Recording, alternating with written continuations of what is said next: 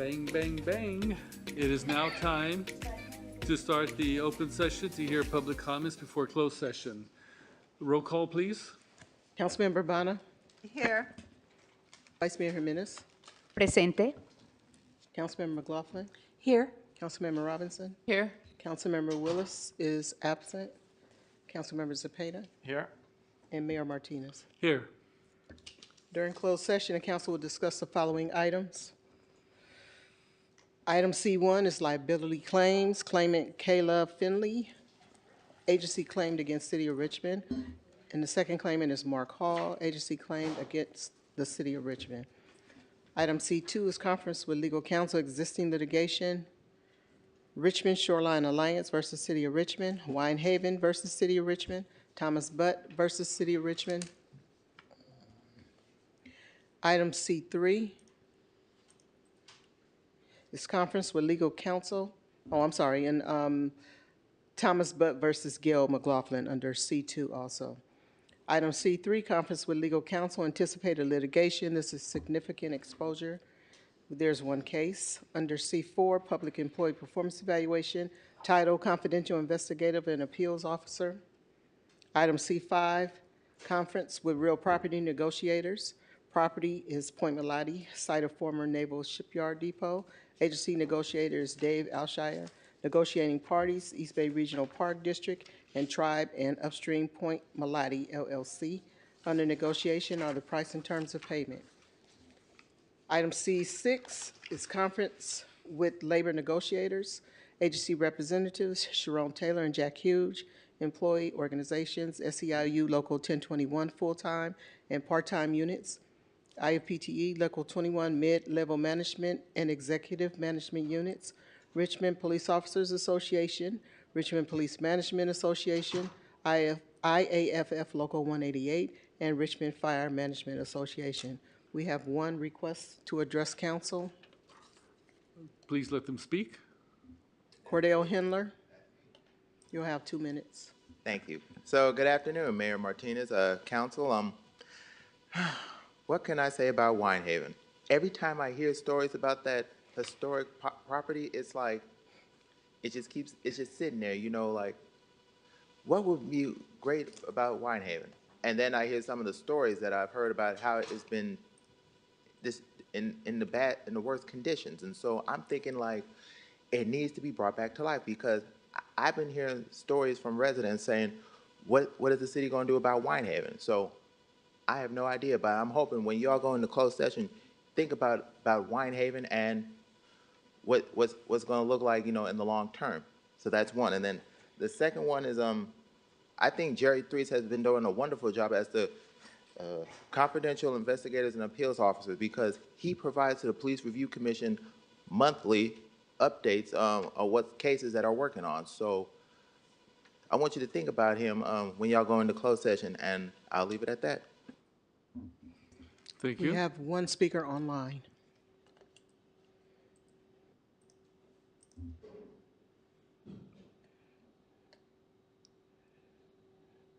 Ursula, can you call the speaker? Okay, the speaker is Ben Terrio. Ben, are you able to unmute and speak?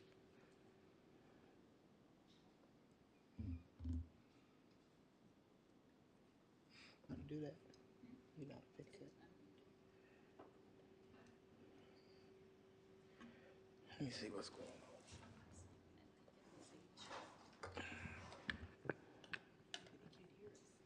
Oh, he can't. Ben, can you hear us?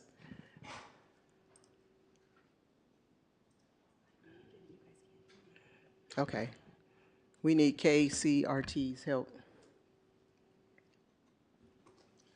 We cannot hear Ben.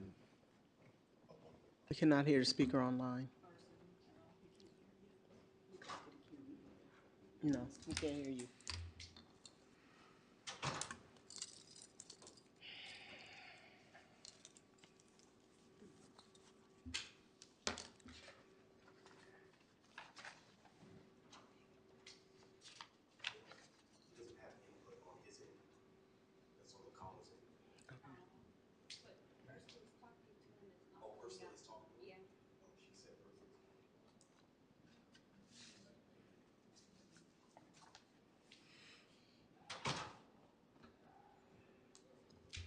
sorry.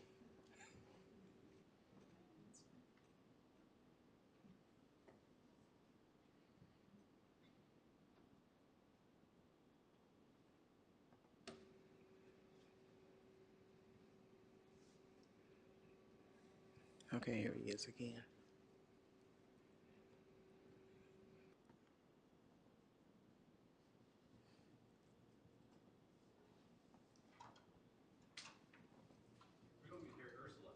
No, she's talking, or she tried talking. Let me tell her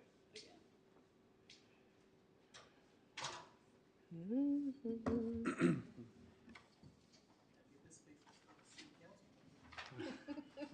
Hello, Ben, you may begin.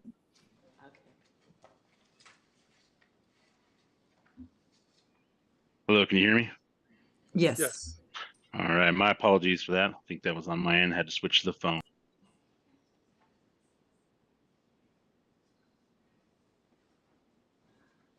Yep, unmute. Go ahead. I'm speaking tonight on the issue of C4 before you guys go into closed session. Um, it is extremely important that you guys take up discussion and have a full, broad discussion on the issues that the confidential appeals and investigator Jerry Threed has brought to public as part of his resignation. They are extremely alarming to those of us at the Police Officers Association. They're very serious allegations, and there are things that unfortunately might have to result in some type of litigation if they do not get flushed out and rectified. So it's extremely important to us. This is a body that's obviously super important to the city, super important to the working police officers and sergeants, and it has to function correctly. And if folks don't feel like that it is a fair process, that is going to be a huge issue. And some of the things that Mr. Threet, who has a very solid reputation, and even amongst the cops he's interviewed over the years, or provided reports on over the years, um, for someone of his reputation to say some of the things that he has said is extremely alarming. And we're basically standing by waiting to see what is going to occur. So appreciate your time and attention. We know you got a lot of matters always in closed session, but it's very vital to the functioning of our department of recruiting and retention, and to obviously accountability, and also for the residents of Richmond. Thank you. And there are no more speakers. Then public hearing is closed, and it is now time to retire to closed session. So we'll see you when we return.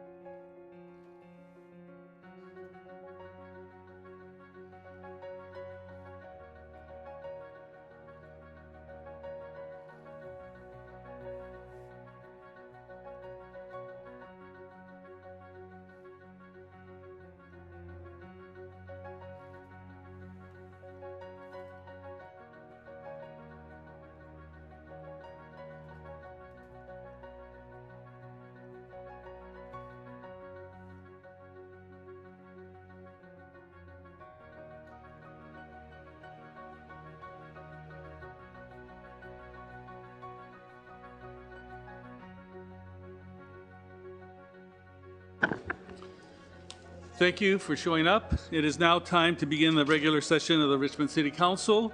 We'll start with the Pledge of Allegiance.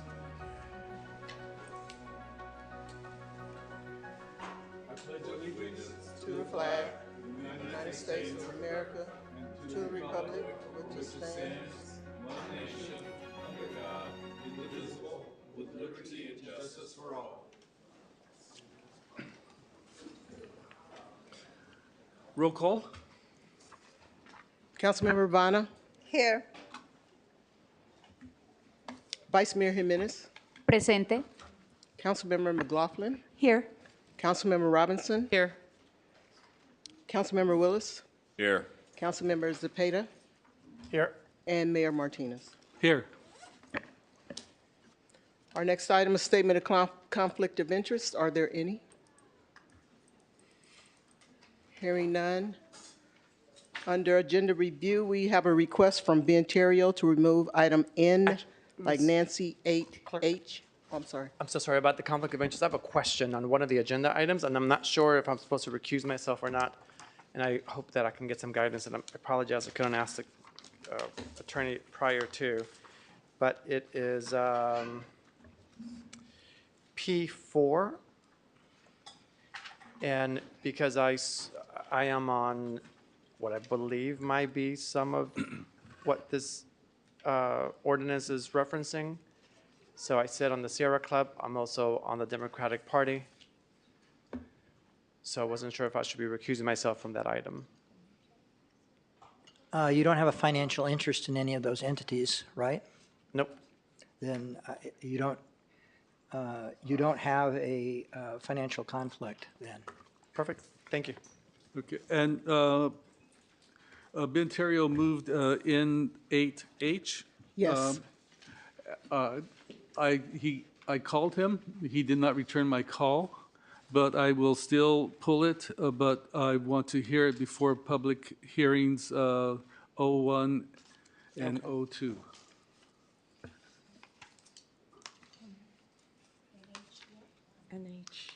In 8H. It's an appointment. H. To the police review. And then Councilmember Yeah. McLaughlin had an I have- announcement.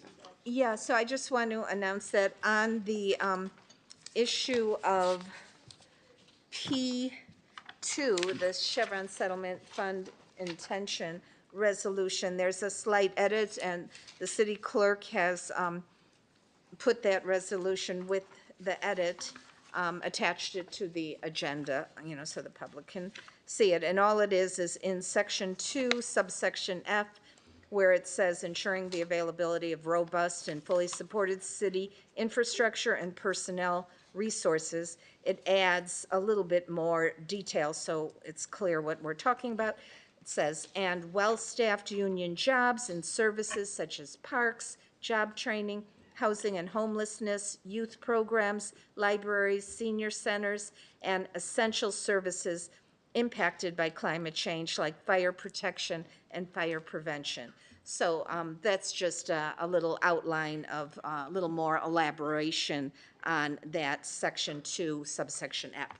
That's it. And another change, I'm combining P1 and P2 since they both are addressing the same issue. And if I may, I already wrote to you and the city clerk removing section 1 of P4 and only including section 2 of it. She's removing 4?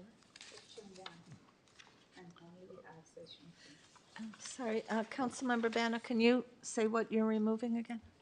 I'm removing the portion about the percentage and including the section about disclosure only. Okay, that's in your item of P1? P4. P4. P4, okay, got it.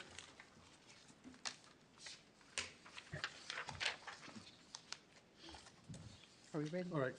Okay, our next item is a report from the city attorney of final decisions made during closed session. Right, in closed session, the items that were discussed, first two items were workers' compensation claims. The council considered those two items, the Finley matter and the Hall matter, and directed to staff to proceed with settlement of the two matters. And those were by unanimous votes. In connection with C2, which is the Campus Bay Richmond Shoreline Alliance for City of Richmond, we gave a status report on that. There was no reportable action taken. As listed there, the Wine Haven item was discussed under the C5, which is the Point Melati property. So I'll cover that then. The two items, Thomas Butt versus Eduardo Martinez and Thomas Butt versus Gail McLaughlin. On those items, the city has tentatively won victories in both those cases. The two items were not discussed in closed session, however. With regards to C3, there was brief discussion of the potential litigation in one case. There was no reportable action taken. On C4, involving the confidential investigative appeals officer employee evaluation, there was discussion of that. There was no reportable action. The employee has resigned, and so there was no evaluation process. Concerning item C5, this item is the Point Melati real property negotiations. We gave a status report on various aspects, including the litigation discussed above, and again, there was no reportable action taken. And that concludes the closed session report.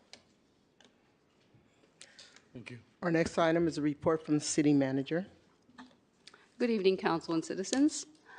Please bring up the slide deck, KCRT.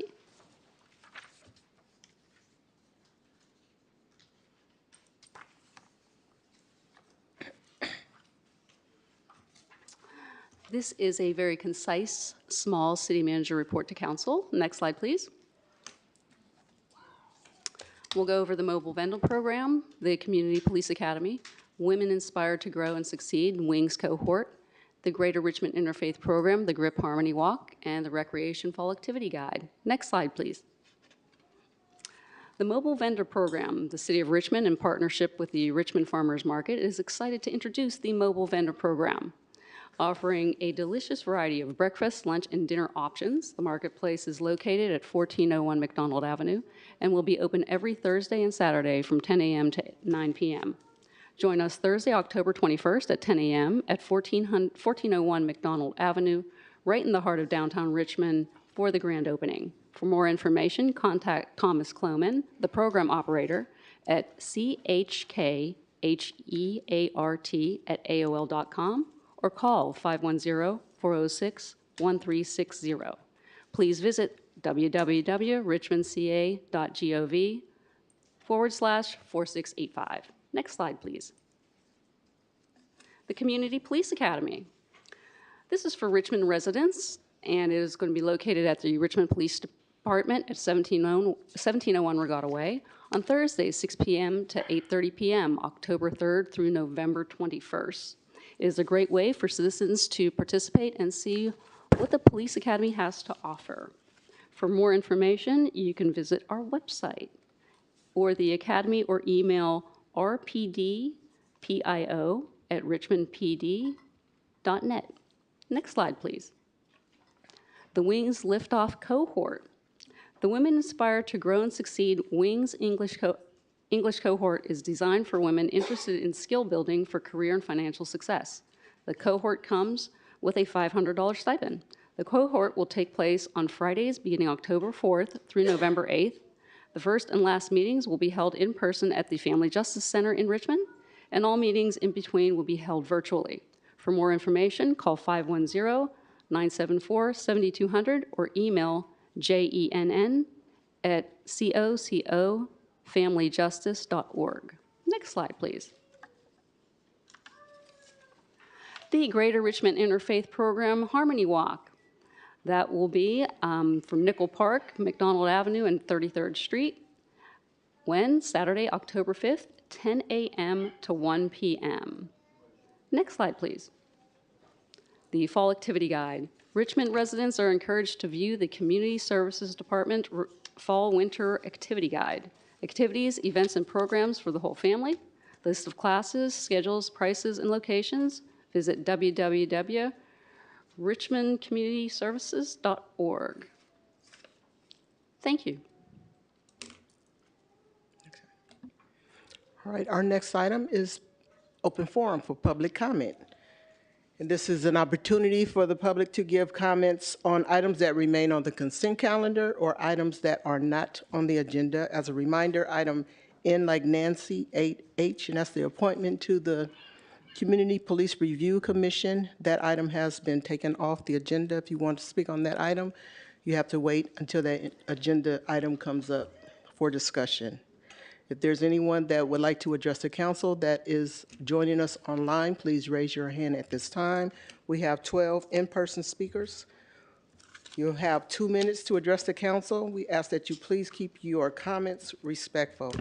As I call your name, please move forward to the speaker's podium so that we can move through the list in a timely manner. Cordell Hendler, Nassim Essa, Rick Perez, Diana Ware, Mark Wasberg, Daniel Barth, Veronica Ramos, Julian Brainbridge, Musa Tariq, Harry Weiner, Cesar Zepeda, sorry,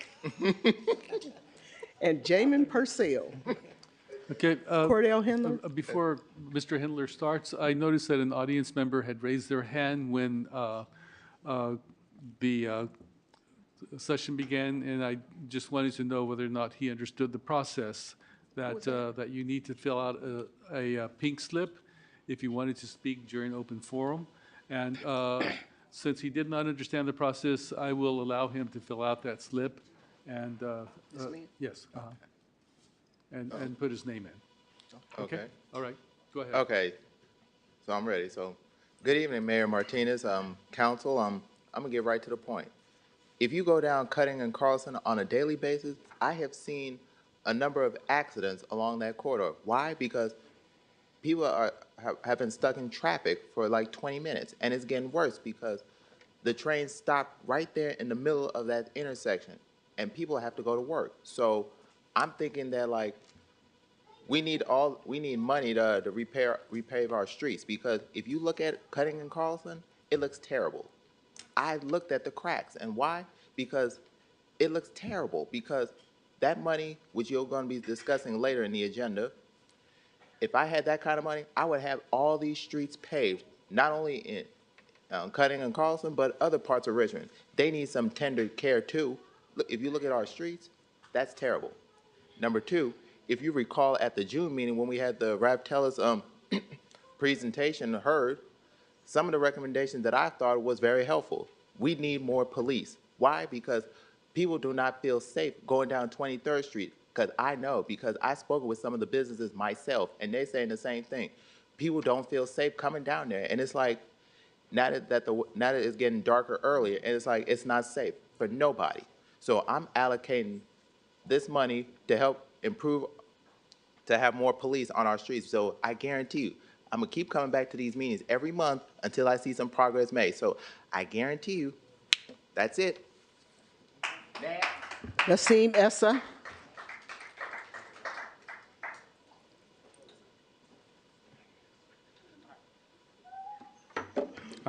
Good morning to the members of the Richmond City Council. My name is Nassim, and I'm here today to speak about an important issue affecting both our community and one of the most dedicated public servants, Officer Bashar Zaidan. I've known Bashar for a long time. Ever since I was a kid growing up in Richmond, from an early age, I would see him in the community helping with whatever was needed, especially among the Middle Eastern community, but his reach and care extends to all of Richmond. Bashar has always gone above and beyond. He's not just a police officer, but a friend, a mentor, and a trusted figure for so many of us in the community. He's always been there to build bridges between cultures and ensure that everyone feels safe and valued in the city. However, today I stand before you because Bashar is facing something that no one should ever have to endure: discrimination within the police force. This is deeply troubling because it reflects poorly on a system that is built to treat everyone fairly. Richmond is a diverse and thriving community, and it's crucial that those who serve us feel supported, respected, and valued regardless of their background. I want to take a moment to thank the Richmond City Council and the Richmond Police Department for all the hard work you do. Your efforts to keep our city safe, strong and united, do not go unnoticed, and we appreciate the dedication you bring to the community every day. That said, I ask the council to look into the matter seriously. Officer Bashar is not just a name on a badge. He is an integral part of our community. His dedication and service to Richmond deserves recognition and fairness. By addressing this issue, we can ensure that Richmond remains a city that upholds justice, equality, and dignity. Thank you, council. Rick Perez.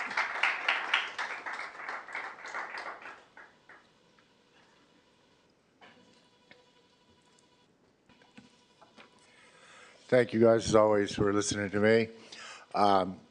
Last meeting I was here, I got an opportunity to meet Kwesi, I believe his name is, and it's horrible that that happened, and you guys already heard my take on that one.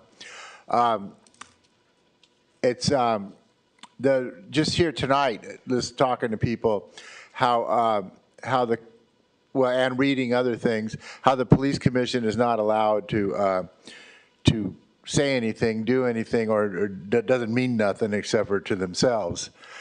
The police work for us, for the city of Richmond, and I'm grateful for the good ones. The good ones are great. Just on the way over here, I saw a news feed saying how they caught a wanted felon here from yesterday, I believe it was. And, you know, good. It's all good. The story that the young guy just said a minute ago, it's great. I have nothing against the good police, but the bad ones need to be stopped. I'll never forget how the police union lied about my son from day one, along with the chief, the previous chief, I should say, and you know, I have nothing against Ben Turiel, but he fought us against Senate Bill 1421, the Information Act, to find out things about police. And that's, you know, we need accountability for police.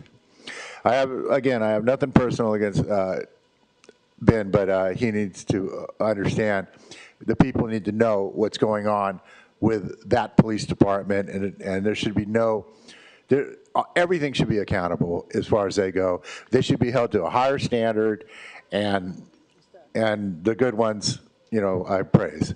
Thank you guys for listening. Diana Ware. Diana Ware, followed by Mark Wasberg. Greetings, my name is Diana Ware, and I'm here on behalf of the Economic Development Commission. I'm just here for an announcement and an invitation.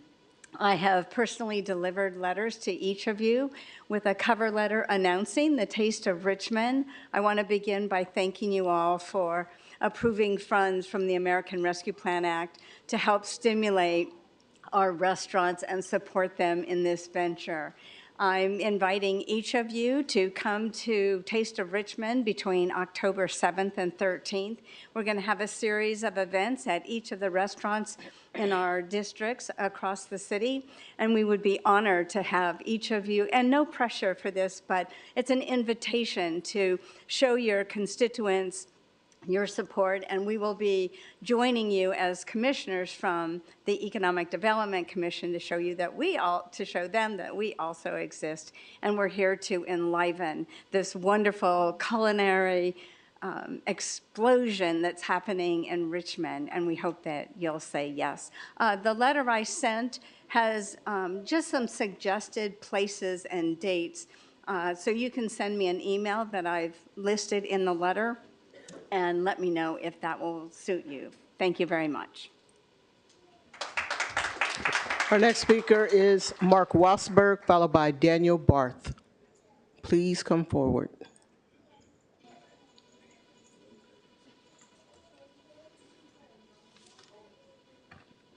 If you go to my Facebook, I'll be uploading videos about once a week about the election. And on my TV show, Channel 26 Comcast, every Sunday night at 10:30, I do an uncut version on how corrupt this election is. And we know for a fact that the RPA is boycotting the candidate debates. They don't want to go. For some reason, they're scared to sit there and hear the truth. And you're willing to give Islam an award for what? You tell me what they did for the city. They didn't even stand up for our flag. And you're going to give these people some type of an award? All I know is that they get on the airwaves. I seen hate and murder. They came up here and preached about hate and violence, burning babies in ovens. And Aguado, he stood with the Palestinian flag, supporting hate and terrorism. And he took an oath to the Constitution. It just goes to show how two-faced people are. I mean, this is totally stupid, sitting there standing next to a terrorist flag, clenching his fist, looking like an idiot. I mean, it's getting ridiculous. And we know the RPA stands behind Islam. Yeah, what's wrong, Willis? And what really gets me, here you have Willis, 22 years old, running for mayor, and didn't know a darn thing about anything. And he's over there. It wasn't for the RPA, you'd be nobody. You had to join the RPA to get on the city council, 22 years old, and everybody was laughing at you. You need to go home and change your diaper and come back in about 30 years because you don't know a damn thing about this city. Yeah, you know I'm right. Why don't you run for office without the RPA and see how far you get? Sir, it is not your place to disparage council members. Yeah. You know,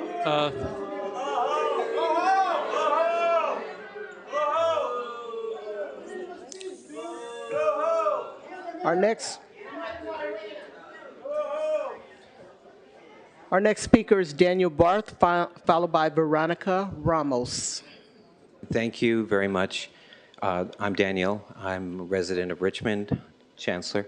And I'm here for 4 reasons. And one of them is because I realized this morning that when I woke up and had dreams about my first son, that today was the day 20 years ago when he committed suicide. And I say that because I really want to speak on behalf of the CCRP, the Community Crisis Response Program. The CCRP, led by Michael Romero, I'm very proud to be a partner with that on-the-ground, street-level work that we're going to be doing together, and it's because of that kind of work that we're going to make sure that, you know, that doesn't happen to perhaps my young 9-year-old. So that one. The second reason is because Ralph Payton couldn't be here from GRIP. He wants to be here, so hopefully he'll be here at the next meeting after his board meeting that's happening right now. And I just want to point out that he's going to be reaching out because unhoused interventions, my third point, unhoused interventions needs money beyond just an organization, one organization. And I do believe that we need to support the the warming center that has issues that we need to see a pathway beyond that, and we're going to talk together with you about that, hopefully in the near future. And the fourth item I want to bring up is about transitional villages. Well, on that issue, we need to, on that issue of the $1.8 million for unhoused interventions, that's just a down payment on the work that you have committed to because of reimagining public safety. And villages was one of the intentions of that original pot of money that was laid out there, and I'm hoping that we have an opportunity in the coming weeks to share with you some really strong ideas on how to bring street-level, safe, and dignified villages to Richmond. Thank you. Thank you. Our next speaker is Veronica Ramos, followed by Julie Brainbridge.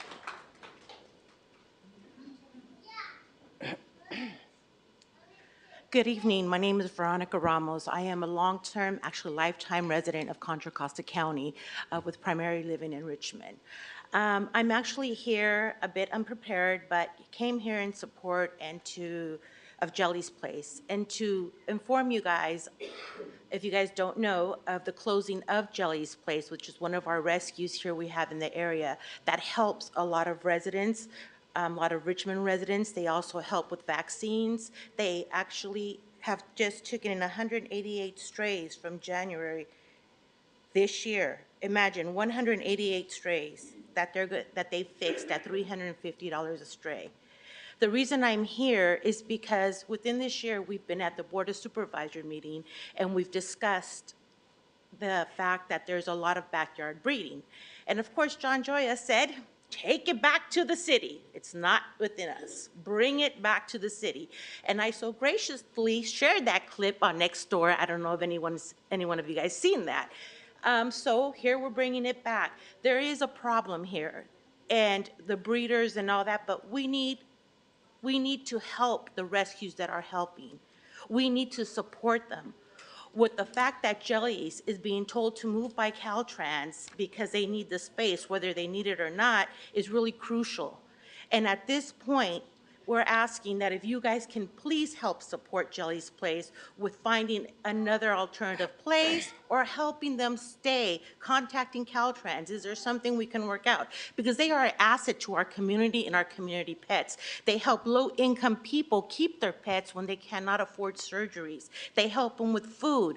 I mean, not only that, they also help, they have a mentor program for kids that they help them with empathy and caring and showing. So please, I'll ask you to please look into it, help Jelly's Place, and help them relocate or stay.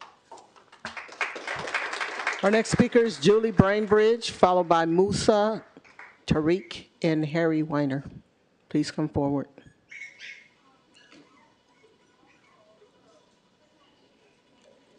Hello, my name is Julie Bainbridge. I'm the founder and president of Jelly's Place Animal Rescue. We're facing the fact that Caltrans wants to take back over the property that we lease from them. In May of 2025, we will have to move off their property. We have 198 animals on that property, 130, some of them are actually strays. Since January, those animals have come in just in a few months. Had we not taken them in, they would have went to the county. More than likely, probably 80% of them would have been euthanized by now. We don't euthanize at Jellies, we're a no-kill rescue. We do help the community with vaccines, medical issues. If they have a dog that they can't fix, it keeps getting pregnant, we'll be happy to fix that animal anytime. But the cost of spay and neuter has went sky high. We used to be able to get a 8-pound dog fixed for about $80, $90.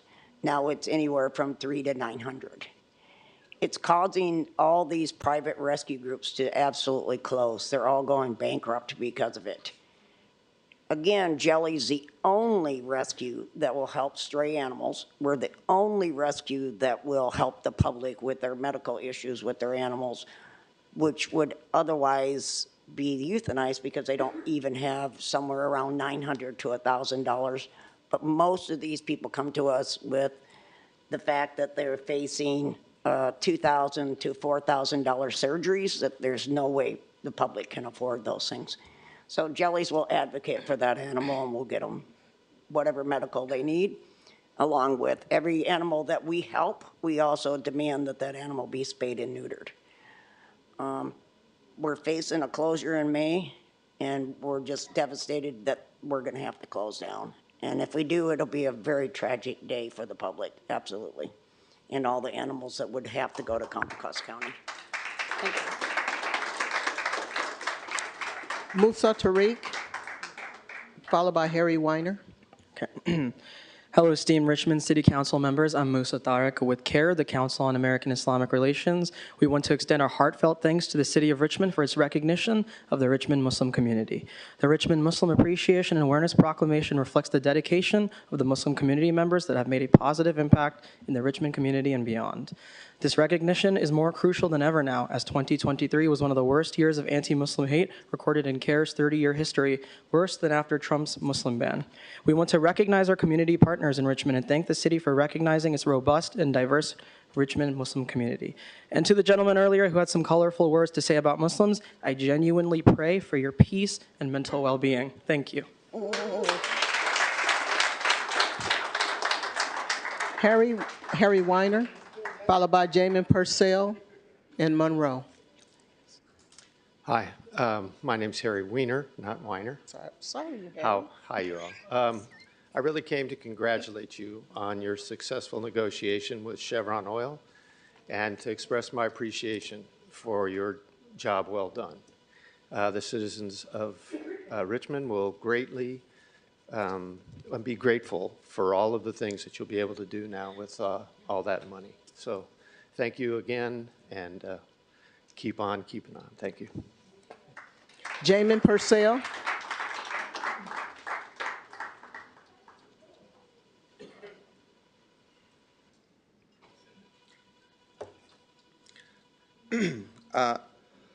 So there was a comment that was made at the last city council meeting during 05R, and the comment specifically was about having the first Pride event up in District 4, and I just want to clarify that Richmond Rainbow Pride has been around for 10 years and has been representing all of Richmond, and while I am very happy that El Sobrante is having a Pride, it is something that we want to make sure that we aren't being erased from this. But that ties into what that item was, which is about HR allocation and someone not understanding how the budget works.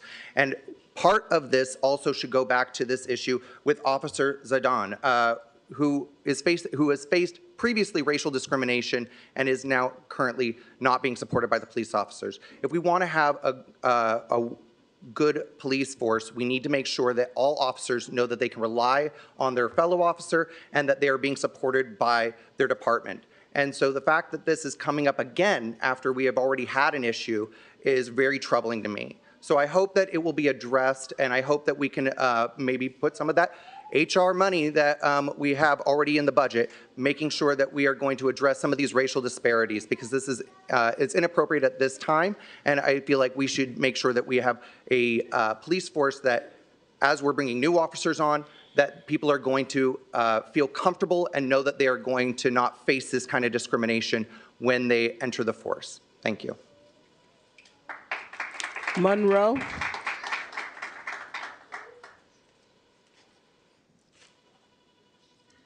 Hi, my name is Monroe. Okay. Our last in-person speaker is Cesar Cepeda. If there's anyone that would like to address the council that is joining us online, please raise your hand at this time. Once we start calling the speakers that have their hands raised online, then your opportunity to speak will be closed. So please raise your hand at this time. All right, good evening, fellow colleagues, Mr. Mayor, and colleagues and people here in public. Earlier today, you heard about Jelly's Place, and I want to show you what Jelly Place is all about. I ran into them this weekend, and here are two little puppies that are needing homes. So if any of you here want a puppy, they are one of many. There's one of many. This weekend I was able to play around with some of them at El Sobrante Pride, but I wanted them to come out here so that people can see that the puppies that are in shelters, sometimes people might have the wrong understanding of what is in the shelter, and unfortunately these little ones are in the shelter, along with the little siblings. So if anyone out there is looking for or has a home or can help out Jelly's Place, please come out and reach out to Jelly's Place. They're a great organization here in the Bay Area, here right next to Richmond. And again, these two little beautiful puppies need a home. So raise your hand if you need one. Raise two if you want two. And if you want three, get somebody to help you out. So thank you all. If you want to pet them, they're right here on the side. Thank you so much.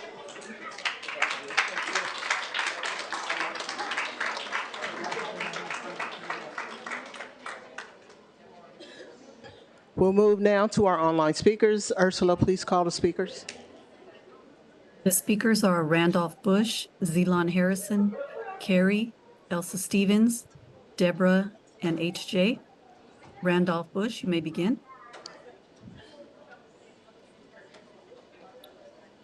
Thank you, City Council members. And my name is Randolph Bush. I'm a member of the Richmond Annex CERT group. For those of you that aren't familiar with CERT, it is the Community Emergency Response Team. We work under the Fire Department and the Office of Emergency Services. Richard Diaz is the current manager of the OES. And I wanted to briefly voice my support for Councilmember Bana's proposal, the P1, to identify some consultants to help the community identify the best use for some of the money that's going to be coming in the next few years for Excuse me? emergency Is the preparedness. speaker speaking about one of the items on the agenda? I think he said P1. I'm sorry, I didn't make that clear. I'm in support of P1. Yes, it's not time to speak of P1. You'll have a chance to speak about that when we get to that item. Okay, thanks for that correction. I'll just say in general, I support the use of some of the money that's coming in to the city for the next few years. Okay, Thank you. We will move on to the next speaker. Zelon Harrison, you may begin. Hello, can you hear me? Can you hear Yes. me? Hello. Thank you guys. Thank you guys all this evening for being here and supporting our community. I just wanted to say, I hope when you guys are looking at how you're going to be doing that money from Chevron, that you're really looking at Once the again, equity. once again, if you are speaking about the money that was negotiated with Chevron, there are two items that is being addressed to those funds, and that is P1 and P2. So when those items come up, you may talk about how you see the funds being allocated. Thank you. For anyone joining us online, we're still under open forum. Any item that is on the agenda under study session or public hearing, you have to wait for those items to be called. Go ahead, Ursula. The next speaker is Carrie. Can you please state your full name for the record? Good evening. My name is Carrie Sullivan. I just wanted to jump on here and say thank you to the mayor and to the city council members for considering me to be a part of the advisory board for the Community Crisis Response Program. I'm hoping this is my time to speak, but really I just wanted to hop on here and say thank you so much. I love what the city is doing. This is really groundbreaking work, as we all know, and to be a part of it is just, it's amazing. Super spiritual. I can only tell you that I'm really happy to see we're going in this direction, and I'm looking forward to really being able to see the community be uplifted. So thank you guys so much. Have a good evening, and that's it. Thank you. The next speaker is Elsa Stevens.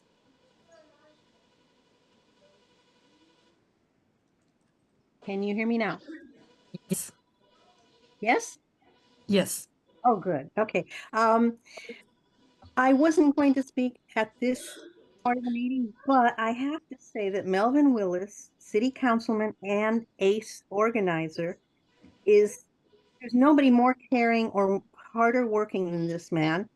And as long as I have breath, I will be thanking Melvin Willis for organizing Heritage Park Senior Complex in 2019 when we successfully fought off a 12% rent hike.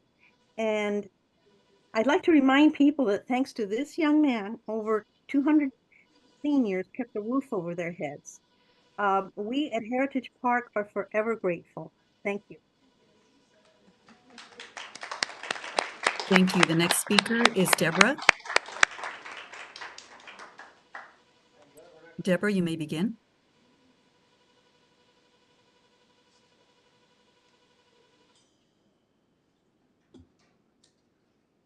Deborah, please unmute yourself.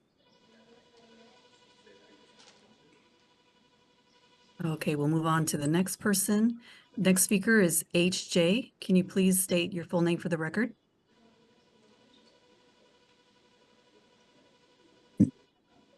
Good evening, Mayor, Vice Mayor, City Council members, and Richmond community. This is Hakeem Johnson, and I work at the Chevron refinery. I wanted to take this time to invite you all to our annual Richmond Refinery Community Tour Day.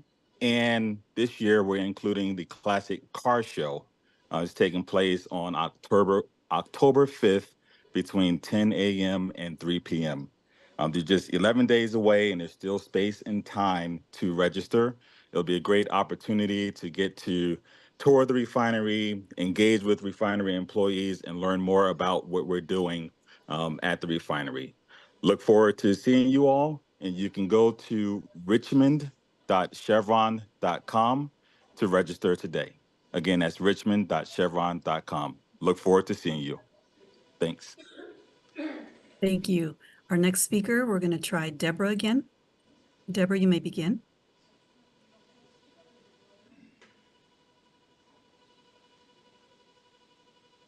Deborah, please unmute yourself.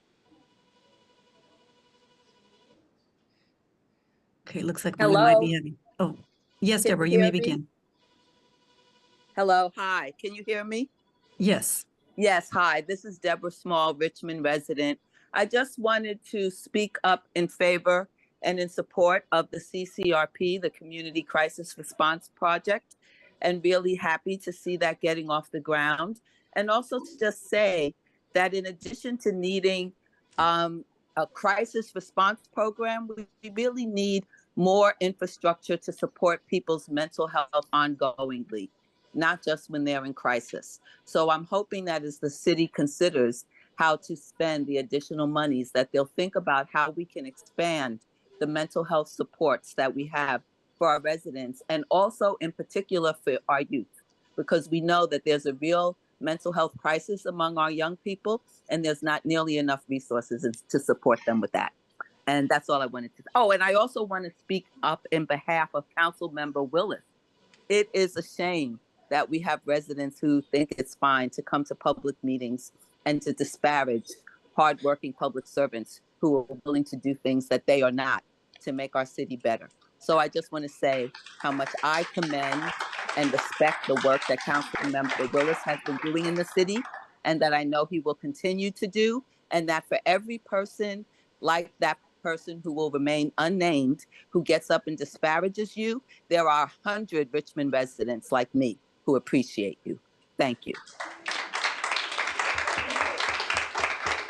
Thank you, and that was our last public speaker.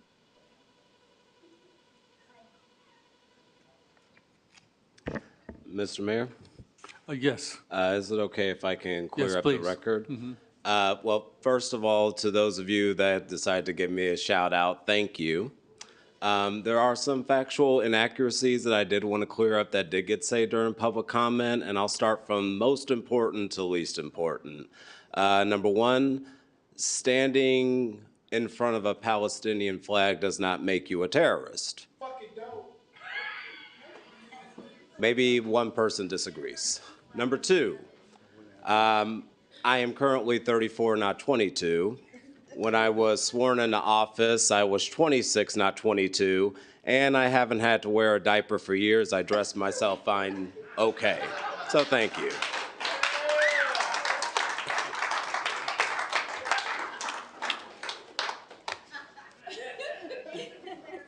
I'm sure there were many other things that were not correct, but Those were the highlights for okay. me. Thank you. Okay, now we may move on.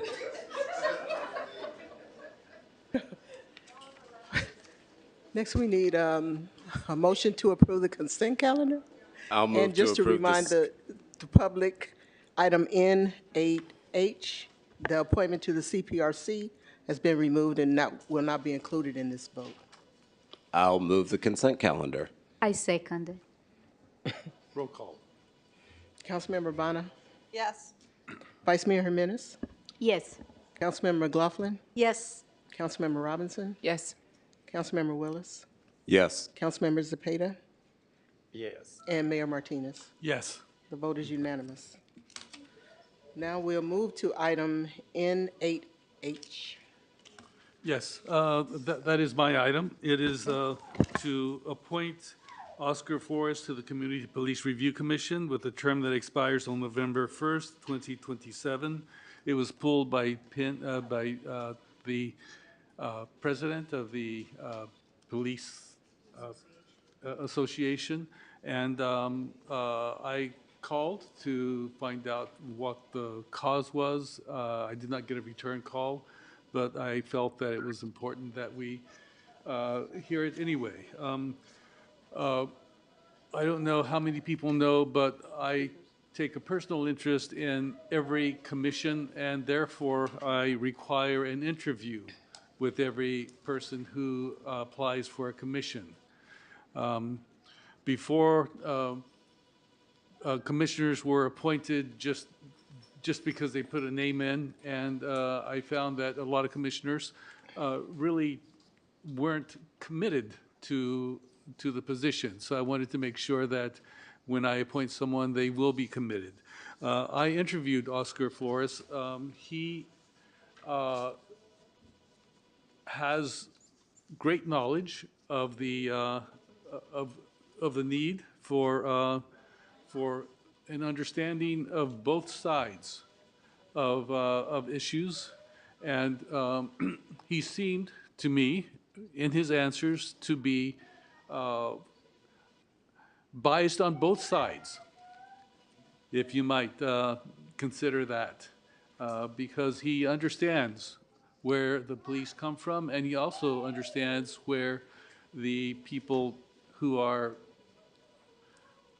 supposedly abused by police are coming from. I really have no, I have 100% confidence in Mr. Flores as being a quality person of this commission. So do we have any speakers? We do not have any in-person speakers, but we do have one speaker online. If there's anyone else joining us online that would wish to speak to the council on this item, please raise your hand at this time. And Ursula can go ahead and call the speakers. The speaker is Benjamin Terrio.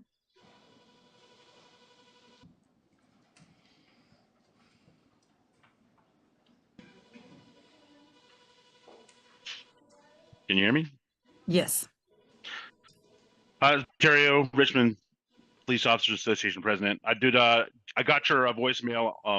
My apologies. I did not realize until you actually said it in the beginning of the council that I received it. So I do appreciate that, Mr. Mayor. My issue and my organization's issue with, unfortunately, some of your appointments and the appointment process in general is, again, it not being in line with the actual ordinance that is listed. If you look at the organizations that Mr. Flores is part of, it's director of Reuniting Families Contra Costa, and it's a project of Silicon Valley Debug. Well, Silicon Valley Debug is an organization that's pretty biased against law enforcement. I don't think it's a hard thing to do, and it doesn't take too many Google searches to figure that out. We don't know Oscar Flores personally. I hope to be wrong. Like I hoped I was wrong about other people that you've put on here, but unfortunately, that's not what has happened.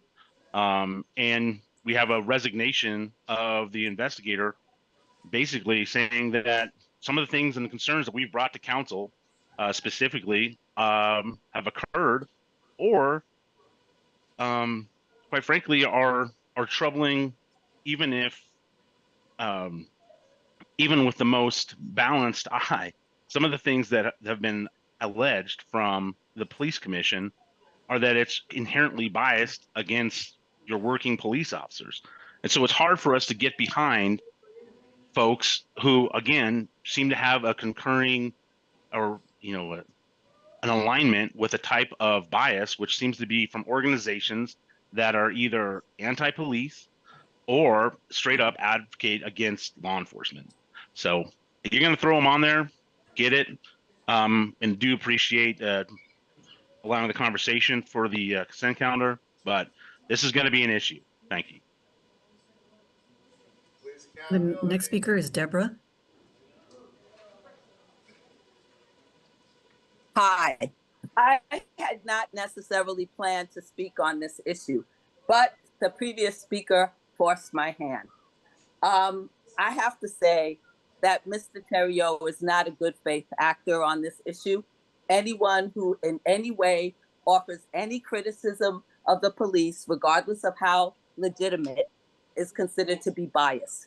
I have a lot more faith in the fairness and the integrity of our mayor than I do in Ben Theriot. So I hope that the council will approve his recommendation. Thank you. Thank you, and there are no more speakers. That's it for speakers? Okay, yeah, I do want to say that to base any decision on allegations is wrong. It's not my position to make judgments on hearsay.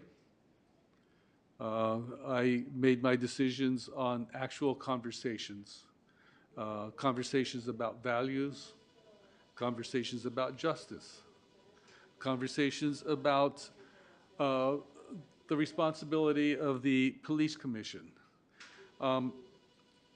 It's difficult to say that if someone is contesting a police action on behalf of a citizen, that it not be adversarial. It's just the nature of disputes. You cannot have a dispute without some sort of adversarial position. And that is the purpose of the Police Review Commission, to do it in a civil way. And I want to make sure that people that I appoint are capable of doing things in a civil way. And that's why I recommend Oscar Flores to be on this commission. I'll move the item. I'll second. Roll call. Councilmember Zepeda? Yes. Councilmember Willis? Yes. Councilmember Robinson? Yes. Councilmember McLaughlin? Yes. Vice Mayor Jimenez? Yes. Councilmember Bonner? Abstain. And Mayor Martinez. Yes. The motion passes with Councilmember Bonner abstaining. Now we'll move to our public hearings. Pursuant to public notice, it's time to hold two public hearings. The first one is item 01, and it is a public hearing to rename the section of Spring Street south of Cutting Boulevard to P.D. Perez Avenue to memorialize the life of Richmond's P.D. Perez III. We will begin with the staff report.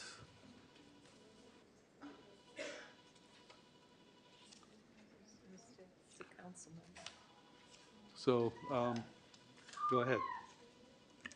Thank you very much. The renaming of this street in Richmond is a profound cultural monument for our city. It symbolizes our desire for justice and collective commitment to healing and reconciliation. For over 10 years, the Press family came here and stood in front of the City Council. Now they're still standing here, but with the City Council, City Administration, and the Police Department standing beside them.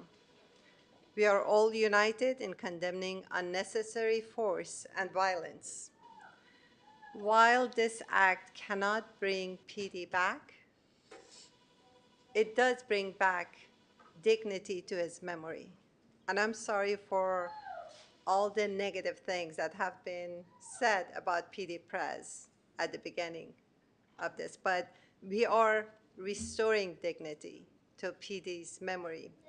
We are affirming the sanctity of life, confirming our shared value of justice, and demonstrating our collective commitment to condemning violence of any sort. And I just would like to thank the Prez family for their perseverance and advocacy and activism for the past decade. Thank you very much.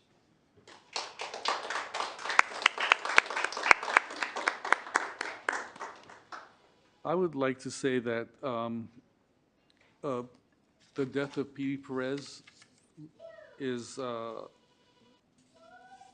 profound in terms of the changes that his death has created in our laws. Because of him, there have been a lot of changes that have been made. And unfortunately, with those changes in the law, we don't hear P.D. Perez's name. I mean, there's Marcy's Law, there's Amber Alerts, but there's nothing in law that contains P.D.'s name, even though he has been a great catalyst in terms of how the laws have changed in favor of the victims of police violence. So putting his name on a street sign is the least that we can do, but I'm happy that we can do that. So it's now time. Are there questions from the council? No? All right, so then it's open for public hearing. Okay, this is a public hearing. Each speaker will have 3 minutes to address the council. If there's anyone that would like to address the council on this item that's joining us online, please raise your hand at this time. Okay, the speakers are Cordell Hindler, Patricia Perez, Rick Perez, Karen, and Jamin Purcell. Okay, now I'm ready. So good evening, Mayor Martinez, council. First, I want to thank you, Councilmember Bonner, for bringing this item forward. After I've been seeing in the news about PD's passing, it's like, it really hurt me because it's like, to see a young life died at 24, it's like, it's devastating to me. So I've heard about a lot of things that PD has done, and I'm like, it just makes me so emotional. I think about my own nieces and nephews. I'm thinking about them, and it's like, I don't want to see them die at a young age. So renaming the street after him is miraculous. It is amazing. So I say, in the words of a once famous politician, go forth. So with that, Patricia, it's all yours. Patricia Perez.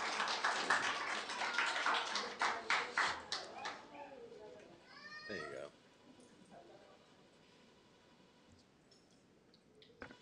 Looking back on how long it took for the Richmond Citizens Police Review Commission to finally rule that P.D. Perez should never have been killed by a Richmond police officer, Wallace Jensen, we had to attend many meetings of the City Council and the Citizens Police Review Commission to gain the right to have an independent investigation into the killing of P.D.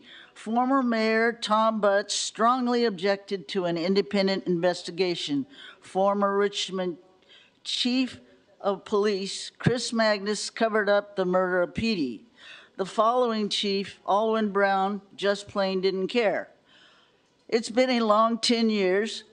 We are grateful to Councilwoman Sohaila Bana and to all the council members, to Mayor Eduardo Martinez, and to newest Chief of Police, Bisa French, for standing with P.D.'s family.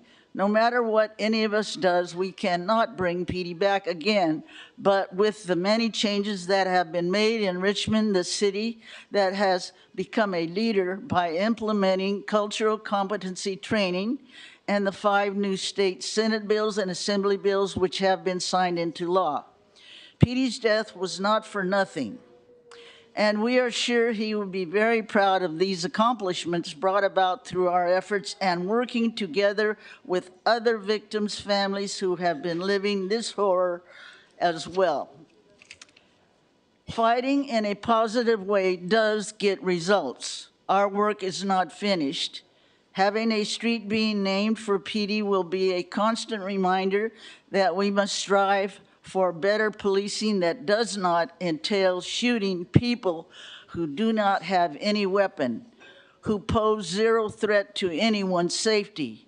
We need to strive for police accountability. Thank you. Rick Perez.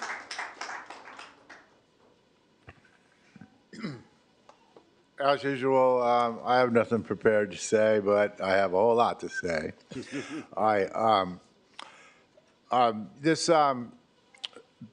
Petey was never one that wanted the spotlight, but I'm sure he would be very proud of what's happening here. Julie, his mother, wanted to be here, but her health is, she could have made it, but she chose not to. She doesn't want to be in the spotlight either. But anyway, our family is very grateful. His cousin is here with me and his wife. And cousin Dustin here grew up with Petey. And it's, thank God he's here. And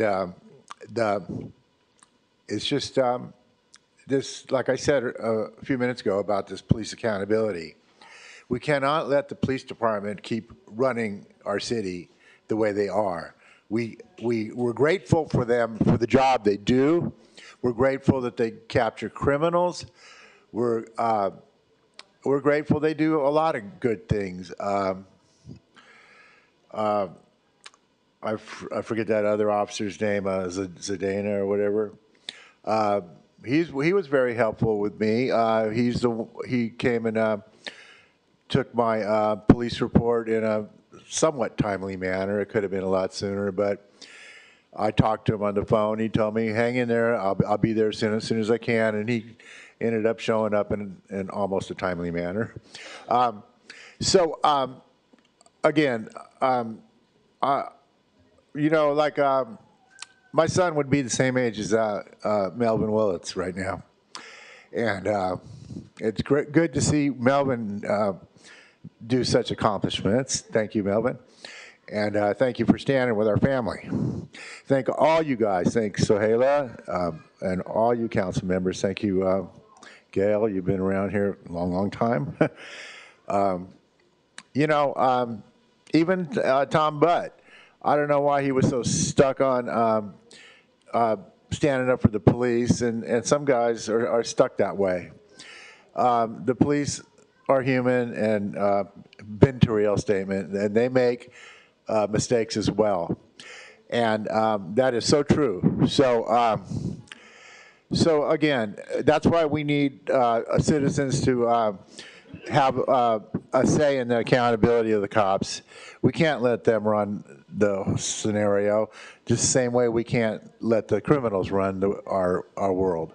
So, we have to find some middle ground. And again, my family is very appreciative of the name change and all the attention you guys give our family over this whole thing. So thank you guys very, very much.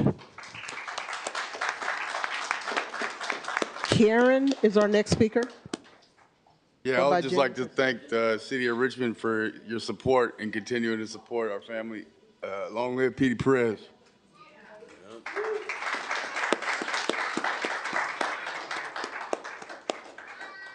Karen, followed by Jamin Purcell.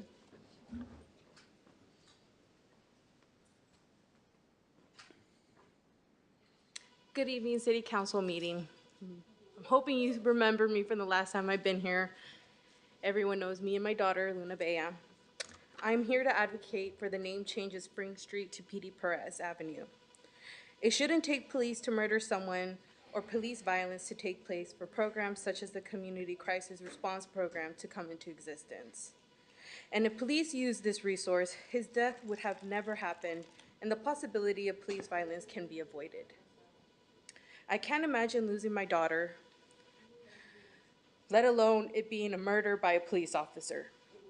I too would be here every council meeting advocating for my daughter, making changes in the city, and celebrating her life every year with community.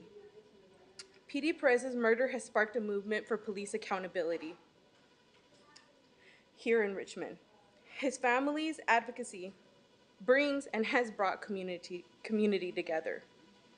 This is an action the city of Richmond can make to give acknowledgement of his murder, to give his family, who still feels his death like it was today, some kind of justice. And if a street name change is something the city can do, then let's do it.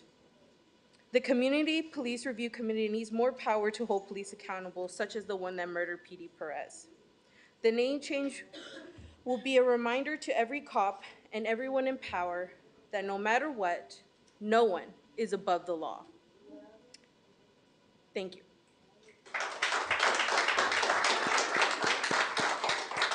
Jamin Purcell.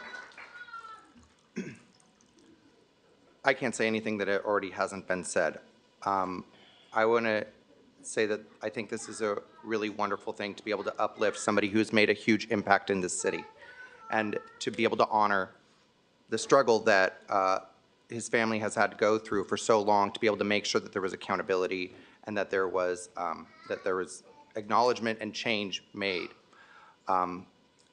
The only thing I would add would be that when we last changed a street name, a part of South Street to Ethel Dotson Way, it was not actually changed on any of the maps, though we changed the street sign. I just really do hope that we make sure that we are diligent in following through, because when people Google his name, I want them to take it to the address, take it to where it happened and where it matters. And that would be the only thing that I would say. I really hope that we can continue to uplift people in our community who have made such a huge difference. Thank you. That was our last in-person speaker. Now we'll move to the speakers online. The speakers are Dab Janae, Emily Ross, and Marisol Cantu. Dab Janae, you may begin, and you will have up to 3 minutes to address the council. Hello? Can you hear me? Yes. Okay. Hello, Mayor and council members. My name is Dave Janae. I want to first uplift and thank the City Council for preserving PD's memory by renaming the section of Spring Street south of Cuddick Boulevard. However, I want to continue to call on the City Council to hold the police accountable and ensure to support the CPRC in creating more practices that thoroughly investigate all complaints against RPD. I want to send love and support to the Perez family. Thank you so much. Good night. Thank you. The next speaker is Emily Ross.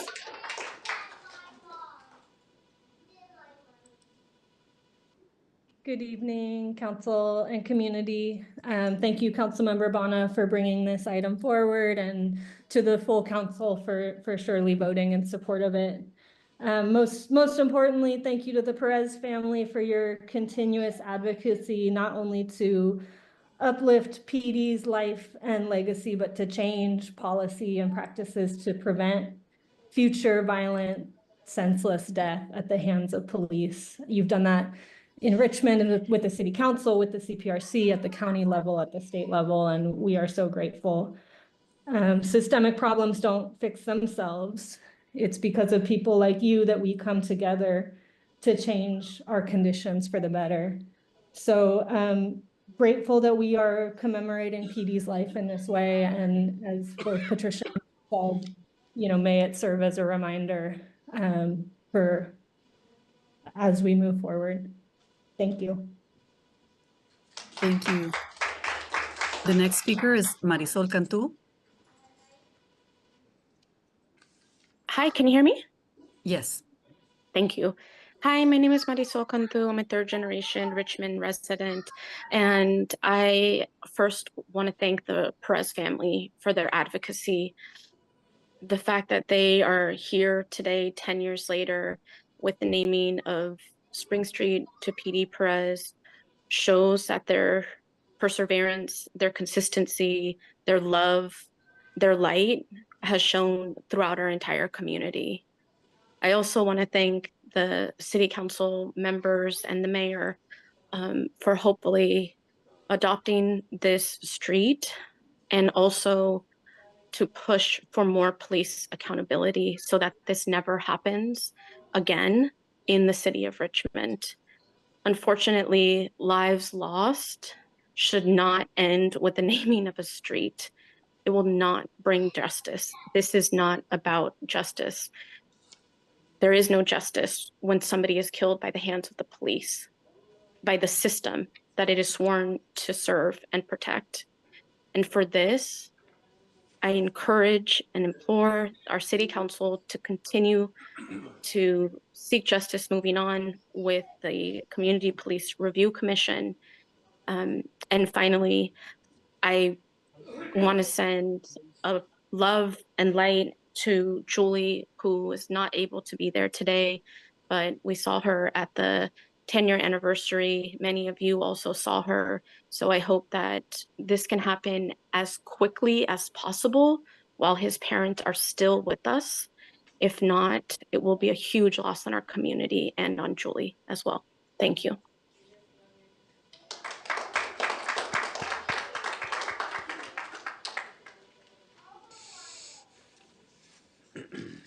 That was our last speaker. Okay, so public hearing is closed. Are there any clarification questions from the council? If not, I move the item to name the Perez Street. I'll second it and say thank you to the Perez family, and what a wonderful way to memorialize PD by way of this street name change. I fully support it. roll call. Councilmember Bonner? Before I cast my vote, I would like to invite everyone to unveiling of the street's new name on October 26th. It's a Saturday at 1 p.m. And that's the day that family picked. Yes. Vice Mayor Jimenez? Yes. Councilmember McLaughlin? Yes. Councilmember Robinson? Yes. Councilmember Willis? Yes. Councilmember Zepeda? Yes. And Mayor Martinez? Yes. The vote is unanimous.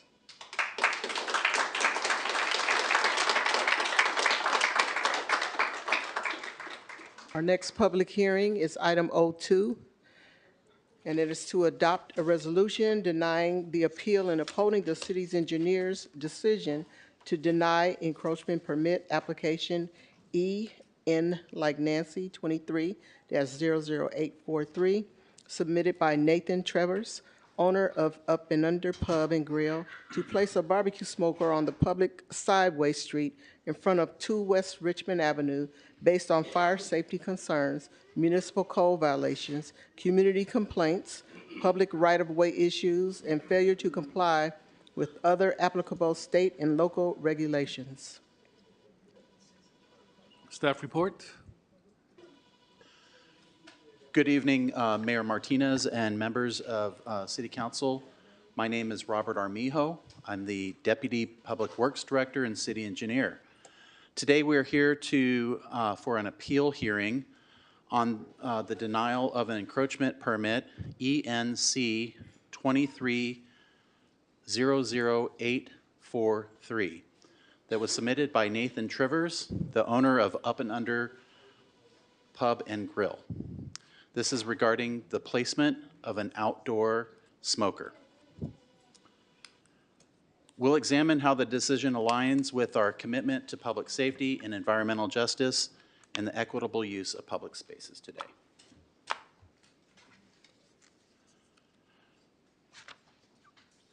Today's case is an important issue of balancing business interests with public welfare. The city must ensure that public spaces are safe, accessible, and managed in a way that benefits the entire community not just a single private interest.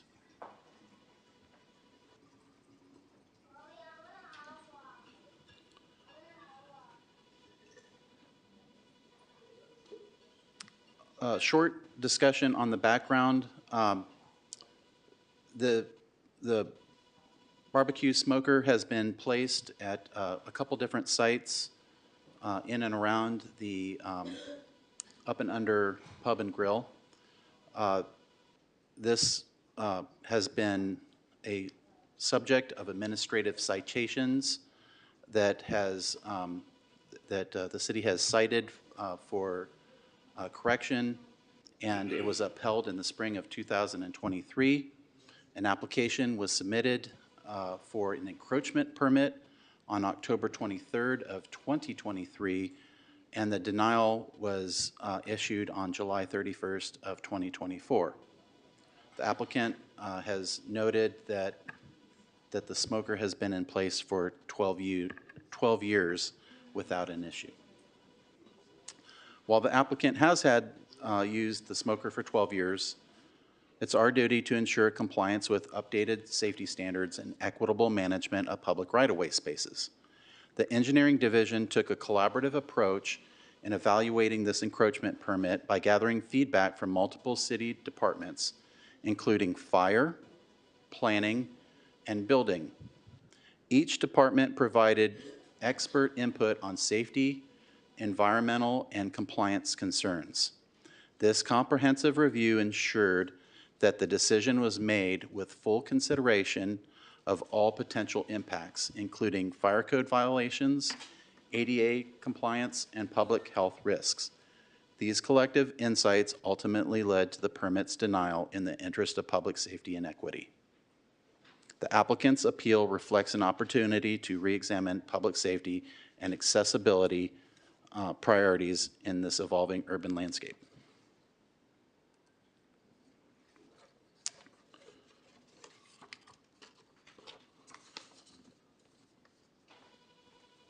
The city engineer's determination for denying the encroachment permit is based on 7 major points: an incomplete application, fire code compliance, municipal code violations, community complaints, public right-of-way management, planning division concerns, and building division concerns. This denial reflects a comprehensive and fair review grounded in the need to protect our community, promote sustainable practices, and ensure all spaces remain open and accessible to the public. In the subsequent slides, we'll walk through each reason for denial in detail. Denial point number 1, incomplete application. The city noted that the application lacked a site plan to confirm ADA compliance. We did believe that we had enough information to make a determination, however, based on the lack of information. The applicant claims that the missing information was promptly submitted and that the city's delays caused unnecessary issues. This denial reflects a comprehensive and, this denial is based on ensuring that public spaces are ADA compliant, and they're critical to making Richmond an inclusive and accessible city for all residents. The incomplete application failed to address ADA considerations, which disproportionately impacts vulnerable groups and goes against our commitment to equity. Denial point number 2. The smoker violates California Code Section 308.1.4, open flame devices within 10 feet of combustible materials. The applicant asserts no combustible materials are within 10 feet of the smoker. Fire safety regulations exist to protect both residents and businesses. Violating these rules puts the community at risk, especially in dense urban spaces. Our city values preventative safety measures that shields all from preventable harm, particularly in vulnerable areas. Denial point number 3, municipal code violations. The city denied the application based on unauthorized cooking facilities in public spaces as they violated Richmond Municipal Code Section 11.96.030 and 11.96.040. The applicant argues that the smoker has been in place for 12 years without enforcement issues, questioning the city's change in interpretation. Our municipal code ensures that public safe spaces serve the broader community, not just private interests. The barbecue smoker has encroached on public sidewalk and streets, limiting their accessibility. Every resident deserves an equitable access to public areas without barriers, especially in our shared community spaces. I should also note that under Richmond Municipal Code chapters 11.96, 12.28, and 12.30, the city has both the discretion and responsibility to manage public rights-of-way, ensuring that they remain clean, safe, and accessible for all. While the applicant has been storing the barbecue on the street since 2010, this does not make it legal. It simply means that they have been in violation of the municipal code. This applicant is now seeking approval for this illegal use, but we are not inclined to grant that sanction through an encroachment permit.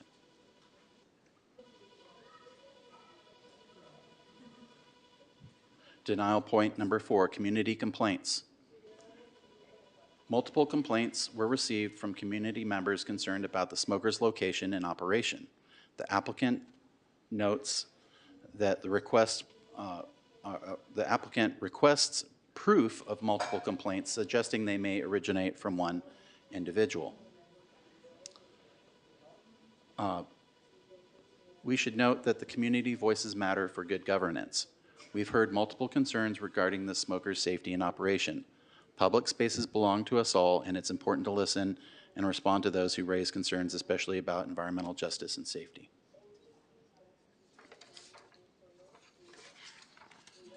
Denial point number 5, public right-of-way management. The city denied based on the smoker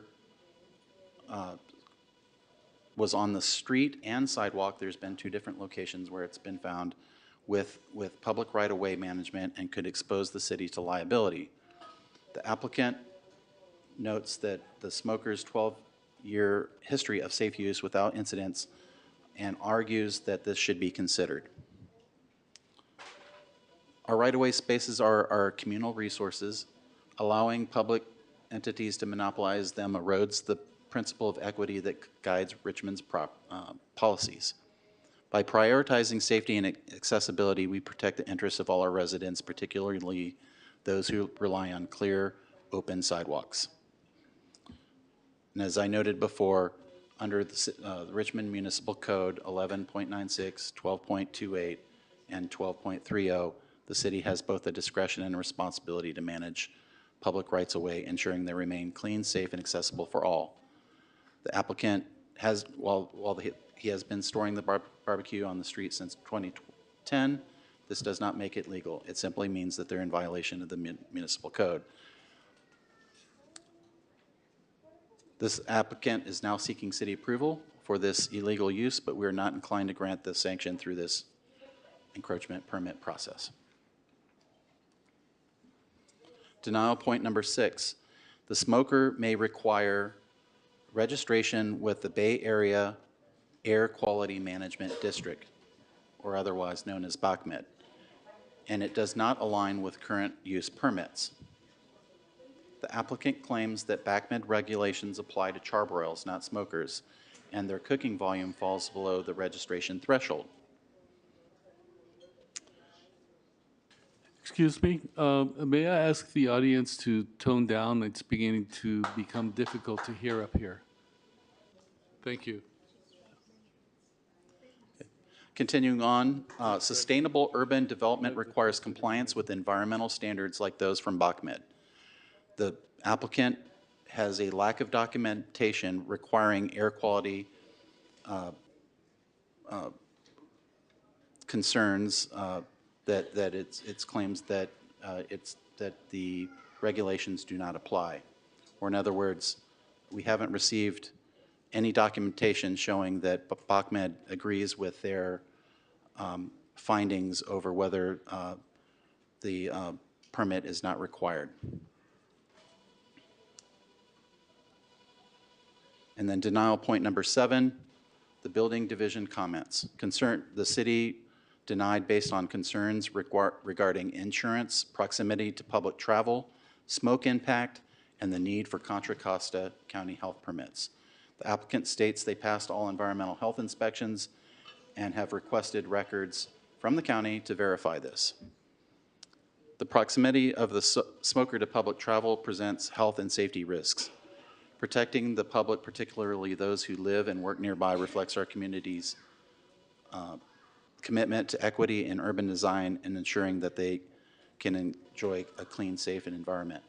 And we should note that as they are not able to provide any documentation, we cannot verify their claims on this particular point. So the city remains concerned about the lack of health documentation and permits.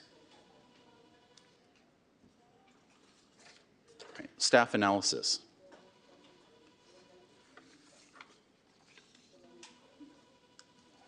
This issue ultimately comes down to ensuring fairness and accountability.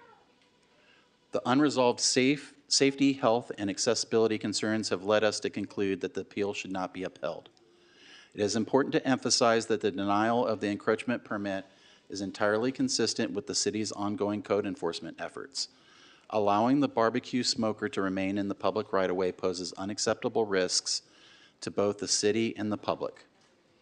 These risks include liability concerns, fire hazards, and accessibility issues, which cannot be overlooked. Upholding this denial protects the safety and integrity of our shared public spaces. The next step is for council to deliberate on this resolution, which serves the collective interests of the public.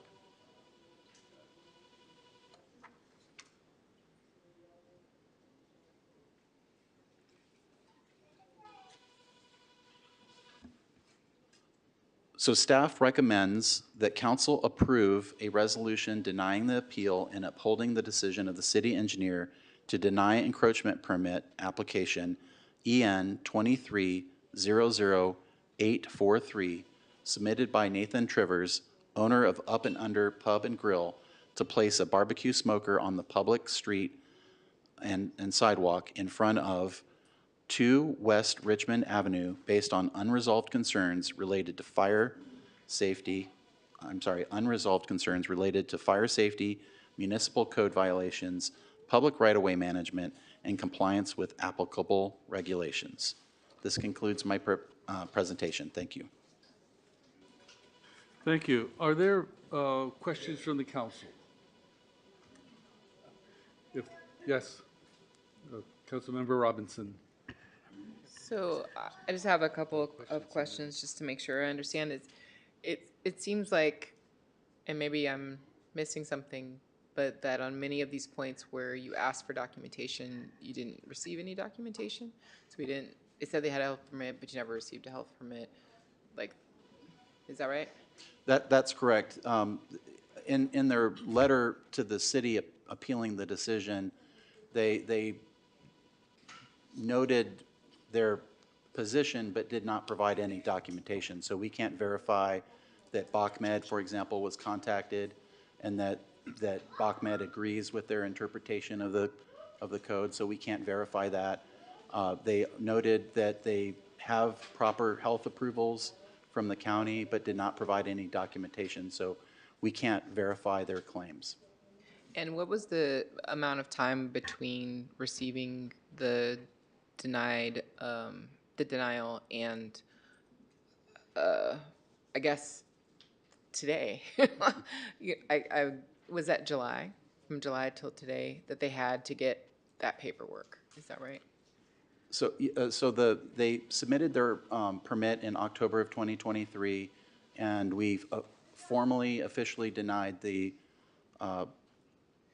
permit on July of this year of 2024. And so the application was active for about 9 months. That allowed staff the time to collaborate with the other departments and do a thorough and impartial review of the permit and at the request for the smoker in the location that they requested. And then my last question, so July, August, September, so at least 60 days they had to get paperwork after it was denied in July. Am I correct that they had about 60 days from the denial to contact back BachMed and try to get that paperwork and contact the health department and try to get that paperwork? That sounds about right. They've had time since the formal denial to produce the documentation. And then the last question I have is, they're not the only ones who have a smoker on sidewalks and streets.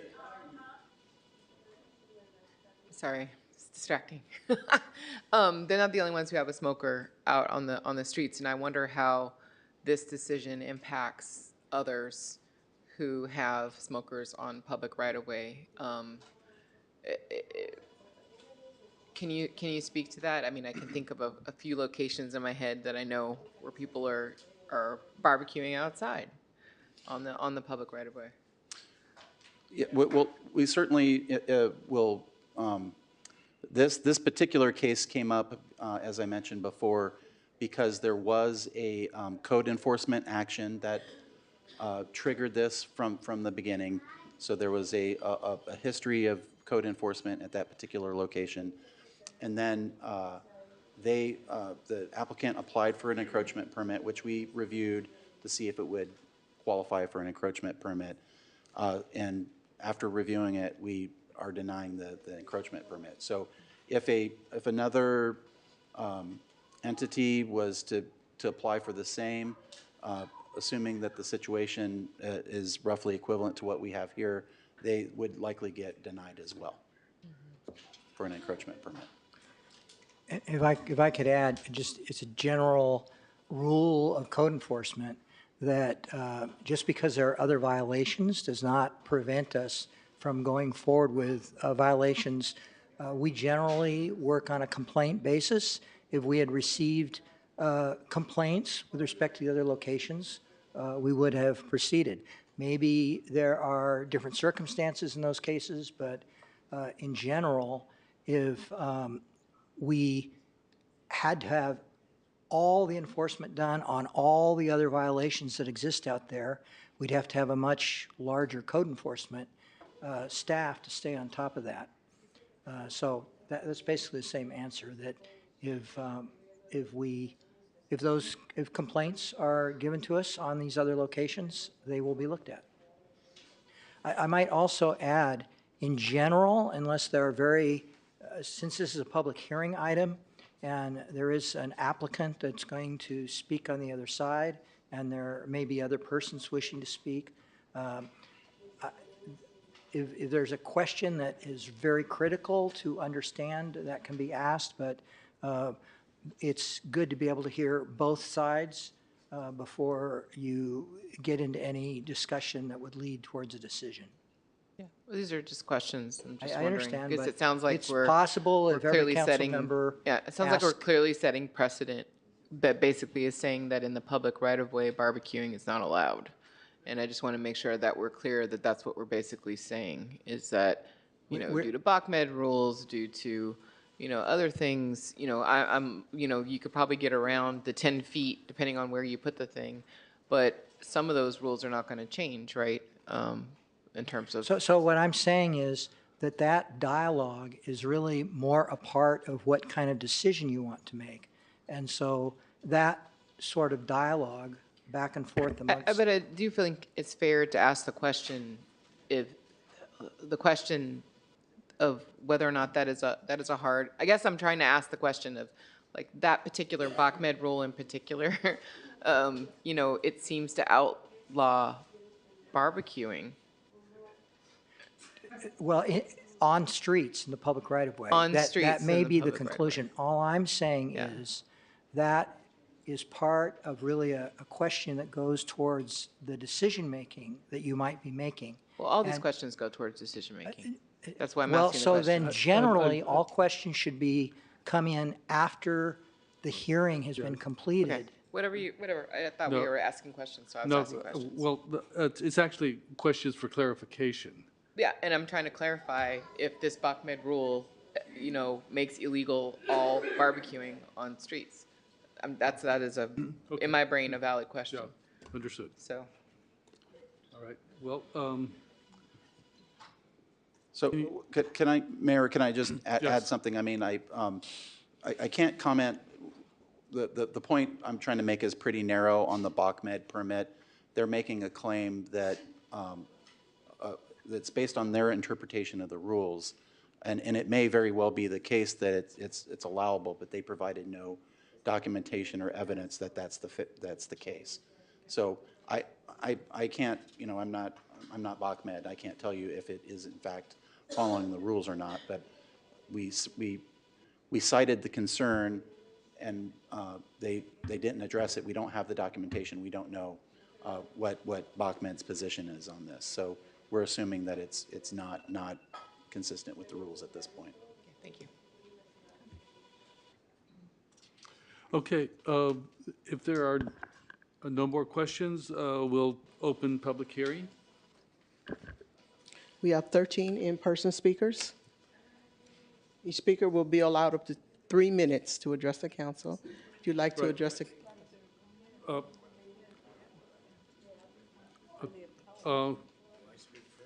Well, it says yeah, public the hearing, then appellate statement. So, yeah, appellate. So he should get 8 minutes to yeah, speak. 8 minutes. Okay. So I guess, So we, For the public comment? right. yeah, So his statement and with the 8-minute 8 statement minutes. comes next. Yes. So, go ahead, Mr. Travers. Mr. Travers. Okay. Good evening, Mayor, council member. So we'll just dive into it. Robert, thank you. Very laid out and professional, helps me rummage through my notes. So you all have a package of a lot of information in front of you. And I'll just dive into the 1, 2, 3, 4, 5, 6, 7 reasons. And I might be off on some of them. I'll go into the Bay Area Air Quality Management District. I got an email from Jose Venezuela requesting information. I emailed him back on December 19, 2023, stating from the Bay Area Quality Management, which is accessible and easy for the planning department, anybody to see what the requirements are. And the requirements are, if you're cooking 300 to 400 pounds, there's an issue. I cook maybe 85 pounds, so I'm under that threshold and no issue, okay? So I'm checked off on that one. Fire code, which one is it? 308.14, which restricts the operation of open flame cooking devices within 10 feet. Smoker's a smoker. We cook with smoke, not with flame. Smoker's in a firebox that's closed off in a cast iron thing. Okay, so there's no open flame, first off, on that code. Secondly, it's not within 10 feet of anything combustible. It's 12 feet from a possible parklet. So I think someone smoking a cigarette is probably more combustible than this smoker. So I think I'm checked off on that. Codes, you stated 11.96.030 and 11.96.040. 0.030, unlawful camping. 0.040, storage of personal property in public spaces. I mean, I guess it is my personal property. I'm not camping on the corner. It's not a camping unit. I'm not sure where that came into play on this situation. Under Exhibit G, Health Department, which also dealt with code enforcement, Alma. I have been approved 4 different times for 4 different complaints from the same person trying to say my smoker is not approved. They've approved it, they accepted it, everything's okay. Eva said yes, she contacted health department and said it's in compliance. So per presentation, we're left hand not talking to the right hand. A lot of information is falling through. And it's quite unfair to be told I'm not meeting these requirements when clearly it's stated and documented that I am.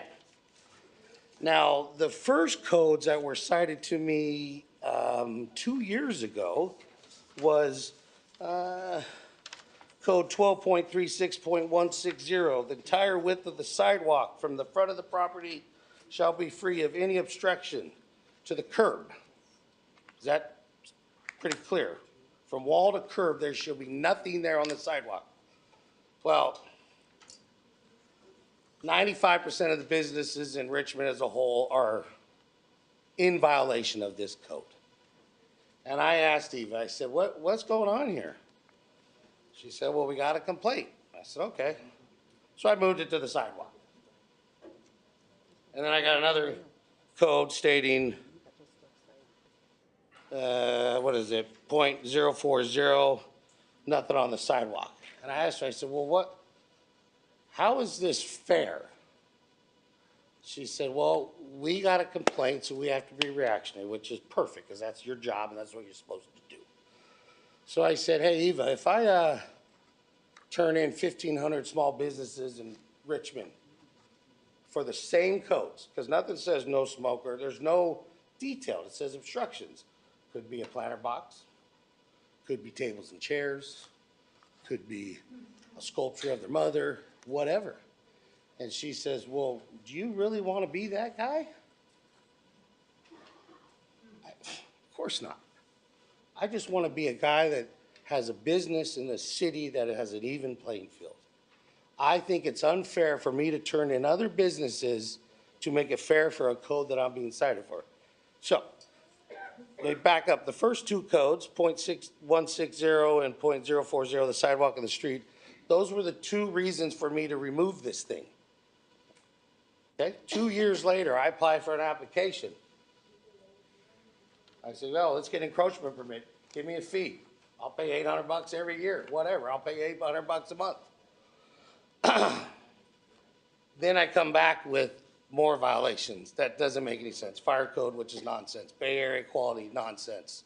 ADA? What do you mean ADA? There's 10 feet, there's 5 feet. You can see it in an exhibit. How much space does ADA need? 3 feet. I own a restaurant, I know. You know, and on that point, that smoker is 30% of my business, okay? 30%. You remove that, I remove jobs, you remove tax money, because the new permit is gross sales, so you make money off of me. You lose money off of me by removing that. Is the city really, I mean, I want to work with an engineer and just say, hey, how can we make this happen? We've been there, not 12 years, we've been there 13 years, and it wasn't on the street, it was on the sidewalk in the first part of the exhibit. It was tucked away, out of the way, no problem. We moved it, we smoked it, we put it back. So, multiple complaints, let's go to that one. Philip Rosenthal, he is the multiple complainer. He's a bully, he's bullied me, he's bullied my family, he's bullied my business. Multiple times. He's called the health department, he's called the city, he's called the district attorney, he's called the Bay Area Quality. For what? Because it's personal. And a gentleman who's on the president of the neighborhood council wants to personally attack me over this, and then the city wants to embrace his bullying and do his bully work for me and cite all this information that might be true, but you're not even talking to each other on the left hand and right hand what's going on. You're not even doing your research. You didn't do the research on the Bay Area. You didn't do the research on the fire code, open flame. Come on, you got a smoker at the house? You got a barbecue? It's two different things. So I want to protect my employees. I want to protect my integrity, and I want to stand up for myself. And thank you for having this platform for me to do that. But it's just saddening that we're doing this right now. You guys have a lot of stuff to work on that are bigger and badder than my little business that's been a staple for going into 15 years, a community-based business. I feed the poor, I feed the community, I bring people together. Food brings people together. I'm doing my part to bring this community together. And I don't want to be stripped apart because of being bullied and being cited a bunch of nonsense and not even try to work with me.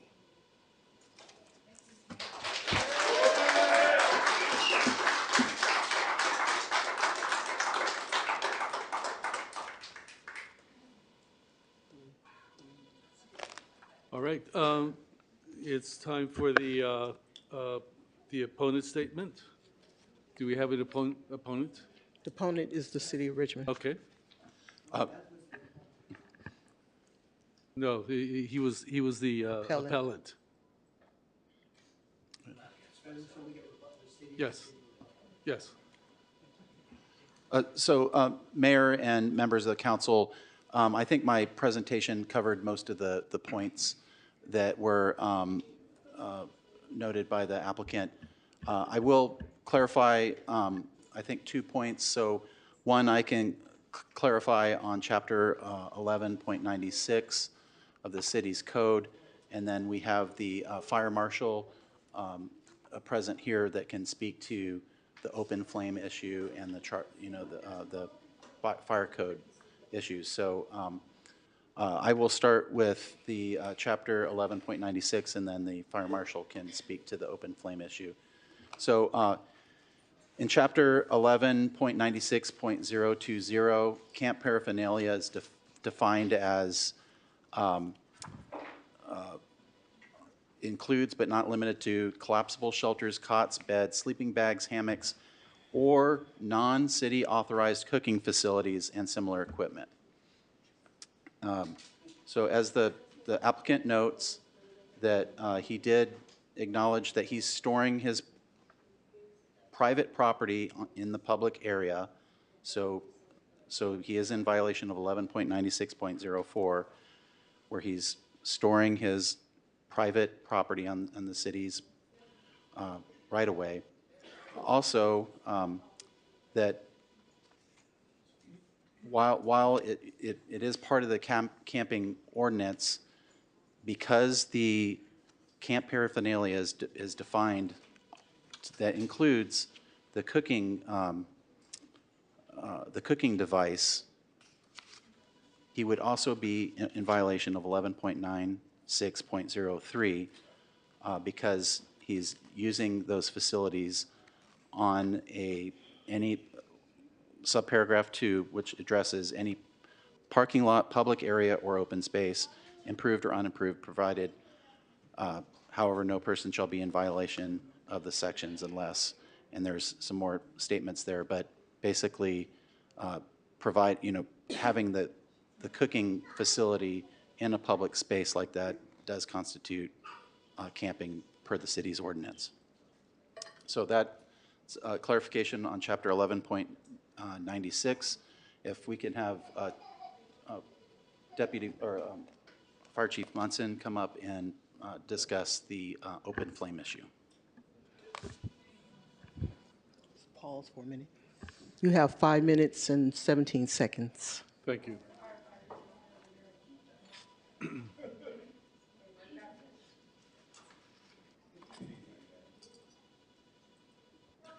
Good evening, Mr. Mayor and council members. My name is Eric Munson. I'm the acting fire marshal for the City of Richmond Fire Department. I'd like to start off with stating the code reference that we use for this, this process here. California Fire Code states 308.1.4, open flame cooking device. Charcoal burners or other open flame cooking devices shall not be operated on combustible balconies or within 10 feet of a combustible construction. I wanted to state that. It's very important. I think you've seen from the presentation, we're very clear about what we're stating here. If you have any questions in regards to the explanation of the code reference, please feel free to ask me. I think you need to make your presentation now. We'll ask questions later. How much time do they have left? 4 minutes, 14 seconds. 4 minutes. So I think your time would be better used making your case.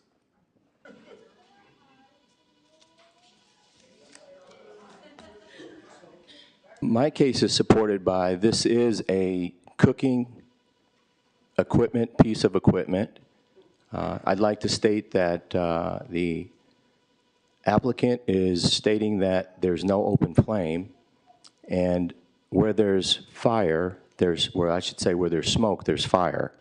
So what he's stating is that the open flame is in a container that is attached to the smoker.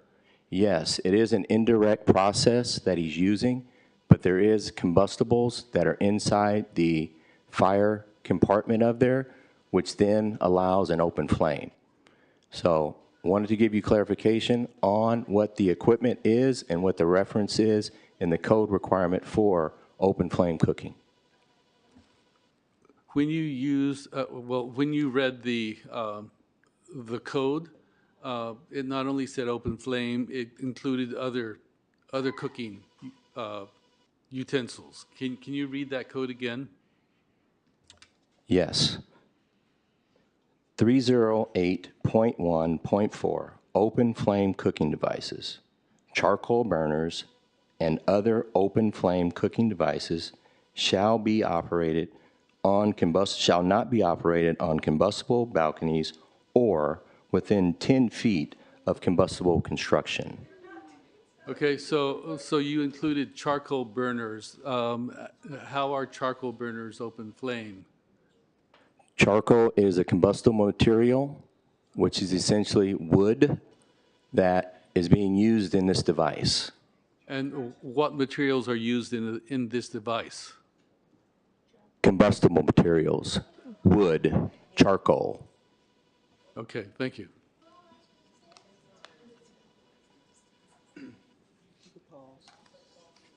All right, if you don't have any other comments to make, we can move on to public speakers.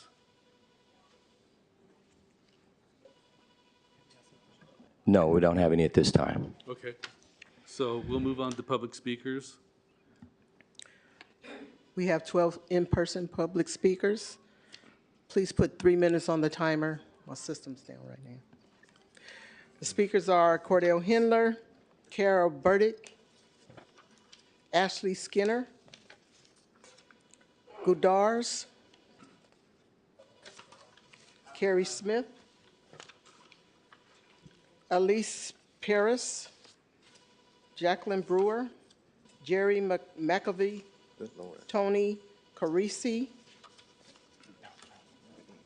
Josh Wilson, and Katie Carter. Okay. And the last speaker is Marche Sorello, Okay. or CeeLo, sorry. First speaker, Cordell Hindler. That's me. So good evening, Mayor Martinez, Council. Thank you, Robert, for that presentation. But as Nate Trivers has pointed out, he's doing a good business for our community. He has done a lot, and as you just heard him, he provides a lot for he's protecting his employees. If you take away his business, that money that was gonna be coming in, it's gonna be up in smoke. No pun intended. But I promise you, you better think about it though. Think with your conscience. To take away a smoker. I mean, I know all of y'all on that dais has been to Up and Under. I know y'all. I know you do. But that business has been around for 13 years, and I promise you, if you take away his smoker, all that money that's gonna be collected is gonna be gone. So I want you to think about it. Think about what you're doing. I can promise you that. Think with your conscience. That's it. Carol Burdick.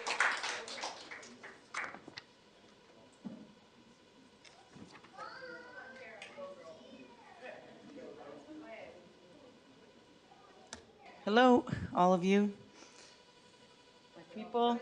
I'm a Kennedy High graduate, 1981.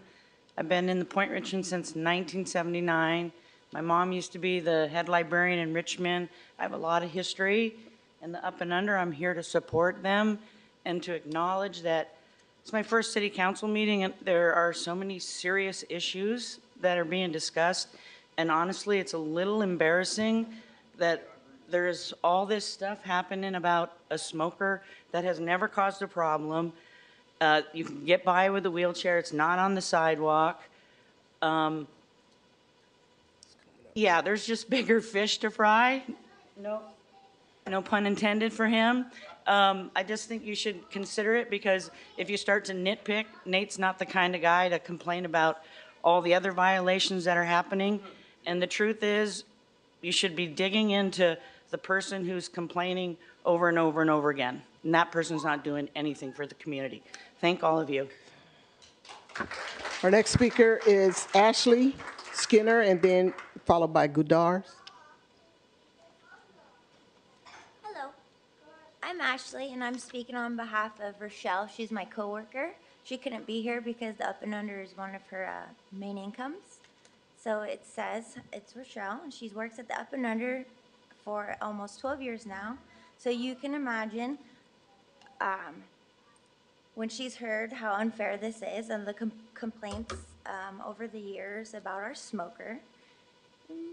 We have a wide variety of meats, which is the majority of our menu. We smoke all of our meats, and our customers love the tenderness and smoked flavors they get from our food. The customers always come back from all around for years now. If we can't smoke our meats, I truly believe that eventually the customers will stop coming because they won't be able to get some food they have been getting for years, and that will hurt the business. And there will, sorry, I'm trying to read her handwriting. And then will hurt our jobs. A lot of us depend on the Up and Under as our main source of income, so please let us keep smoking our meats and keep the delicious menu Up and Under and Grill is known for. Thank you. Goudart, followed by Carrie Smith.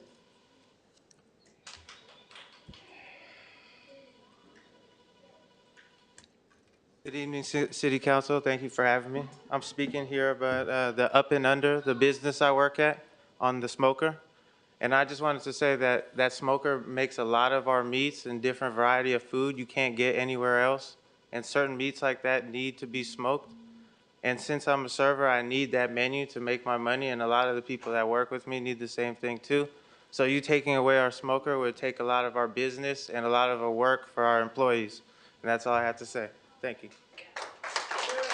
Carrie Smith, followed by Lisa Paris. Hi there. I've lived in Point Richmond for 25 years, and I just want to say, as soon as Nate opened the Up and Under, it totally changed our little town. It's been the heart and soul of Point Richmond. When important people die in town, everybody goes to the Up and Under to hang out and be with each other. Nate has done so much for the community. He's fed us. He's employed us. He started a whole program to feed the hungry in town, where everybody would bring bags of food and he would go distribute them. When there were fires up north, he went up there, he took all of his barbecue up there, and he fed all the firefighters and first responders. He's done so much for this community. He's been just the light of Point Richmond. And for him to lose 30% of the business, I fear it's so hard being a small business owner that he might not make it. And we might all lose our jobs there. I don't work there anymore, but I used to. And I also wanted to say that the smoker is less than 10 feet from anything combustible. We are maybe a half a block away from the fire department, though. We've got a firehouse right down the street, and the firemen come into the pub all the time to eat. None of them have complained, and they all love it there. I just really urge you guys to please be pro small business. We need small businesses. We count on them. And I can't say anything better about Nate. He's just been a really great guy. Thank you.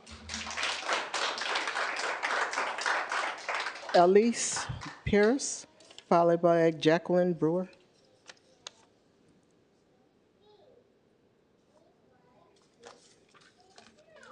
Jacqueline Brewer.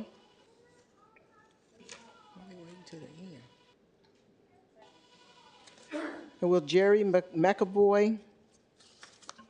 Good evening, Council. Thank you for having me. I think most people have already said pretty much what I would have said. I also work at the Up and Under. We did have a health inspection today, and the health inspector is the same health inspector that has come out twice before for complaints about the smoker, and both times said that we were fully compliant. And he found that this has been absolutely ridiculous, that they keep getting complaints and getting called out to only find that there is no issue. So it gives me pause for concern as to why this is becoming an issue when he said he was submitting something to you guys this evening when he filled out our report. He said he was going to submit it to the council because I gave him the information for this meeting. So I hope you guys view that. He said, he asked me to send him all the information and the email link, but he said he was sending it to you. And if you guys do not have it, I am more than happy to provide it to you as well. But he was sending it to you guys. All right, that's all I have to say.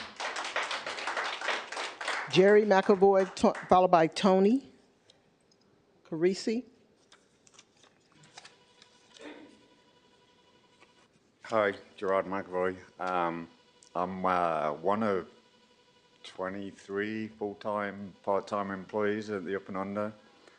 I've only worked there for a year. I'm one of the newer ones. We don't have much turnover there because it's a great place to work. And I'm a little confused, like one of the council members, about the actual violations that we are supposedly in. The ADA, American Disabilities Act, I know for a fact that we are not in violation of that. We've already talked about it. There is plenty of room. It doesn't affect the sidewalk. And like other people have said, I mean, it's been there forever. We've never had any kind of incident or problem. It was also alluded to about others, people barbecuing on the street. I mean, we all know. I mean, I had one of our regulars talking about people in Richmond using file cabinets to smoke meats on the street. Pretty sure they don't have a license to do that. Whereas what we've been trying to do is do everything we can to comply, just to comply. And every person that works there goes through food handling.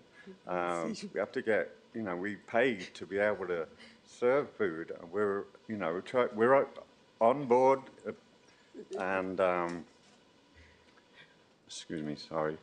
The other thing is, yeah, everyone. A year ago, I was actually not in the best place. So, just to say a little more about Nate and the management of the Up and Under. I've known Nate 25 years now. He's one of the best people I've ever met, and when I need help, he gave me a job at the Up and Under, and now I'm working there full time, and it's my livelihood, and I'm in a way better place because of what Nate did for me. He also does, like a couple of people mentioned, he does a lot for the whole community.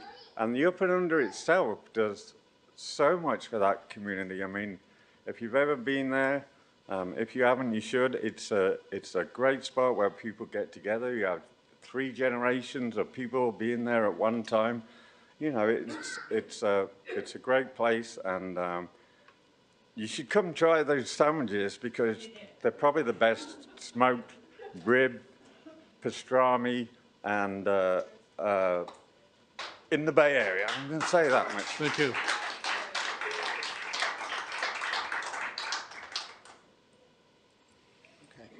Tony Carisi, followed by Josh Wilson. Hi, good evening. My name's Tony Karachi. I own the Baltic Kiss in Point Richmond. And we're right around the corner from the Up and Under. And let me tell you, it's really hard being a restaurant just to exist. The margins are very, very slim, and we need to do whatever we can to try and just stay in business. The Up and Under is one of the staples in Point Richmond. we all try and do whatever we can to, facilitate the community, to have a place for people to come and enjoy themselves, have a libation, get some food, and just hang out and have a good time. The smoker, I'm a fellow barbecue guy, so barbecue is very, very near and dear to my heart. The smoker, where it's at, seems to be in a perfect position. We're talking about something that's like 2 feet wide and 4 feet long. Wood is combustible, but I mean, the flame on the wood, you get it going, and then you kind of put it out and just let it smolder in there and simmer, and smoke whatever you're cooking in there. It just doesn't seem to me that having that smoker where it is in any way in the way of anybody. To tell you the truth, it's in a spot that it doesn't interfere with people walking down the sidewalk. It doesn't interfere with ADA. It's not close to anywhere that would cause a fire. And we have a fire department that's a half a block from where we are, right there. I just think that it's such a non-issue that we really should think about, the things that are more important to the city, and not really go against some small businesses that are just trying to get by, especially the restaurant business, because again, the margins are so slim, and it's just it's an uplift for the community, and we all live right there, and we're just trying to make it work. Thanks. Josh Wilson, followed by Katie Carter. And our last in-person speaker will be Marche Cello. Sorry. Thank you, Mayor Martinez and council members.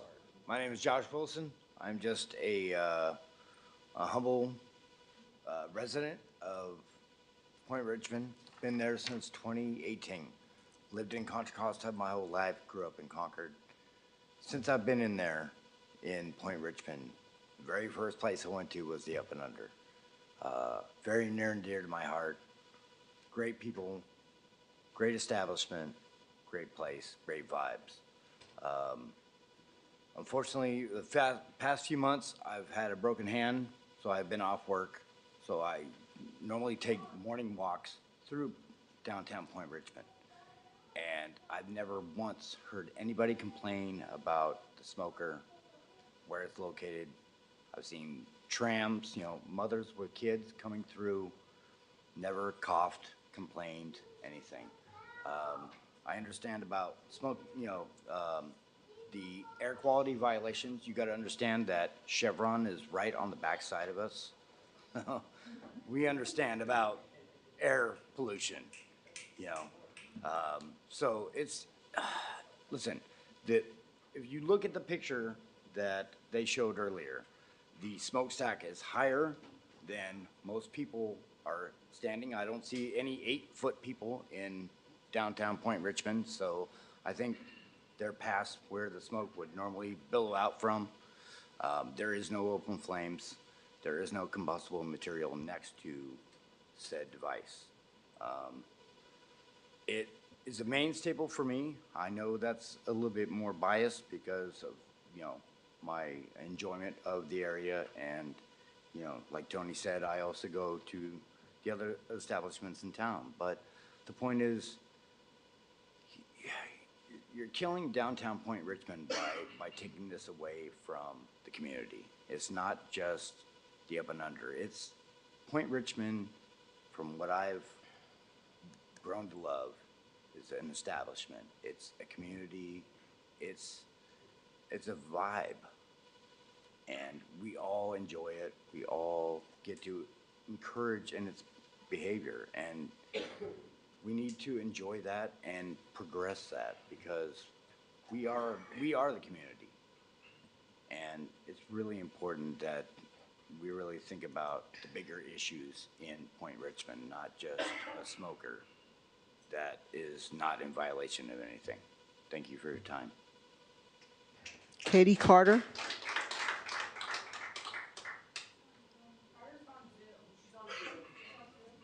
Okay, we'll go to Marche Cielo.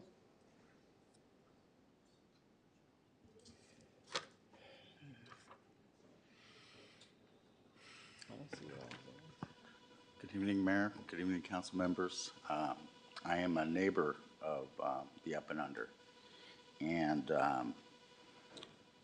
I was there this evening, and I found out about the event this evening, and it didn't make any sense to me because the downtown Point Richmond is having an effect of lack of business, lack of new ideas, and when we take away and when we hear the advocacy and the support for a owner of a business that has, and I've experienced it with them in the last 10 years, that has helped the community and has helped this one particular little part of the region of the city, that we should work together with the requirements, and as the owner, as he said, is willing to work with the council and with the city in order to keep this particular product available to the rest of us. And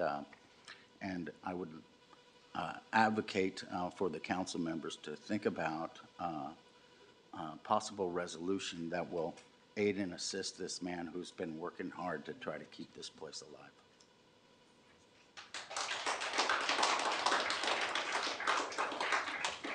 That was our last in-person speaker. We'll move to the speakers that are online. We currently have 4 speakers.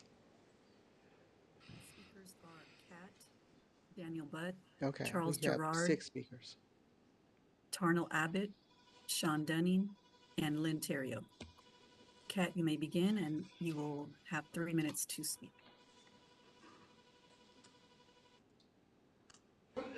Okay.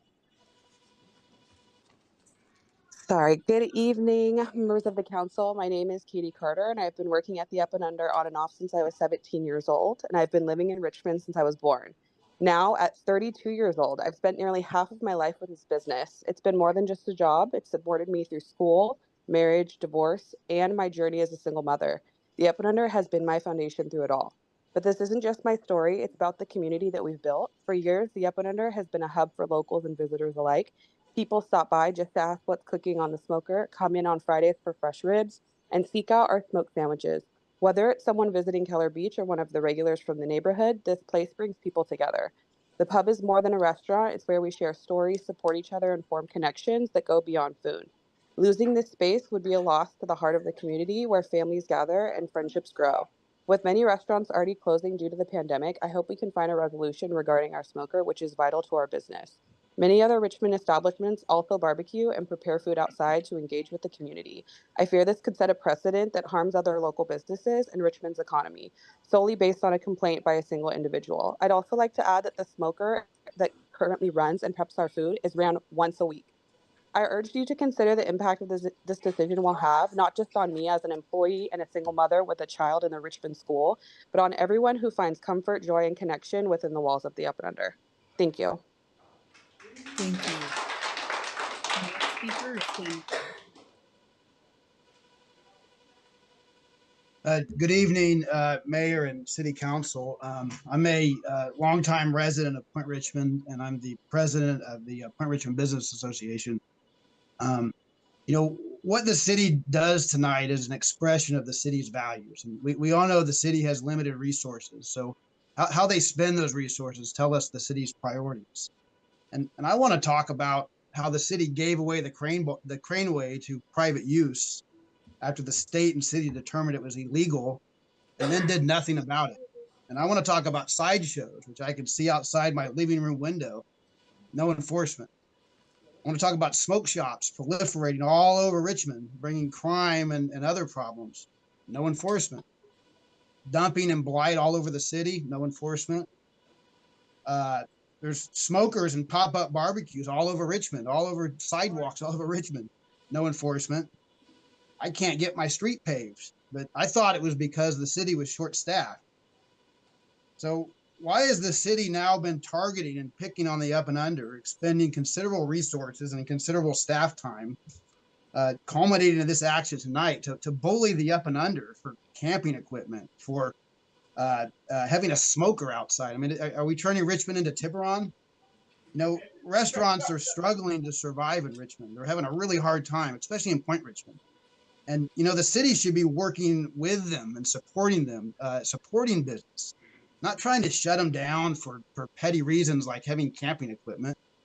You know, I know the city's lost a lot of personnel over the last few years. There's been a lot of turnover. There's been a lot of resignations and retirements. There's not many people left now that were here 3 or 4 years ago. There's been a lot of loss of community connections between staff and the community. And, you know, years ago in Richmond, this never would have gotten here. You know, we had our longtime former public works director, Yada Bermudez, who had a lot of institutional knowledge and knew the community. And he granted the up and under an encroachment permit in November 2020 to have a smoker at this location and signed off on it. So what's changed other than the city personnel? Why was the encroachment approved 4 years ago but denied last year? Why does the staff report not address any of that history? There was a prior encroachment permit.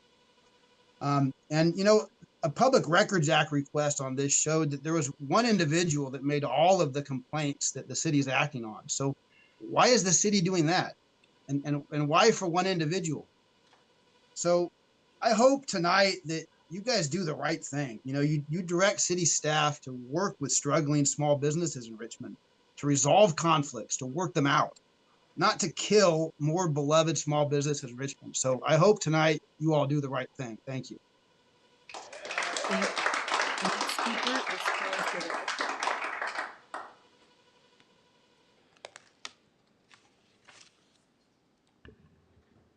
Was that the last speaker? No.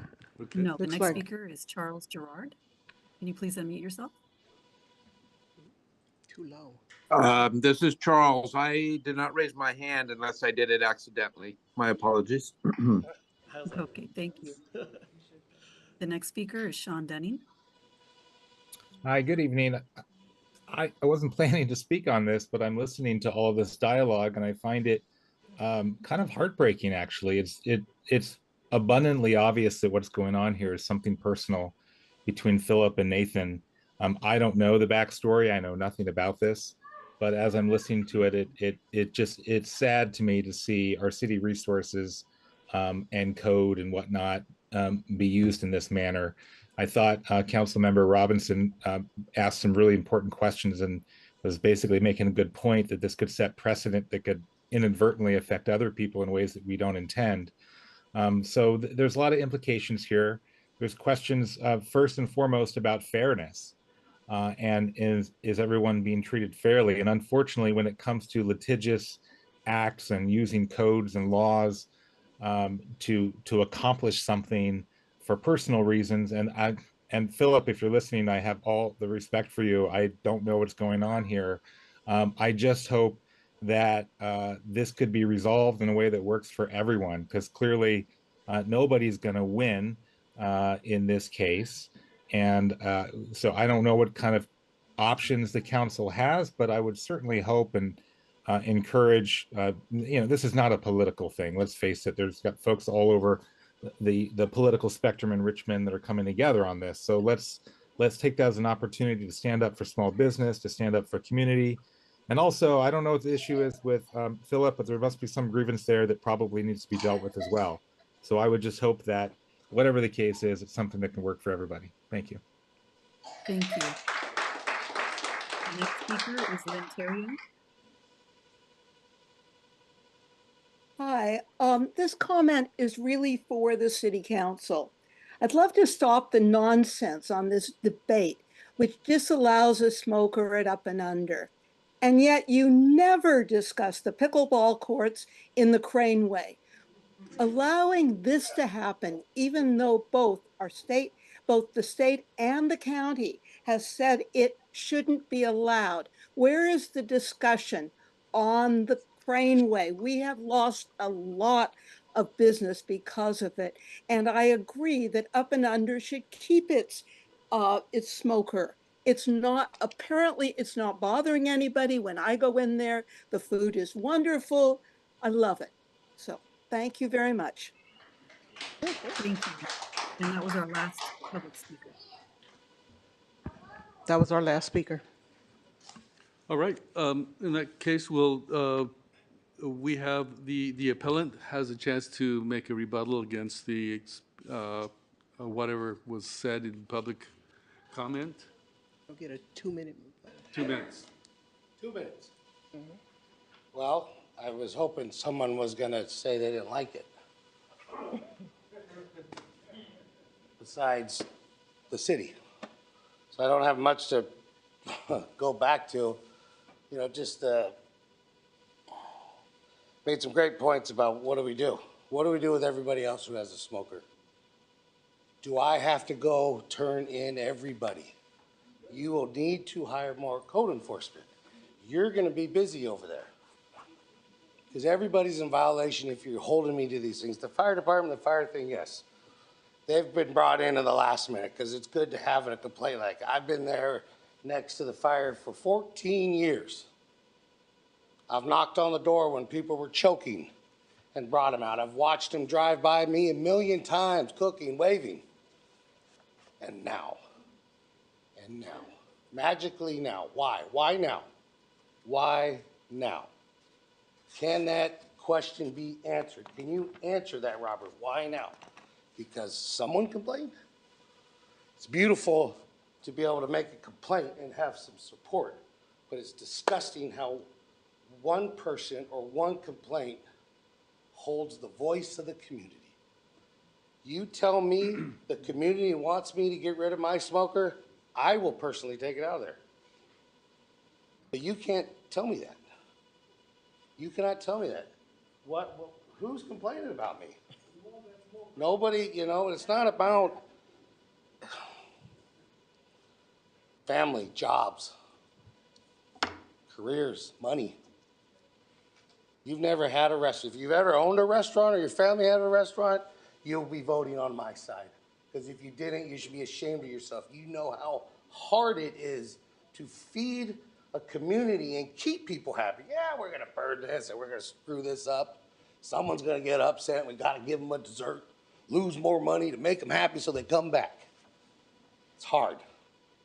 Very, very hard. And your job is hard, and this is the last thing you should be worried about. Thanks.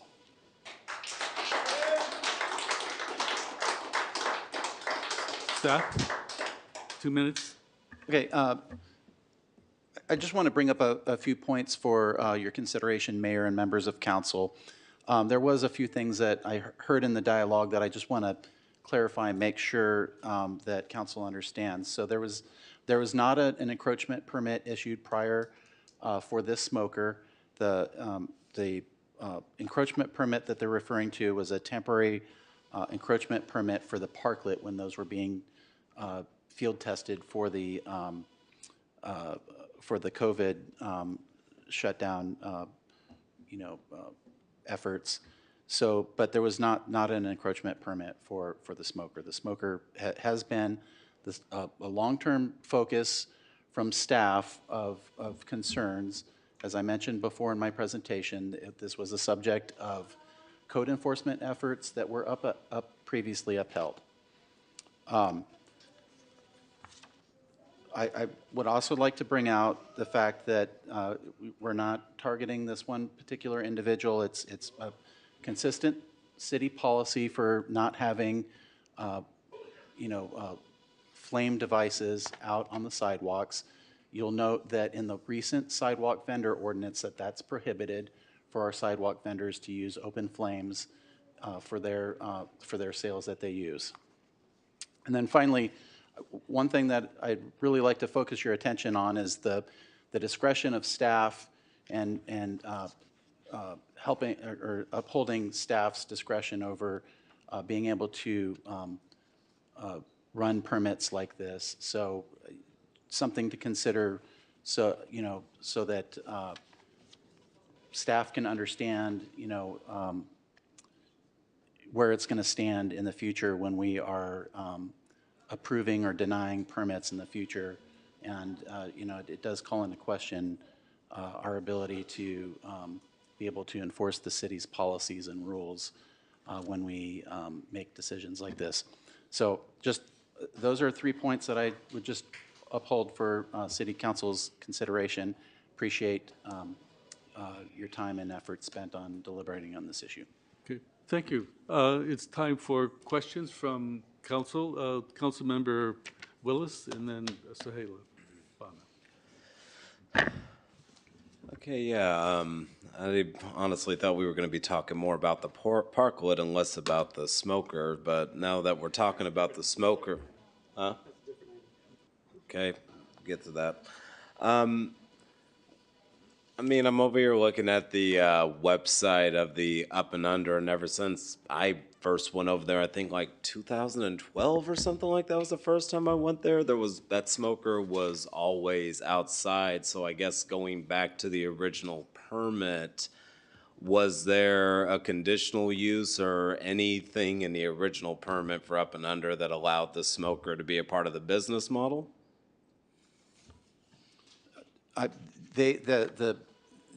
That smoker was never a part of any of their entitlements or discretionary approvals. So this is a thing that came along later and without any permission. Okay. And I am going back to Councilmember Robinson's question because I'm thinking about my entire life of various places having outside barbecuers. Now I'm wondering if it's because I don't know how we're defining combustible structure, because a lot of the structures I'm looking at are made out of brick and concrete and everything that I see these barbecuer buys Up and Under concluded. I know currently it's in the street, but I mean, has anybody else outside of our recent street vendors who were cooking outside, has any other business that has have a smoker or a cooker been cited for any of this at all in the past?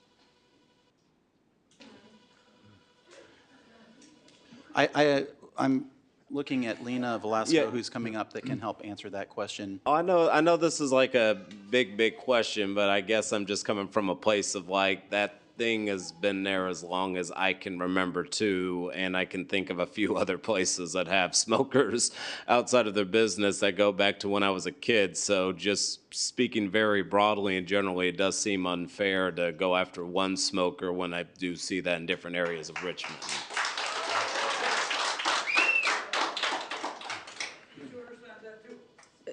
So Councilmember Willis and council members, I could think of one specific case that we've had to deal with. It was a restaurant on 23rd Street that had barbecues, was grilling chicken. Mm-hmm. And it's very expensive chicken, but delicious.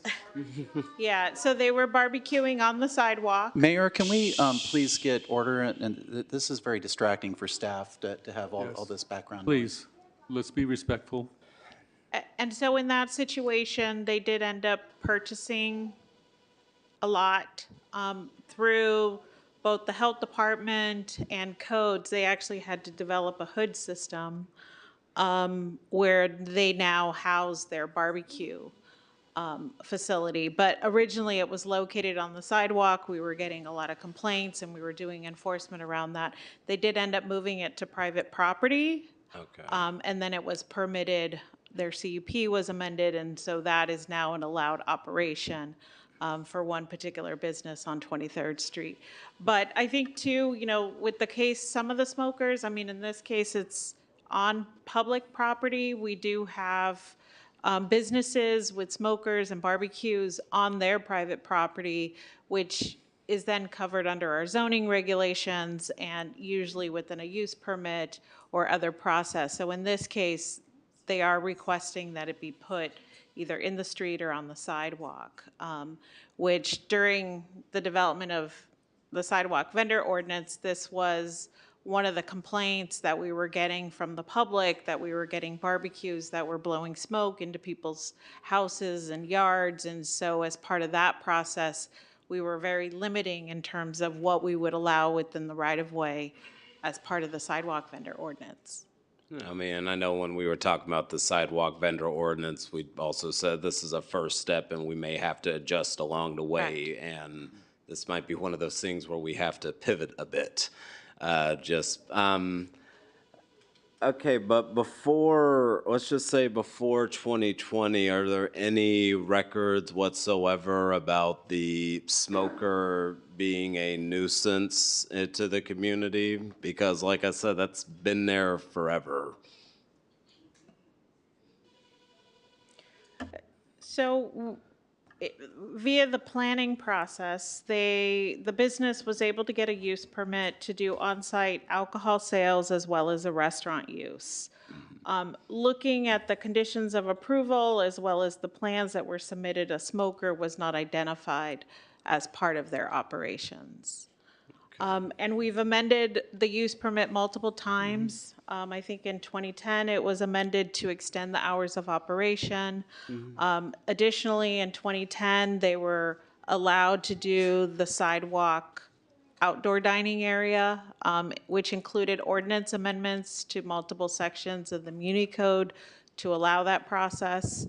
But the mention of a smoker doesn't come up in any of the use permits. What about any complaints about a smoker since the use permits were approved? I mean, we have been getting complaints, and code enforcement has been investigating those and working with Public Works on making sure if an encroachment permit is required, that it be obtained in order to close out that case. Yeah, were those complaints like more recent, like during pandemic? Because I'm trying to focus on the pre-pandemic era when this business was operating and everybody was outside and not worrying about sheltering in place. Like, were there any complaints in 2019, 18, 17, 13?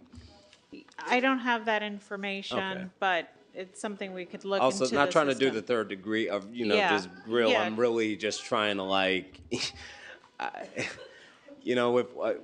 the issue I thought we were talking about, apparently it's going to be the next issue, but with this smoker thing in general, it feels like we need to do some sort of evaluation in general about all the businesses that are potentially having open flames outside because, it's hard for me to say, no, you did wrong when that thing has been there for years. And by omission, by some of the public comments, we have a fire station right down the street who's been passing by seeing that for years. We've had city staff go there who have seen that smoker, have known that smoker being used, and no complaints. And now I'm trying to figure out, like, how are we addressing the overall complaints but still not disturbing the business model? If that means that we actually need to, if there's a way to do a conditional use permit to pivot to that, because it's not like Up and Under is the only person that has that kind of business model. I've seen plenty of places that like go out back, whether it be on private property or whatever, to use smokers for their business.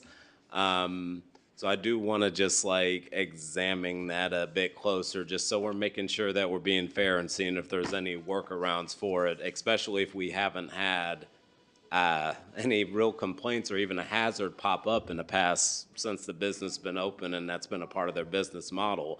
I will say, though, that I do have concerns and do find it troubling that this has been a part of the business model, though, and it's never been brought up until this point in any conditional use permit process or anything. Like, when we're talking about what's happening on a business, that those things need to be laid out all up in front. Otherwise, we end up in situations like this where now we're trying to figure out what to do for the sake of fairness. So I am concerned with, I understand that we operate on a complaint-based system, and I've seen how different items that seem very isolated come here because of that complaint-based system. But in this case, it's so wide range, and there's so many other places that have this similar issue. I feel like I need more of an analysis on how many of these places have been identified that are using outside cookers, and what is the strategy to work with them that isn't going to disrupt their business model, especially if we're talking about pre-pandemic era is what I'm looking at in particular.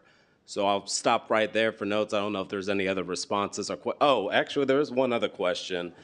When I was looking at the documents just now, I did see that the cooker may, quote, violate the Bay Area Air Quality Management District's policies. Have we confirmed that may as it definitely does, or is it still just kind of like a question that needs to be answered?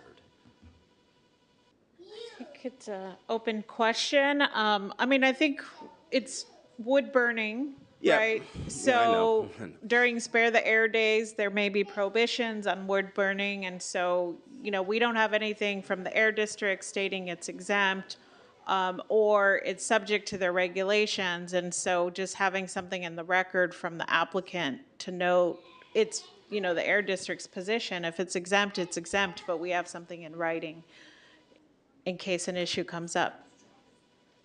Okay, I'll thank you so much for answering those questions. The quick statement I'll say is, yeah, I'm not real comfortable saying taking away this cooker when I do know full and good well that this isn't the only issue where we're having this, and I think we need to discuss and dive into how we go about things, especially in our municipal code, just really adjusting to the environment we're in rather than forcing everybody to comply. As long as we need to stay safe. But once again, one thing that I can't help but note is that cooker has been out there for as long as I can remember, and I haven't heard a single report or complaint or hazard that has happened from that business with that cooker specifically. So it's kind of hard for me to call it a danger when it's been operating without any issue for this long.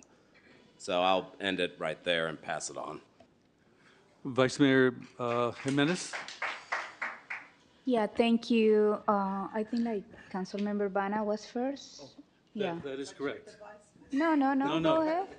Go ahead. Go ahead, Councilmember Bana. My Thank you. apologies. No problem. Thank you. Thank you. So I do appreciate the work of the city administration to ensure public safety, and I respect the judgment of the fire marshal. However, in this case, after hearing the owner and the public, seems like we need to reconcile both sides, and I wonder if the combustible material is that low deck near it. Could there be like a thin wall of some fire retardant material, and also the owner be required to have fire extinguishers in hand, like inside one of those planters, maybe chained to that? Some provisions to enhance safety of the situation and let it be?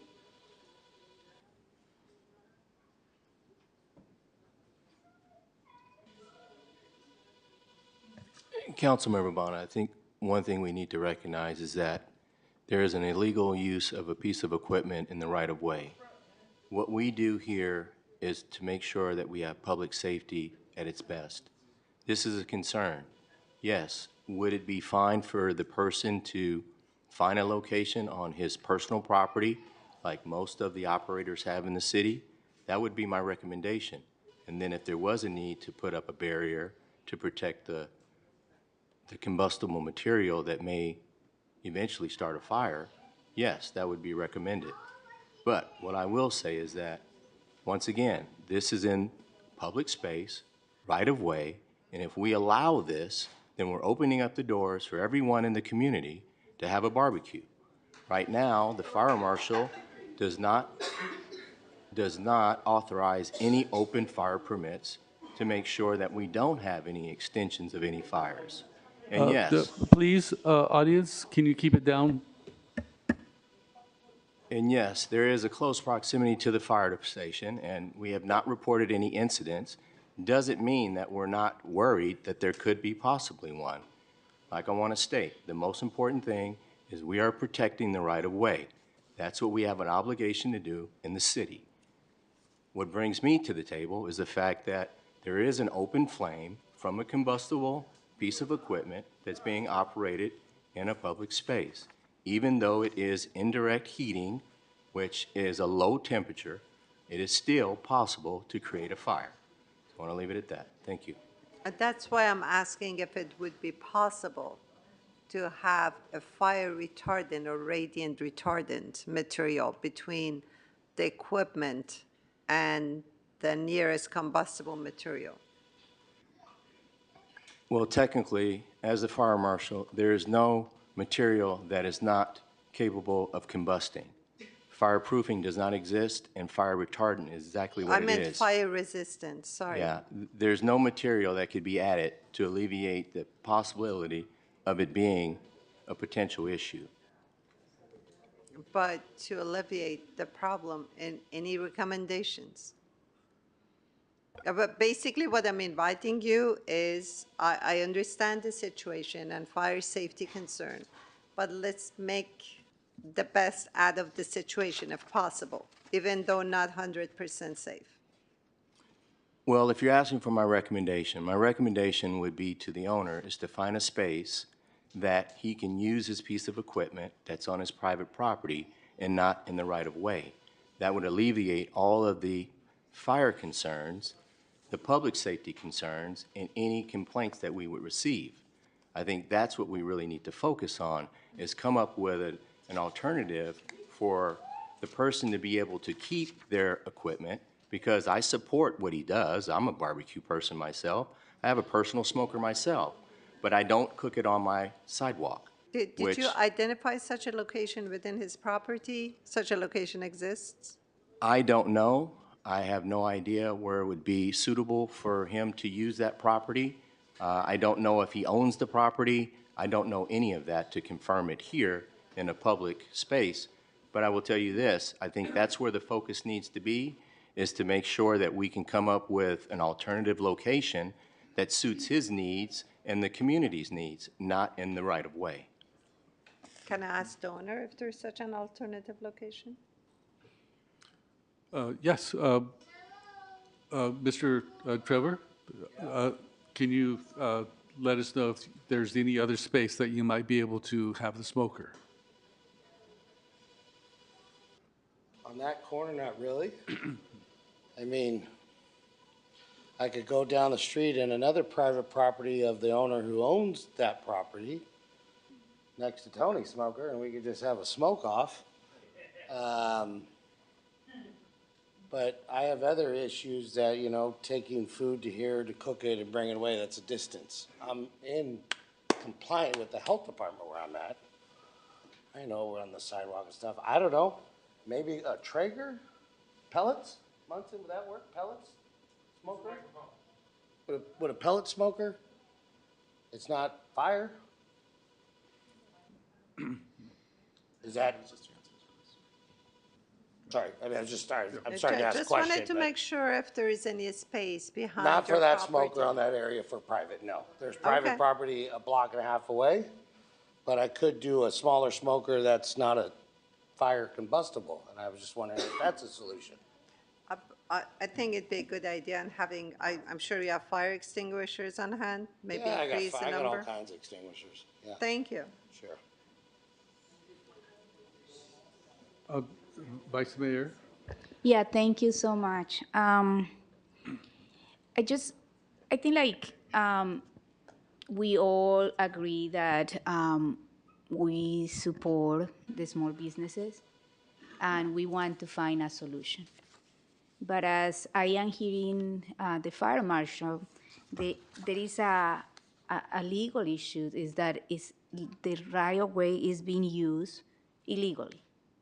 And we just, like, for me, what I am coming is the 23rd merchants came over and over to complain about the street vendors because they were blocking the right of way and that they were not following city regulations, and then they feel that it was unfair for the street vendors not to follow these regulations. And this council agreed with that and passed the sidewalk ordinance, where it's preventing street vendors to use the public right of way in many places for their businesses. So I think if we are consistent with that, we need to really find a solution that is not blocking or not using illegally the right of way with an equipment that is not. So I agree with the fire marshal on that.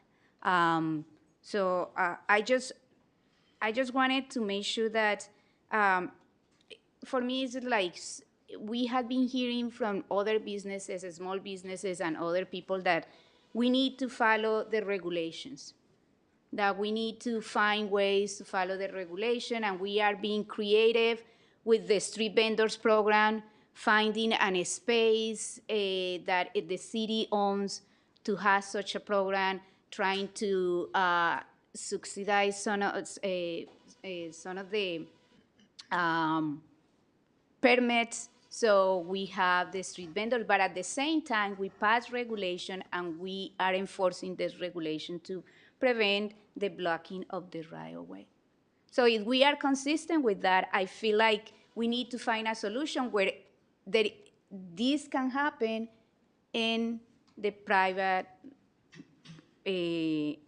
property. At the same time, I want to also, I think like this is a situation where because the city hasn't in many years been really consistent in inspecting this question about how like Council Member Robinson was saying, how many of other business is going to impact. We don't know that. So I think like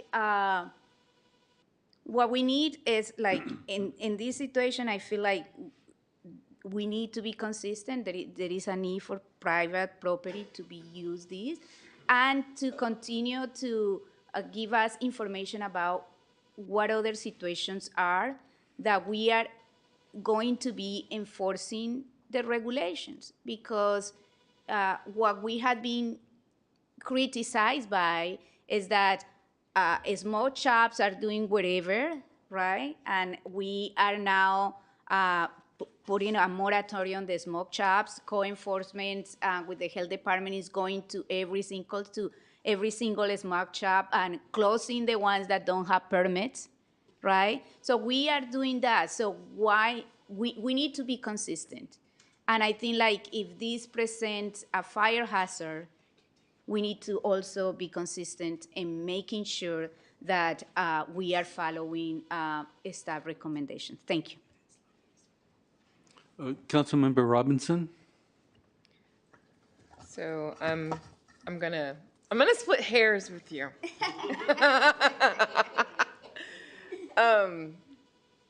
My understanding of the street vendor ordinance was that we weren't outlawing street vending. We were making sure that there wasn't direct competition with brick and mortar businesses, so that people were setting up a street vending operation right in front of their business, and that there were new rules that would make it so that you would separate those, and there would be definitely we would have confirmation that, or we would have rules that make it so that there would be enough right of way so that people could pass. So if there was X, I can't remember the amount of feet, then you could set up. But you need to make sure there was X amount of feet, and you could set up on the sidewalk in the public right of way if you get this permit, and follow the other rules, have your health permit, have your whatever. So it's not that we were saying you cannot set up a food business in the public right of way, but you needed to do it under a set of rules. Is that correct? Yes, it's correct, but we also developed standards, including not, to protect the public from odors, noise. We limited what was allowed within that right of way. So the type of, it was not allowed to have these barbecues, these smokers within the right of way. It had to be a cart. You can use propane flames, but you couldn't use wood, charcoal. Those were prohibited cart types. But still, the main point is that it's not prohibited to have food vending Correct. in the right of way. So the right of way problem is not around having food there. It's how it's there and what is happening there and how it impacts people. Yeah, and one of the other things in the sidewalk vendor ordinance, we didn't allow parking spaces to also be used as part of those businesses. So this is the next thing that I kind of want to go in, because when I'm looking at the pictures, it doesn't seem like the issue is actually the sidewalk, but it's in the street. And the encroachment permit is to be in the street, to take up street space. And so I thought that the issues that we were considering was not that he was blocking the sidewalk. I mean, I guess there's points in time where it had been up on the sidewalk, but for now it seems to be next to the parklet, which is a whole other problem. But in the street, like that's what the encroachment permit is for, is to say, I would like permission to set up in the street, not on the sidewalk, to do this thing. And then the issues there are red zone, operating as red zone, which is hazardous because there's a red zone there for a reason, we have to do with being able to see and everything like that. And then the other issue, and this is what I would need from the fire inspector to understand, because it sounds like you're saying, and maybe again I'm misunderstanding it, is you're saying that it's not that you can't, have a thing that has an open flame, have a barbecue, but that it can't be within 10 feet of a combustible combustible thing, structure. Is that right? Is it the 10 feet that's the issue? Or is it the having the combustible thing at all? No, you're correct. The code states that any open flame, any combustible material cannot be within 10 feet. Yeah, within 10 feet. So the reason why you would get an encroachment permit is because you don't have permission to be in the street, right? Like that solves that problem. If we were doing things right, you get the permit so that you whatever, and then you'd have to deal with that parklet, because many of the pictures that I'm looking at, that the barbecue is not 10 feet away from the wood parklet, which is a combustible thing, and it just feels like, I hear what you're saying about following the rules, about getting a permit.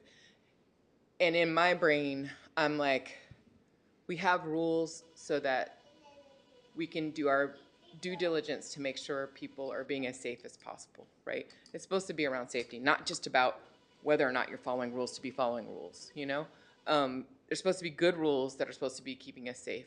And it seems like there is an opportunity here to actually have something that would be in compliance with the things that I'm hearing. If it's not operating on spare the air days, I have dealt with the health department myself. We've had barbecues, we've had inspectors. I know that a barbecue outside is completely fine with the health department if you have other things in place in terms of hand washing and other kinds of things. So, if the inspector probably came out and they had the other things in place, they probably are okay. So it just feels like there could be compliance. I think the problem here is that the long period of time operating without a permit and all the trouble trying to get folks to even think that it's important to be in compliance.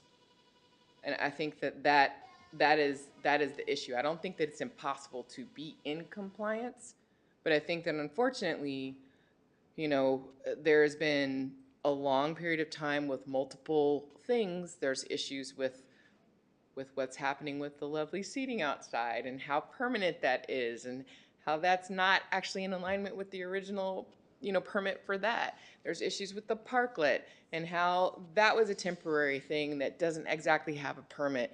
And so this pattern of doing things, to just doing them and then being like, well, get me later, is a part of the problem. And I don't feel like it has to stop there. I feel like we could still actually find a solution. And we should, because I just personally, I like outside culture. I think it makes our city richer. I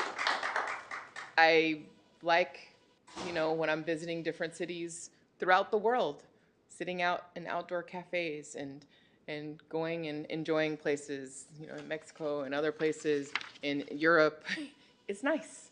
It's a nicer way to live. It's a nicer way to have a city. So I guess I'm wondering, how do we do both here? How do we say, you know, it is important up and under, whom I love and I eat there and I drink there and I have for years. Just saying, you know, how can we need you to take the permit seriously. And I know I don't want you to take offense at that, and I don't want you to whatever, but it's like this long history of just doing is become problematic. It is a problem now. Whether or not it's whoever who's complaining, whatever, you know, that aside, like we need you to take the permits seriously. And I think you are now. Like you're here, you turn people out, whatever. So it feels like we're at a point where we can figure out a solution. And maybe that solution involves addressing some of the other issues that are also, you know, problematic. It feels like there's a solution here where, you know, the smoker has a life, but it's going to take some changes on maybe all of our parts, and, you know, some simple compliance. So that's all I have to say. Councilmember Cepeda. Thank you, Mr. Mayor. Councilmember Robinson, thank you. Very well said there. I agree with a lot of the comments that my colleagues have made, and Robert, Lena, Chief, thank you so much for being here and presenting as well. And thank you, Up and Under, for being here and giving us the opportunity to discuss your cooker. I am the District 2 council member, so this is literally in my backyard here.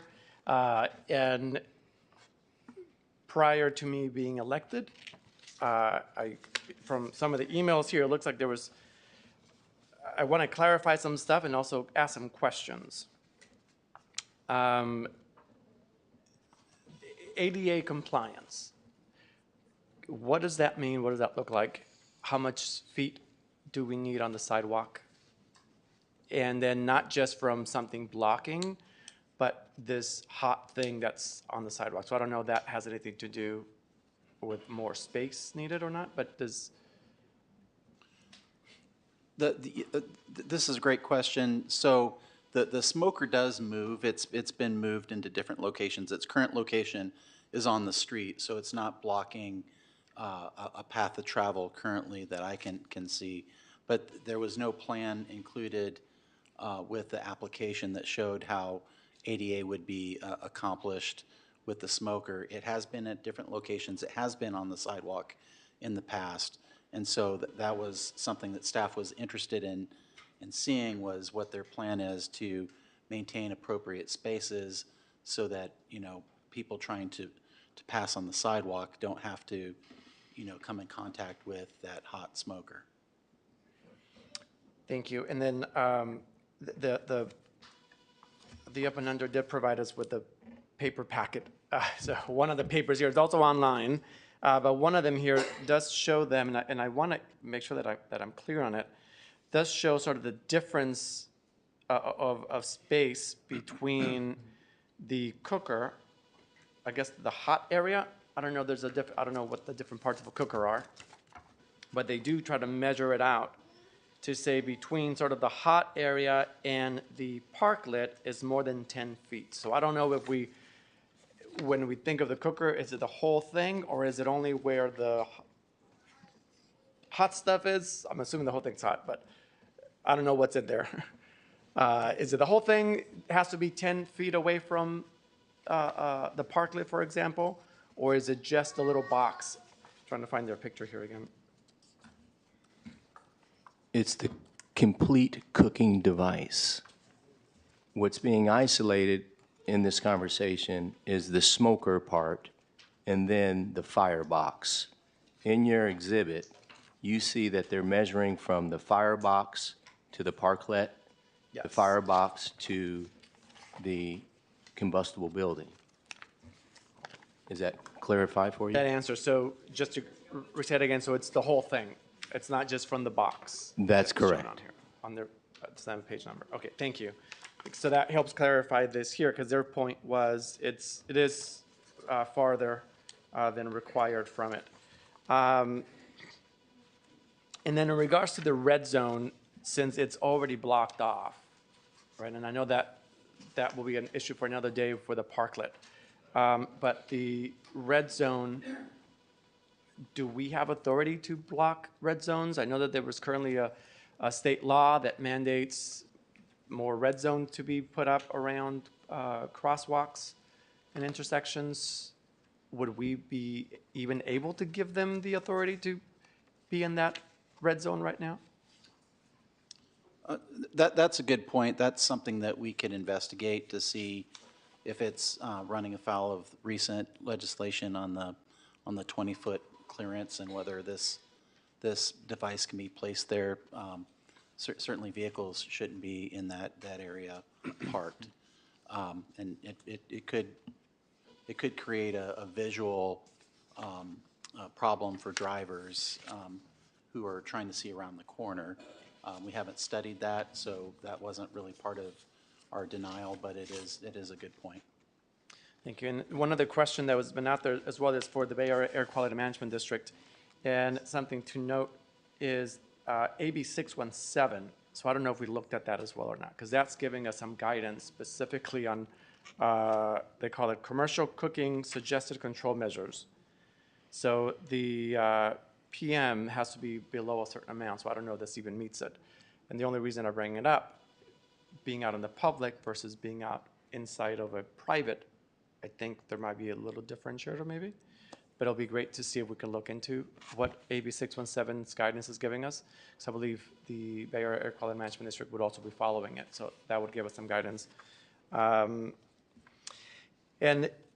as part of the presentation, one of the words that you use as you were comparing side to side, you use that they feel that we've changed the interpretation of guidance or laws.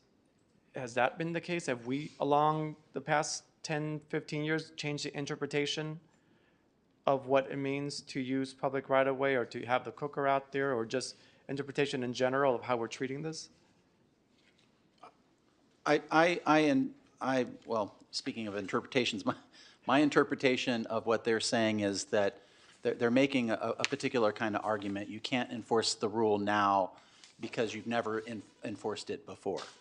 That's the gist of what I think the argument they're making. Not that we've interpreted this particular code differently for them that we have someone else. So I don't think that's the point they're making. I think the point that they're making is that they've been occupying this space for so long and doing this activity for so long. How can you start enforcement now? That kind of argument doesn't.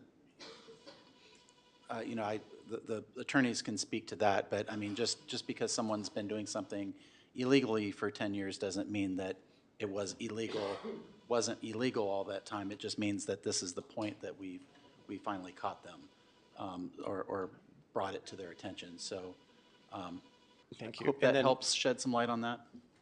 Can I shed some light on my own interpretation? Not at this point.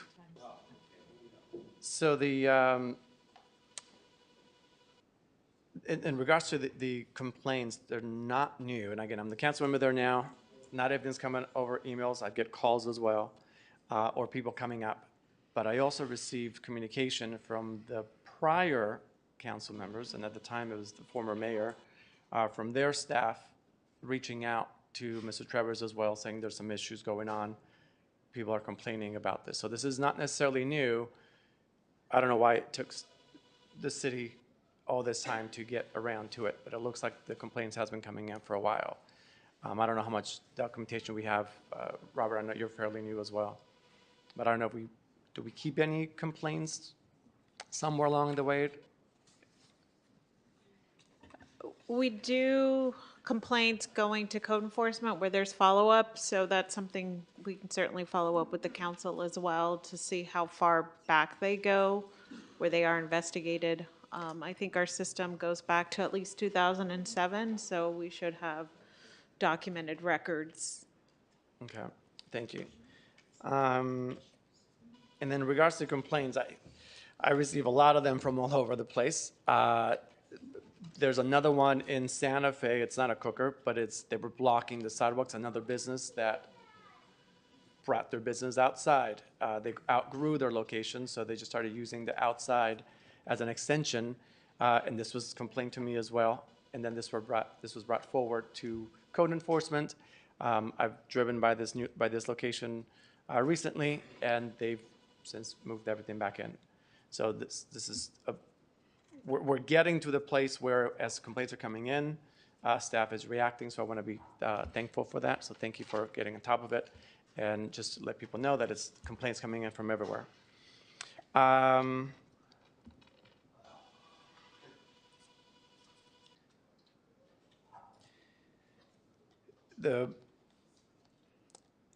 The public right-of-way is an issue to me and to others as well, especially being hot.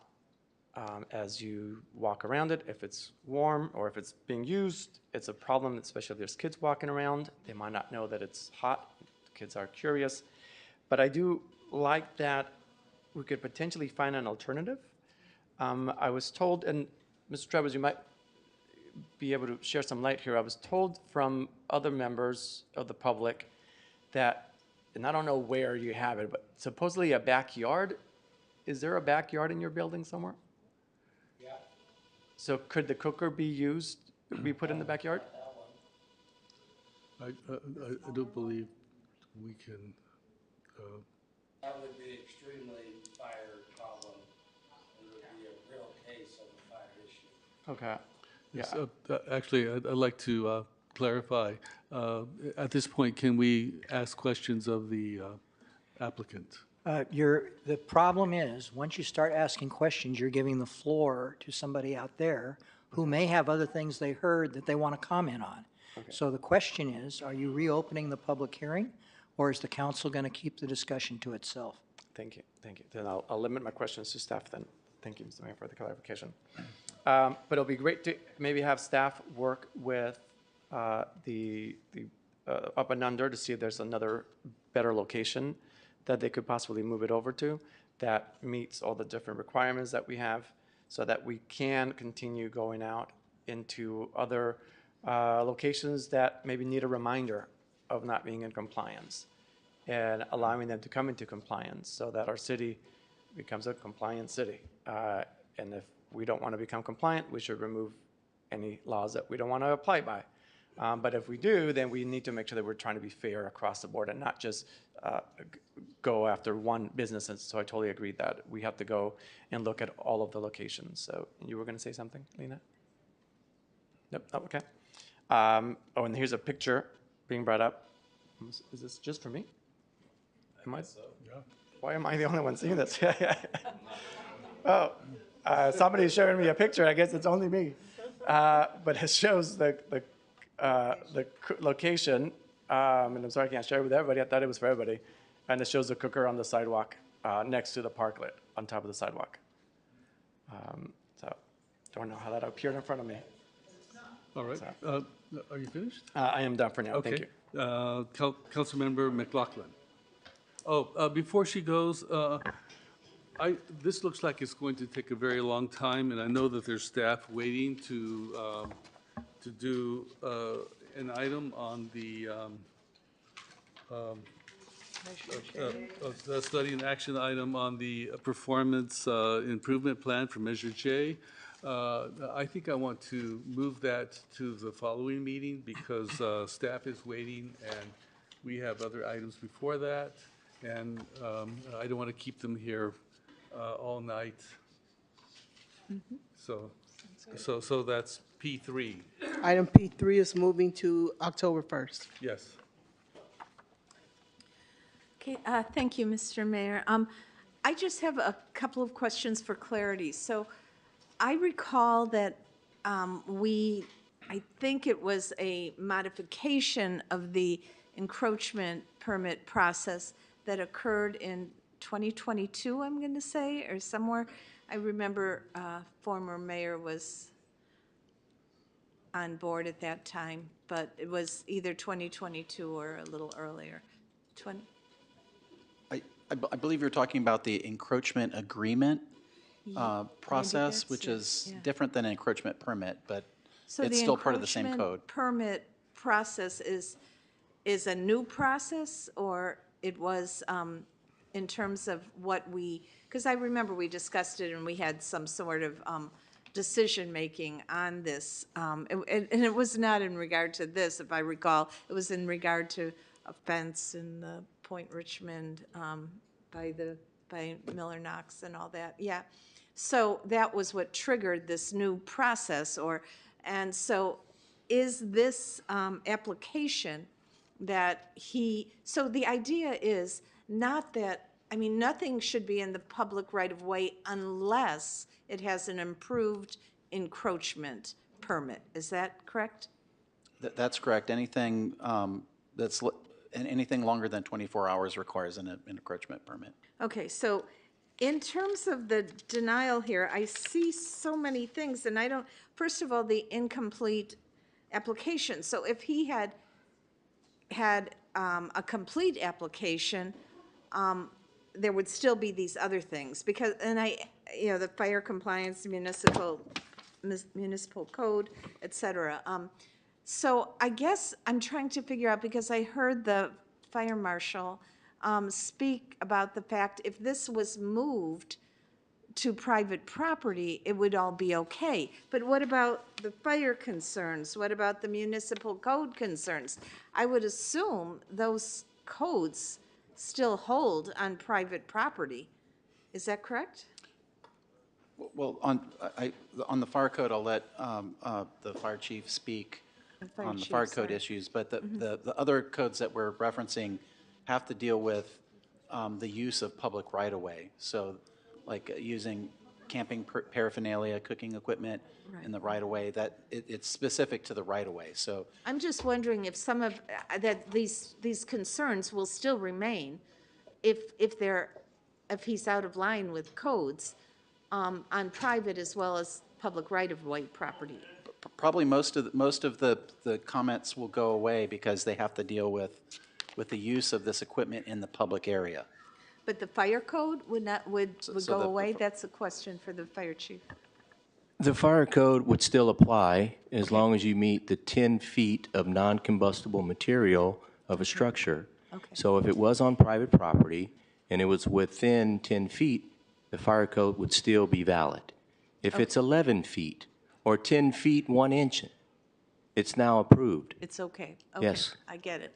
So hearing, the discussion at the council and hearing from the public, I'm also of the mindset that can we find some sort of solution such that either he is allowed to address these concerns and get an encroachment permit on public property if he addresses all the concerns satisfactorily, or if he moves it to private property and addresses the fire concern that would need to be addressed. I don't know if any other concerns would also need to be addressed on private property.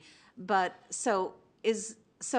I also recall the statement about how a business, I think it was on 23rd Street, had got some sort of they moved it onto private property and they got a hood or something. So I don't know what kind of changes to the equipment might be needed, or if it needs to be moved in order to, I want it to be in compliance, is what I'm trying to say. Is there a way that staff can help them get into compliance in one way or another, either on public with, adhering to the permit process, or on private?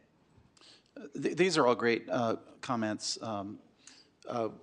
Certainly, we can work with the applicant and try to get them in compliance. We can also seek with them other remedies that, in process that you've mentioned. Maybe the encroachment agreement process is an appropriate way to handle this. So we can definitely do that. And if it was the pleasure of council, we could come back in 60 days and try working with the applicant on, trying to come up with a solution. I like that.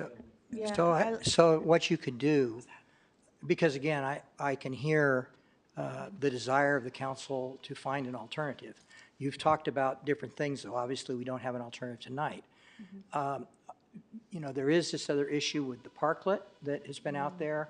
Part of the reason that was not brought forward is the procedural history there is really complicated. So the fundamental issue is whether the council would prefer having an operation like this, as long as it meets all the legal requirements. Are you okay with it? Or do you want it gone? So given what I'm hearing here, we could also look at the parklet situation and see whether working those things together, because like if the parklet maybe was moved so that it was more than 10 feet away, does that solve the problem?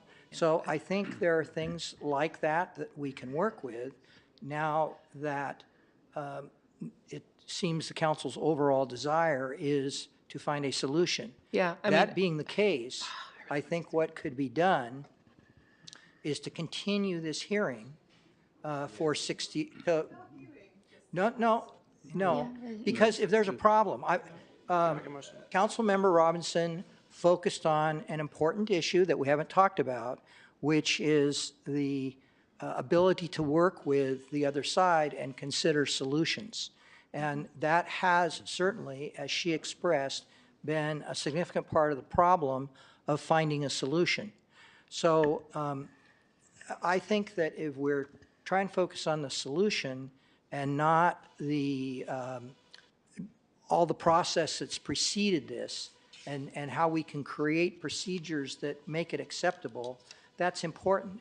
But the reason that this needs to be just continued and put on hold is we need the enforcement power of the council being able to hear what we've worked out, what the solution is it acceptable, not acceptable?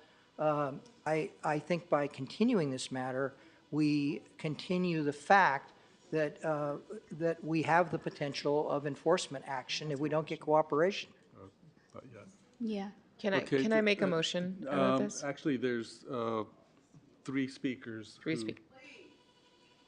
Huh?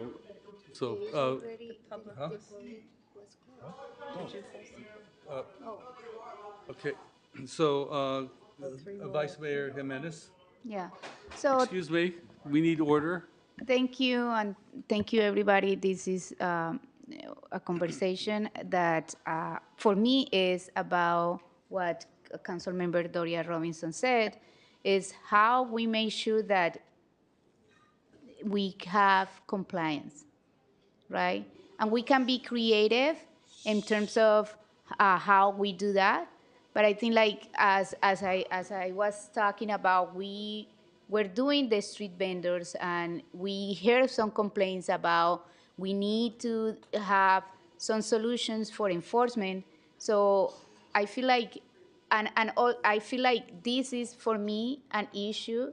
Not saying no, you cannot do this, but it's like how we can be creative to make business and compliance. And I think like having then to really comply with everything, that will be helpful. And also, I would like to see the two things together, because I agree with city attorney. I think like we are just kind of like looking at one thing, but then there is another thing that is coming up. And I think like we need to see the whole picture about it to see what is the solution that is brought to us that we are okay with, and that if they are in compliance with all of these, we can agree on. So the problem here is that there has been a history of no compliance, and that needs to stop and needs to bring a solution. So thank you. Councilmember Bano? Thank you. Yeah, I also, as I mentioned, I look towards reconciliation of both sides. I just would like to invite the city administration to look at the big picture instead of getting wrapped up in details. Like looking at the picture, they have taken some parking spots. And what's wrong with that? I don't understand, despite all the back and forth. And we do have grandfathering in, something that has been continued. We may stop it, but it has been there forever. So just look at the big picture. Let's not get wrapped up in details. And hopefully you can work together. Maybe, I don't know, could T-Rex material work for the parklet? Or something like that? That's all. Thank you. Councilmember Cepeda. Thank you, Mr. Mayor. City Attorney, you mentioned, you suggested an extension or so of coming back and continuing this here. But have you been working with them for the past couple of months? Please, audience. Well, we have, there've been, conversations with the attorney, but we were basically asking them to comply. We weren't saying, we can reconstruct things or start over or do this and so. We've been asking them to comply. And what has happened since those conversations? It was our feeling that there were a lot of complaints. I think this hearing tonight, everybody that spoke was on one side. We did not hear complaints from the other side. There may have been complaints over a long period of time. Those people did not bother to show up and complain tonight.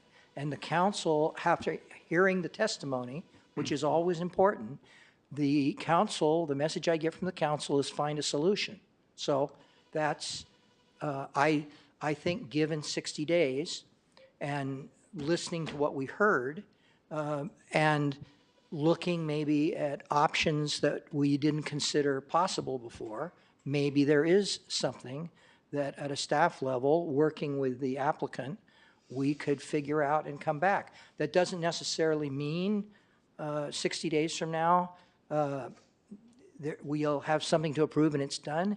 Maybe there's a process of things, applications and other steps they have to go through. But I think we ought to be able in 60 days to conceptualize physically what could be done there that would make it work. And if we can't come up with something, then we can't come up with something. And what's the liability to the city in that time frame if anything was to happen? Do we take that liability? The same as the liability has been the last 13 years. Okay, so if something happens between now and those 60 days, you're going to be responsible for that? Me? Yes. Is that what I said? Did the rest of the council hear me say that? Yes. That's not what I said. What I said was the liability of the city from not enforcing its code is no different. If anything, the fact that we had this hearing, you heard testimony, based upon the testimony, you took a decision to try and have staff come up with something, and you're suspending enforcement to come back and have a hearing, you've acted responsibly in it. So I don't see that continuing this is adding to your liability. Okay. Out of 7 issues, only 2 were addressed. And I find it problematic that we've just focused on the 2. But I'm curious, how long has the smoker been an issue? I'm sorry, Mayor, I really couldn't hear you. Can you repeat that? Okay. What do you mean by it being an issue? It's always been a legal issue. Well, how long, my question is, how long has that been? From when it was put there. And when was it put there? What you heard in the earlier in the answers to the questions was it was not included in the original application. I know that. My question is a question of time.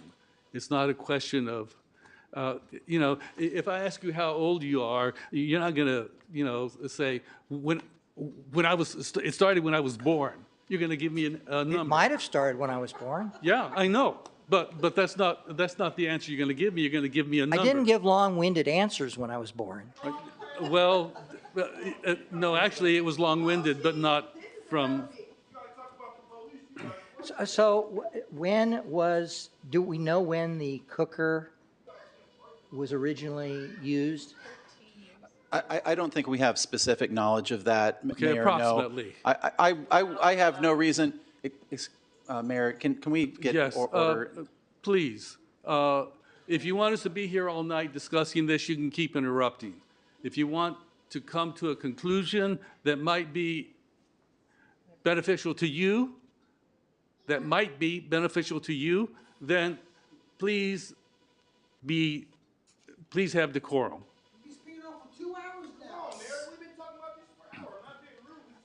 Well, no, you are being rude because every time we say something you don't like, you talk out. And this isn't the first time that I've had to ask you to be calm. So. Like I was saying, Mayor, I have no specific knowledge of precisely when it appeared, but I have no reason to doubt their claims that it's been there for 12 years. Okay, so approximately 12 years it's been an issue. So during those 12 years, have you had any applications to justify having the smoker there?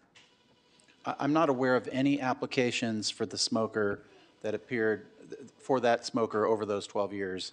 As I mentioned in my presentation to council, there was a code enforcement case that tried to bring them into compliance, and then ultimately that's what caused them to apply for a permit in late 2023, about a year ago. Okay, so. And also, I think in the report earlier, at one point it was stated that he did moved it onto the sidewalk, and then there were complaints about that and realized that it was. We're talking about compliance. You know,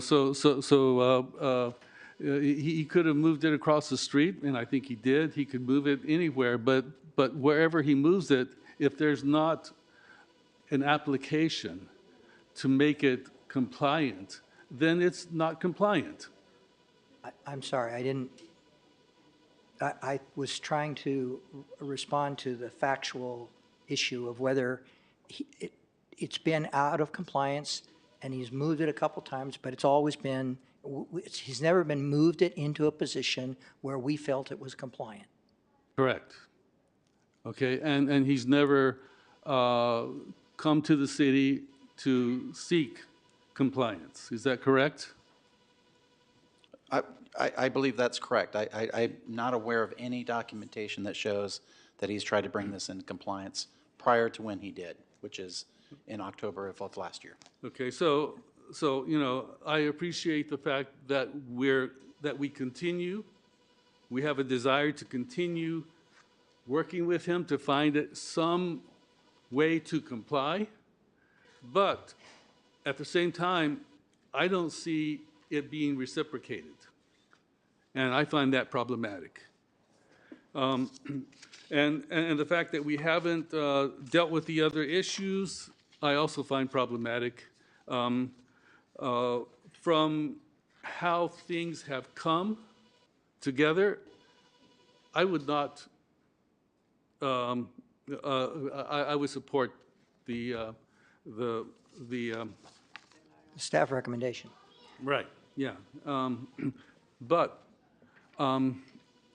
And I also want to say that most of the people who came are actually employees, and I appreciate the fact that you're standing up for your employer.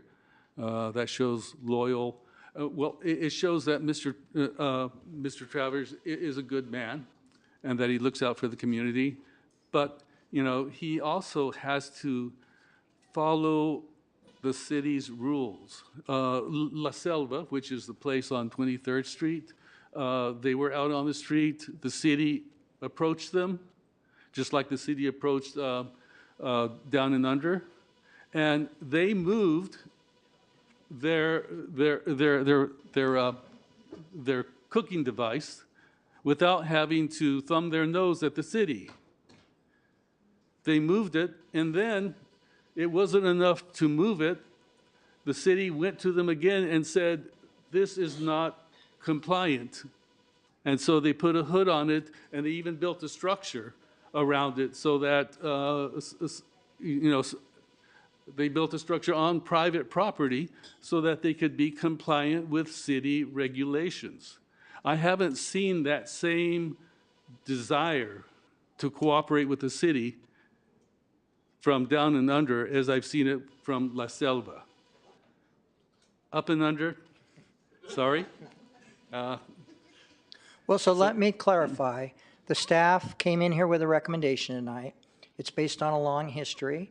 It's also based upon technical information and the codes, and I think you've heard that consistently from the staff. So, and,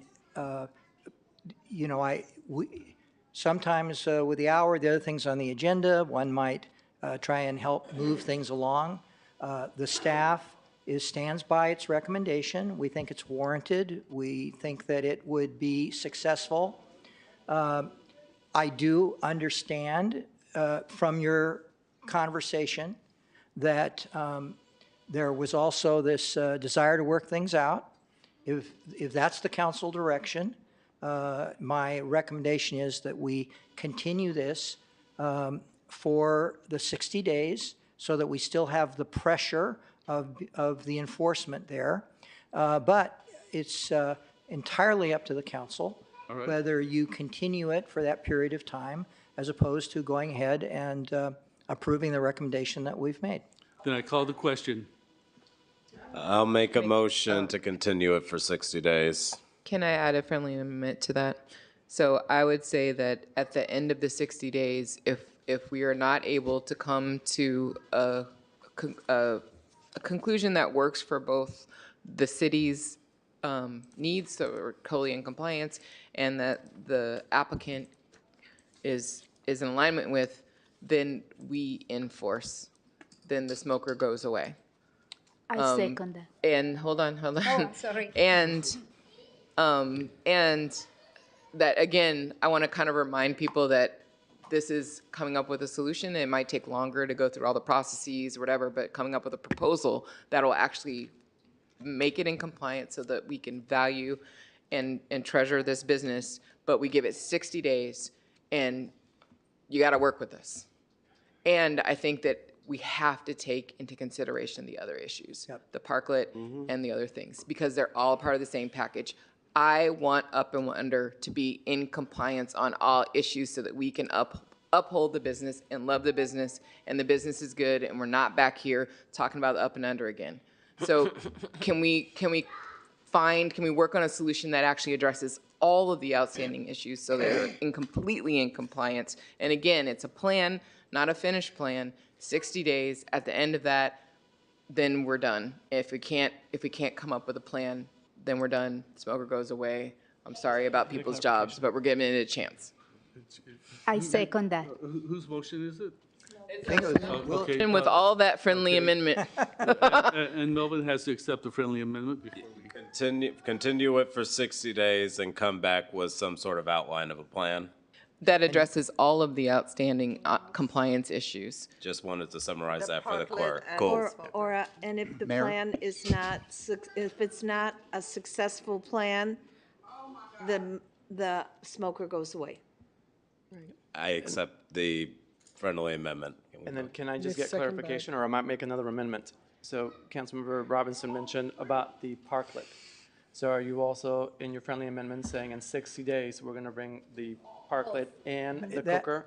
No, You're going to have a plan to bring it, because we know that it takes longer than 60 days to actually deal with whatever it is, like construction or whatever, or deconstruction, construction, whatever it is, that'll take longer than 60 days. We just need to have a plan that actually is in compliant with all of with the rules, with everything. If we have a plan in 60 days, then we can keep moving forward. If we don't have a plan, But just to clarify. stuff goes away. The enforcement action then that would applies to the smoker.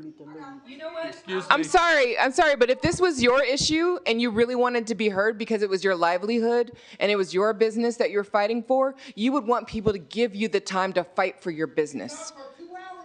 And we are giving 2 hours of our time to help somebody fight for their business and people to fight for their jobs. If it was yours, you would want us to be this interested into helping you. Sorry. So just I'm pointing out, the application before you tonight deals with the cooker. It does not deal with the history and background of the parklet. I think that to solve this cooker problem, we're going to have to figure out the parklet problems at the same time. So I do agree that the solution that's presented in 60 days has to deal with all of that. But if we don't have a solution, the enforcement action that occurs at that point in time deals with the cooker, not the parklet, because the parklet's not a part of this application. Agreed. Okay. Mayor? So 60 days from today, September 24th, then the cooker will be removed if it's not brought to compliance or the plan's not coming forward. Well, you will have taken your action on the cooker. Whether it's moved at that, I can't guarantee. Mayor, Mayor Martinez, before the council votes, could we do a date certain? 60 days may not land on a meeting night for the Right. council. If we could just do December 3rd. All right, let's, What I think doesn't need to be on the city council though. We're continuing the meeting, but the bringing it to compliance with the plan is 60 days. Doesn't have to align to city council. So if it's a Sunday, then that's the 60 days to become to compliance, and then the Tuesday we can come back to the No, we're meeting. coming to the council I'll, on I'll, that I'll just day, accept and we're that telling you third what the status of December. is. It just simplifies it, streamlines it. December 3rd? Yeah, just December 3rd. Perfect. Cool.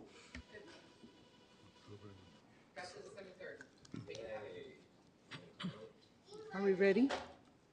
all right, let's take a vote. Councilmember Bonner? Yes, and I urge the city to work in good faith and is a with vote. feasible, practical suggestions. Thank you. And you're urging them to work in good faith as well. Both sides in good faith, definitely. Thank you. Vice Mayor Jimenez? Yes. Councilmember McLaughlin? Yes. Councilmember Robinson? Yes. Councilmember Willis? Yes. Councilmember Zepeda? Yes. And Mayor Martinez. Yes. The vote is unanimous. Okay. We're moving to items P1 and P2 Yes. combined. Item P1 is to direct staff to issue a request for proposal, identify a funding source, and allocate up to $100,000 to hire consultants to facilitate community outreach efforts and conduct assessments, and to direct the city manager and appropriate staff to design and implement comprehensive community outreach to gather input on enhancing public safety and quality of life services, support and assist with the assessment of the city's amid infrastructure needs, and assess the city's unfunded obligations and develop a strategy to reduce these within 10 years and to create a reserve fund to relieve future generations of debt burden. Item P2 is to adopt a resolution expressing City Council's overarching intentions with respect to expenditure of the Chevron settlement funds, outlining types of expenditures that will be consistent with this intention and prohibiting city employees from making alternative plans or commitments of the funds without first obtaining City Council consent. We have 22 in-house speakers, and if you are joining us online, please raise your hand at this time if you'd like to speak on this item. Okay, so since we're doing two items and they're both concerning the same things, I'm going to give Councilmember Bonner the ability to state her case first, and then afterwards, the P2 people can. Thank you, Mr. Mayor. So I'm bringing this proposal. First of all, thank you, the City Council, residents, and nonprofits, environmental groups who helped the city to come up with this settlement. It's a lot of money, and we would need to know how to spend it. So before I continue, I would like to inform you that I hope we will have a resident advisory committee to oversee and advise the city council on how to spend the money. But at any point, either the residents or the city council who need to make a decision about how to spend the money need to have some information to make educated decisions. And I think three areas are very important to know about. Number one is infrastructure needs. So the city needs to do an infrastructure assessment of the needs, and I understand from the city manager it is being done and will be ready soon. Number two are unfunded liabilities. So we don't want this money to benefit the people only for the 10 years that is being received, but hopefully beyond that. So by reducing our liability, taking the financial burden off the shoulder of people after that 10 years, we extend the benefit of this money over time.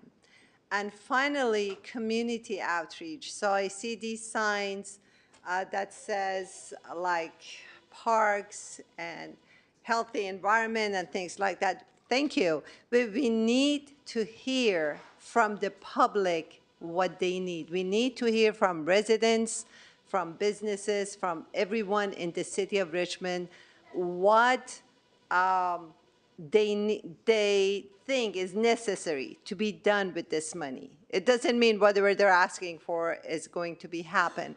These elements are just to educate the city council to come up with good decisions. So what I'm proposing has nothing to do with making a decision at this point. It is just to help the city council and the residents learn better about the infrastructure needs of the city, about the financial burdens the city is facing, and the needs of different communities. So I hope we will have a community outreach in all the districts. So I was contacted actually by APIN, and they asked me to withdraw my item, and I asked why. I did not receive a clear answer. I talked to them 3 times over Zoom and over the phone. And each time I told them, let me know what you want me to take off this proposal. Let me know how you want me to modify it, or let me know what you want to be added to it. I never received a clear answer. They just said, you need to take it off. And then I was told, I received email and I was told by them, it is in contradiction with P2, which doesn't seem like that to me at all. I mean, P1 has nothing to do with P2. They seem to be working in tandem. In addition to the fact that P2 is very vague to me, I'm puzzled by what it actually means, and I would love to hear from my colleagues who brought it to better understand what it is. But what it is, it's not dealing with bringing information to the city council and public knowledge about the important needs of the city. So the 2 elements about unfunded liabilities and infrastructure need assessment, they are being done by the city administration, and I talked to them and they can take care of it. We do not need to hire a consultant, but community outreach is very important. Just to give you an example, we are working on gun violence reduction in the city of Richmond. One issue that is very important and keeps coming up is mental health. Well, it's not on the radar of city administration. We need to reach out to the community. I never knew mental health was such a huge problem in our own city. You hear about it, it's a problem everywhere, but especially in the cycle of trauma and violence, it's a major issue for youth and children.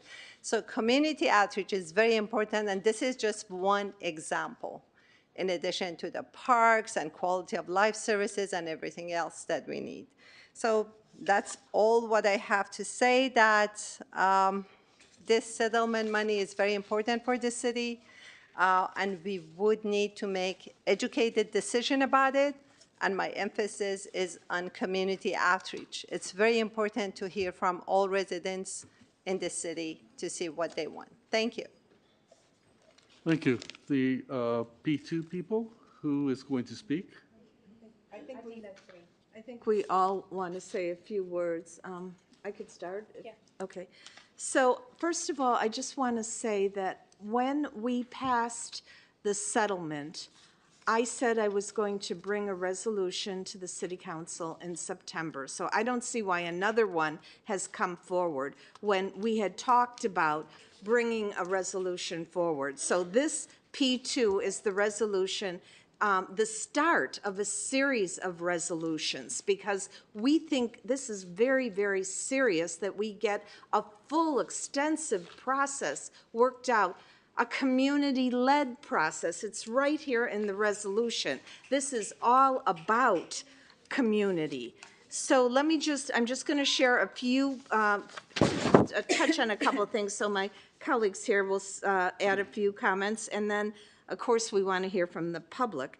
So basically, our resolution says that, I'm going to just read a resolution of City Council expressing the intention that funds received from this settlement, the Chevron settlement of October 14th, 2024, are approved on August 14th, 2024, by resolution, be appropriated in a manner that reduces rather than exacerbates the city's dependence on the Chevron refinery and the fossil fuel industry, and facilitates a resilient and just local economy. So that's the big picture. That's what we want this money to go for.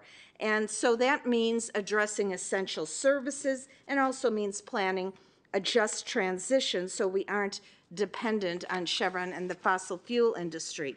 It really just sets the table for future actions that the City Council will be talking about and deciding on concerning expenditures, including this, what we call in Section 1, B, the City Council further intends to evaluate means for expenditures from the fund or funds, we might have different buckets, to be governed in a manner that is fully transparent and democratic, implementing community-led decision-making to the maximum extent allowable under the city charter. And so that's the intended decision-making structure that will be set up by another resolution. The intended, Section 2 talks about the intended expenditure categories. And we gave some examples, but this is all to get more specific in a series of other resolutions, or maybe an ordinance, we're not sure yet. But we want to do this right. And so some of the things that we talked about were to improve public infrastructure, help ensure healthy communities, improve quality of life. We touched on the complete streets approach that we have talked about here at the council. We talk about improving the city's environment and climate resiliency, including remediating contaminated sites. Again, these are all examples. Planning and investigation for eventual remediation of the refinery site. Promoting the development of a local economy that is less dependent on the refinery and fossil fuel industry. It also talks about establishment of funds to be set aside for future uses, including funds to cover environmentally related legal expenses, because we know the refinery could just be leaving soon, or either at the end of the 10-year period, or they might even leave sooner or downsize, or and we want to be prepared, have some legal expenses, so that we can look at what we need to do to further keep the city in balance in terms of business outlooks, and who knows what other expenses we might have to pay legally. And maybe this council member Robinson can talk a little bit about that. That was something she was clear she wanted in there. And it also talks about well-staffed union jobs. who are providing services, you know, all the various things, parks, job training, housing, homelessness, youth programs, libraries, senior centers, and other changes. And so, and other services, including fire protection and fire prevention. So, and then it says just no expenditure should increase the city's dependence on fossil fuels. And then the last thing we say is that city employees shall collaborate and assist the city council and not do this outside of the city council's consent. So that's why we don't think that P1 is the way to go, because we don't think it should be put in the hands of staff. I mean, we want staff to cooperate with us, but we want the city council to remain the center, so we can work with the community and make sure this is a community-led process. So we're doing this methodically, systematically, to ensure that community-led process is a good one, and it is completely something that our community will embrace, and that we, the city council, can embrace as well. So that's all I have to say. Thank you. I just wanted to add that when you say that you wanted to have a resolution, it wasn't just you coming with the idea. It was because you were in constant and tight contact with community, with the environmentalists who had been working for years trying to put these tax on the ballot. And I think like to say that we need more community surveys and assessment when we had been done that a lot, and to have like $100,000 into a consultant that we don't know, instead of just working with the environmentalist communities and other communities that had worked for years in the community and are the one who are able to do the meaningful outreach, is pitting communities against each other. And this is not the leadership that we want in Richmond. What the leadership that we want in Richmond is how we work with the different organizations and different communities to bring them together to work in the same direction. And I think, and also recognize the leadership that some of these organizations have played, so we are able to have the settlement that we have. This settlement didn't come here just because one city council decided to say, oh, by the way, we need to tax Chevron. It has been a work of years of APEN, CVE, ACE, and many other communities and unions and labor that are putting this here together. And just kind of like go and say like, oh, I am going to have a community outreach without working with the community that has been working here for 10 years is just a deserve to Richmond. So I just wanted to say that the intent of this resolution is to put community first and do a meaningful outreach, but also to say the ballot that we put and approve has a specific language where we were saying this money was going to be invested. And we need to be thoughtful about how this money is going to be invested, because what we want in these 10 years is to make sure that we are not as dependent as we are right now of a fossil fuel industry that is cooking our planet. And I think we can do that if instead of pitting communities against each other, we come together to really make sure that the desire of what we want to see Richmond in the future is a collective desire. So thank you. Councilmember Robinson. I try to be brief and just add on to what has been said already.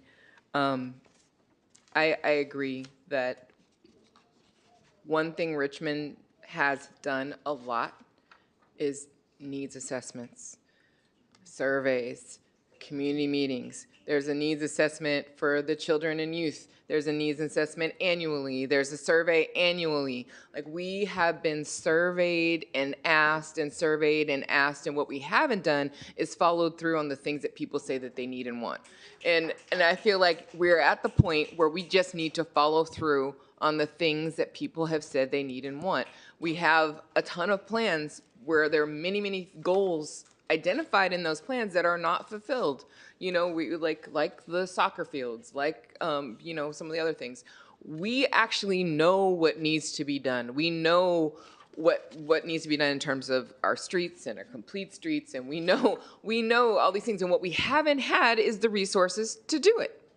And so, you know, I feel like there are a few things that we need, and I'm actually worried that, you know, spending money on this assessment is going to take away from the other assessment, which I actually think is one we do need because we don't know the information, and that is a facilities assessment to understand what is the state of our buildings that the city owns and the other properties and that the city owns.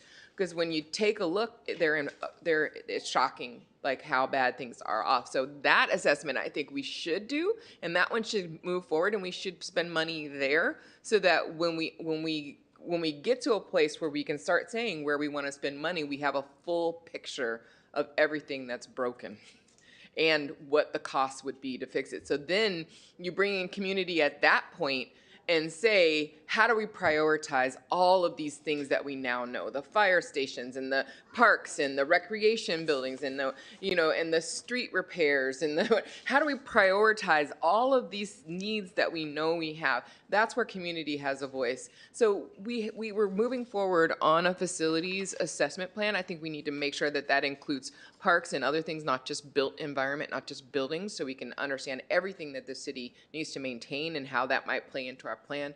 There's also some other things that we need to understand that I think rightfully were brought up by the city manager in terms of, you know, some of this money, because it is general fund, is going to go to the fund for children and youth.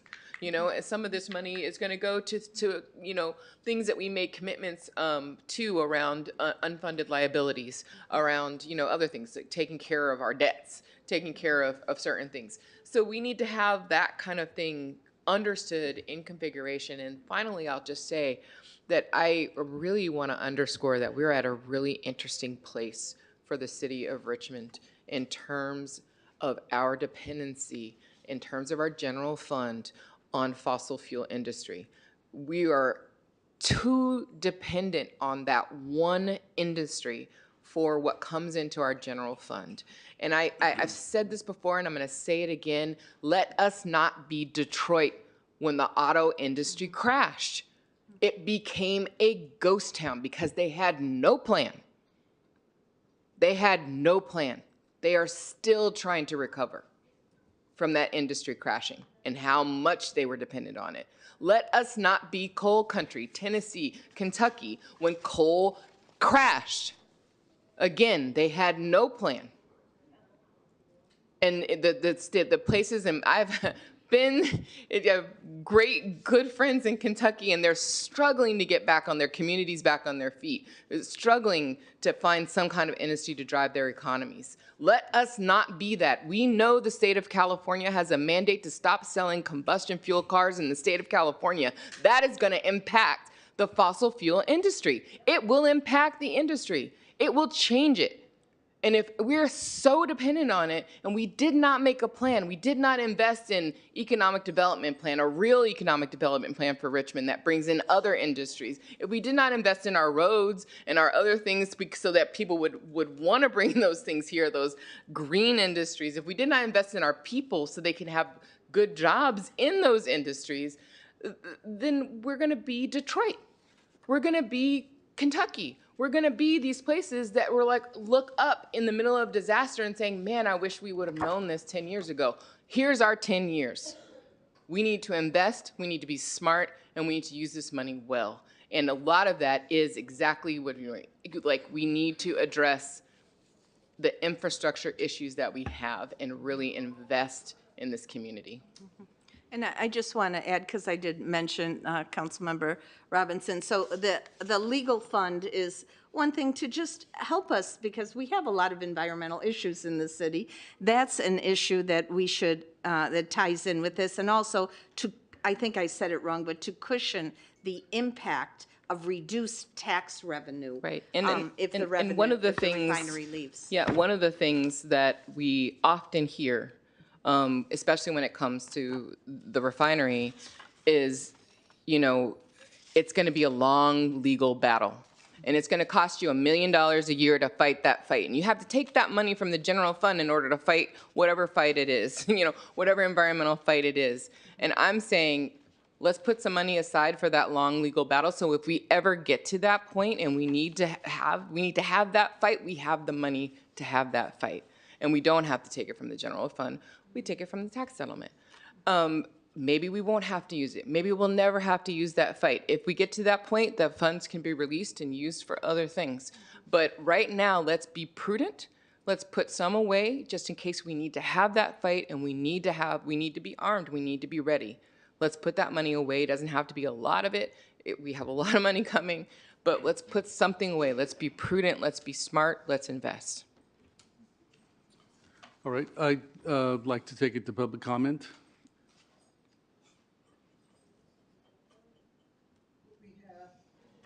We have 22 speakers in person.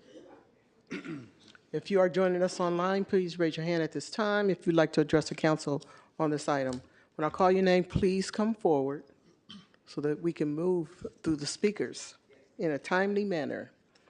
Okay, as I call your name, please come forward. Cordell Hindler, Karen, Megan Zapanta, Nit, Mark Wasberg, Lazuli, Bella, Lujane, and Alia. So I'll make it real quick, so it's getting late. So good evening, Mayor Martinez, council. Thank you to the sponsors for these items. So I'll get right to the point. The one groups that was not even mentioned, what about the neighborhood councils? We want input on this too, because that money could help improve the quality of life for Richmond. Include the neighborhood councils in this, because they can bring a whole lot of knowledge to what they want to see out of the settlement from Chevron. Second of all, you try and bring in jobs, because I was watching an article recently when New Orleans was hit with Hurricane Katrina, they had lost everything. And now they're trying to rebuild it back up slowly. We don't want to be like Louisiana or any of the places that was mentioned. We want Richmond to be Richmond. We want what is Richmond what? It stands for rich. We want to see money coming for it. So with that, I'm hoping that y'all would do the smart thing and be Richmond. Filthy, stinking Richmond. That's it. Karen.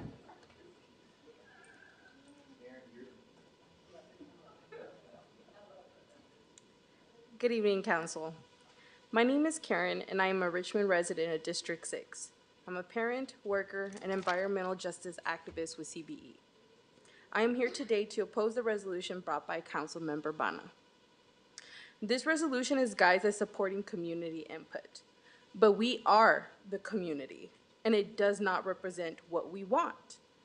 To create a new commission without consulting with the community, while other committees lack power and are advocating for reform of the existing commissions, is putting a Band-Aid on an open wound.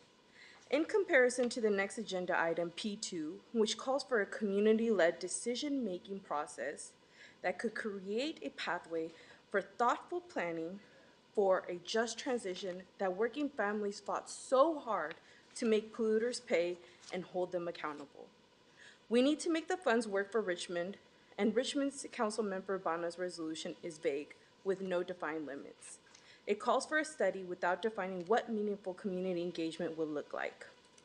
It would throw $100,000 at studying issues the city already studies. There have been a lot of community assessments in conjunction with the ARPA. And every year is a community survey asking about what community needs are. This is reinventing the wheel rather than moving us forward, which is why the next agenda item, P2, will offer us a community-centered and community-led process on how these funds can be spent. I urge you to oppose the resolution on the table, and the council should support P2, which includes the process of allocating funds in an open and democratic process. Thank you so much. Megan Zapanta. Good evening. My name is Megan Zapanta. I am the Richmond Organizing Director of the Asian Pacific Environmental Network Action. It has been my privilege to work to organize with Asian Americans, immigrants, and refugees here in Richmond for the last decade. I am here to represent our community leaders, like youth, elders, and workers who really wanted to be here but couldn't stay long enough to be here for this item. Our members work to put the polluters pay measure on the ballot because after all the harm, illness, and loss our community has suffered living in the shadow of the Chevron refinery and other polluters, we wanted to see those polluters pay, both for the needs we have right now, like updates to our parks, roads, and libraries, but also to start advancing Richmond's future beyond oil and pollution. The plan put forward by Council members Robinson, Jimenez, and McLaughlin commits to doing just that. I look forward to item P2 being passed tonight and to working with council to further outline a process for residents to be deeply engaged in deciding where and how the funds are ultimately go. While I appreciate Councilmember Bonna's intention to engage community, I cannot support item P1 as written. Without firmer guidelines and more community input, the policy puts too much power in the hands of consultants and staff to decide how community engagement will happen. We have been through community engagement processes before that haven't adequately reached residents or taken in their concerns. Before outsourcing the process, we hope that there is more discussion open discussion in council on the goals and vision. So while I urge council to vote no on P1 tonight, I look forward to seeing real plans for community engagement. And I'm happy to work with any city council members to ensure an open and democratic process for allocating and governing the settlement funds. Thank you. Have a good night. Our next speaker is Nick, followed by Mark Wasberg. Please come forward. Mark Wasberg.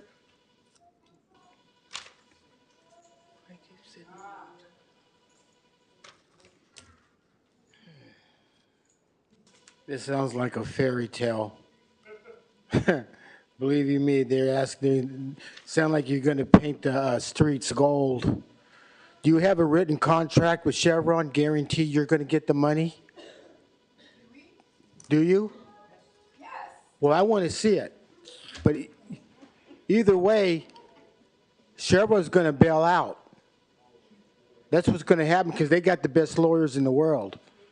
And you could go ahead and sue Chevron, but it's going to be in the court for the next 10 years. What happened when the oil price is going to start dipping down? Chevron's going to have to start laying off. Then they're going to have to say, well, we can't pay the money, sue us. And you people try to destroy the combustion engine? If you do that, you're going to put millions of people out of work. And Richmond will be like Detroit because there'll be no money coming in. I said, Chevron supports this city. And all this was just a bunch of pack of lies about the environment. Chevron polluting this, polluting that. And Guado goes, oh, I need to bring the children inside the gym. They're having asthma attacks. 2 hours later, you let them outside. You guys ain't fooling nobody. All this was about votes. That's all it was. You did it to election time just to buy votes. But it's not going to happen. You're talking about 10 years? It ain't going to happen because Chevron's going to pull the plug before 10 years. And then what are you going to do? Huh, Robinson? What are you going to tell the people then? You're going to be another Kentucky. But you people don't listen. Yeah, I'm telling you, you need to get these people out of office. This is the RPA destroying these big businesses. They're taxing the hell out of them. This is why big business is not coming in. They want to pay for the welfare programs. Oh, I got to change. Oh, October 6th, Channel 26 at 10:30. Watch my show.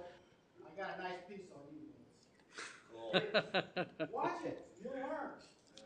Our next speaker is Lazuli, followed by Bella. Please come forward. Okay. Bella.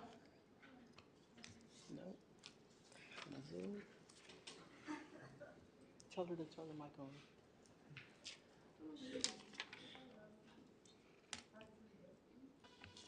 Does it work now? Okay. Hello.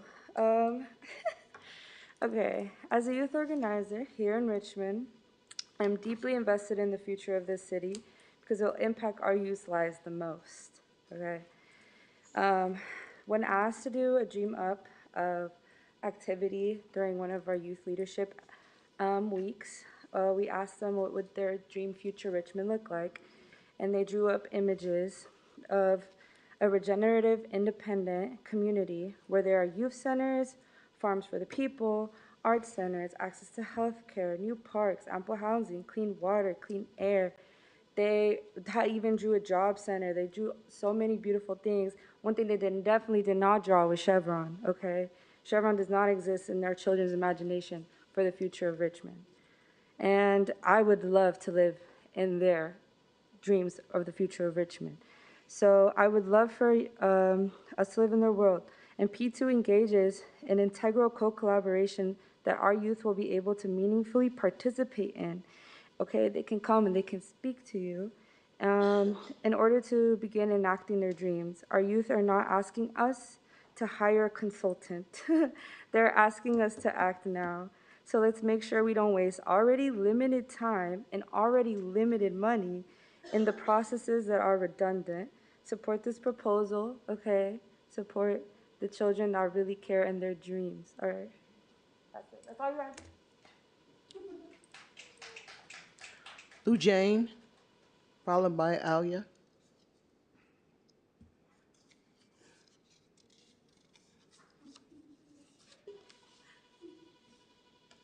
Hello, good evening. My name is Lujain Al-Saleh, and I am the Just Transition Coordinator at Communities for a Better Environment, which has over 30 years of organizing here in Richmond. We are here today to support the resolution brought by Vice Mayor Jimenez, Councilmember McLaughlin, and Councilmember Robinson, and thank them for acting with urgency to fund critical services people need every day and to advance a plan for a just transition in Richmond. When our city council accepted the $550 million settlement from Chevron in exchange for removing the polluter's pay ballot measure from the November ballot, many city council members committed to invest these funds into working families and a Richmond beyond oil. We would like to see this commitment honored today through this resolution. Every single community member I have talked to either has asthma or has family members who are directly impacted by asthma, among many other health issues related to air pollution. The Public Health Institute recently reported that children in the zip code of the Iron Triangle, which includes the refinery as well as the neighborhoods surrounding Perez Elementary, are admitted for emergency care for asthma at triple the rate of California at large. Rather than investing in extractive corporations like Chevron that not only harm the health of our communities in Richmond, but communities around the world from Ecuador to the Philippines to Palestine, we want to see Richmond shift away from fossil fuels. We need to invest in healthy local economies, our working class families, and improve the essential services and infrastructure that people rely on today, such as roads, emergency and fire services, recreation centers, libraries, and community spaces for everyone to enjoy. We urge the City Council to honor their commitment to lead an open and democratic process and build a just transition toward a regenerative, healthy economy in Richmond. Thank you. Our next speaker is Alia. Will the following individuals come forward? Abtahal, Catherine, Jose, and Lou Jane. Take the seats on the front row, please. Alia? Hi, they're no longer here, but I know my name got passed, so I'm just gonna speak during this slot. What's your name? Lasuli. Pardon? Lasuli. I was called earlier, but I'm just. Okay, go ahead. Okay. Hello, City Council members. My name is Lasuli. I am a community organizer with CBE, and I am here in favor of the intent resolution to create a just transition fund that is community-led. I'd like to start by defining what a just transition is. Just transition is a vision-led set of principles, processes, and practices that build economic and political power to shift from an extractive, polluting, and harmful economy to a regenerative and sustainable economy. This transition must address the harms and create new relationships of power through reparations. This is what CBE and many other organizations representing frontline community members want to see in Richmond. We want a community-led, open, and democratic process to distribute the funds in a way that represents the interest of all Richmond community members, not just the people we organize, but beyond that. We want a process that transitions power back into the hands of the people. This $550 million can invest in essential services and infrastructure, as well as bring new solutions that will tangibly improve the quality of life of Richmond residents, such as clean air filtration in public buildings and schools, creating emergency safety plans and evacuation zones, and preparing for a transition away from big oil. I ask City Council to continue to engage with community and give us the autonomy and decision-making power over these funds that are rightfully ours. Thank you. Alia A. Okay, then we have Abital. Okay. Catherine Lee. Hi, everyone. My name is Catherine Lee. I'm a youth organizer here with APEN Action, and I grew up in Richmond. I want to thank Councilmember McLaughlin, Vice Mayor Jimenez, and Councilmember Robinson for putting forth item P2. I'm happy to see our City Council act with urgency and clarity to use this $550 million to fund critical services that Richmond residents have expressed the need for every day. I appreciate this resolution's commitment to a just transition fund with investments in new, healthy local economies and a plan for the cleanup of toxic sites. As a youth organizer, I frequently have conversations with our young people of Richmond where I hear concerns about emergency and firefighting services, a desire for more community spaces, and for improvement of our public buildings and schools. Our young people have continued to express concerns about the city's reliability on tax money from Chevron and what would happen in its inevitable closure. This intent resolution, item P2, directly addresses these issues and gives us hope. Thank you for opening the door to a transparent conversation where people of all ages have opportunities for engagement. We as a city are making waves in our fight against big oil and are creating the safety net for the future of our young leaders by paving the pathways for a decrease in reliability of Chevron. It's important that Richmond families are directly involved in leading the process for the designation of these funds because we are the experts of growing up, going to school, and living in Richmond. I've seen community engagement processes fail too many times, and I appreciate this resolution's measured approach commitment to a democratic process. I urge the City Council to make a commitment to pass this resolution, item P2, and invest in our health and well-being today with a just transition away from fossil fuel refining and pollution so that our communities and especially our young people can grow and thrive. Thank you. Okay, we have 11 more in-person speakers. We have a total of 13 speakers so far online. If I call your name, please line up near the speaker's podium. Jose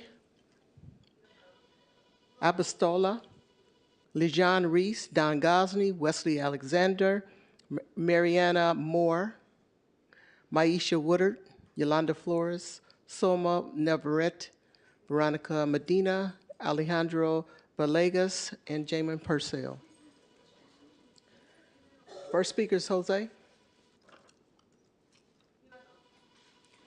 Okay. Lejon.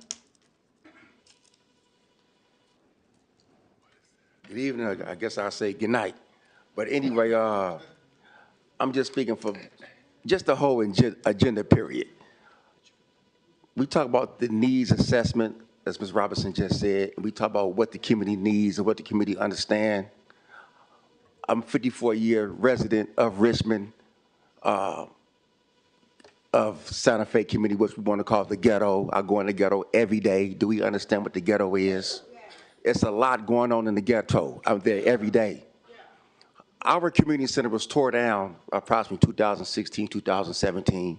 We remember everything what happened with that, right? The Martin Luther King Community Center.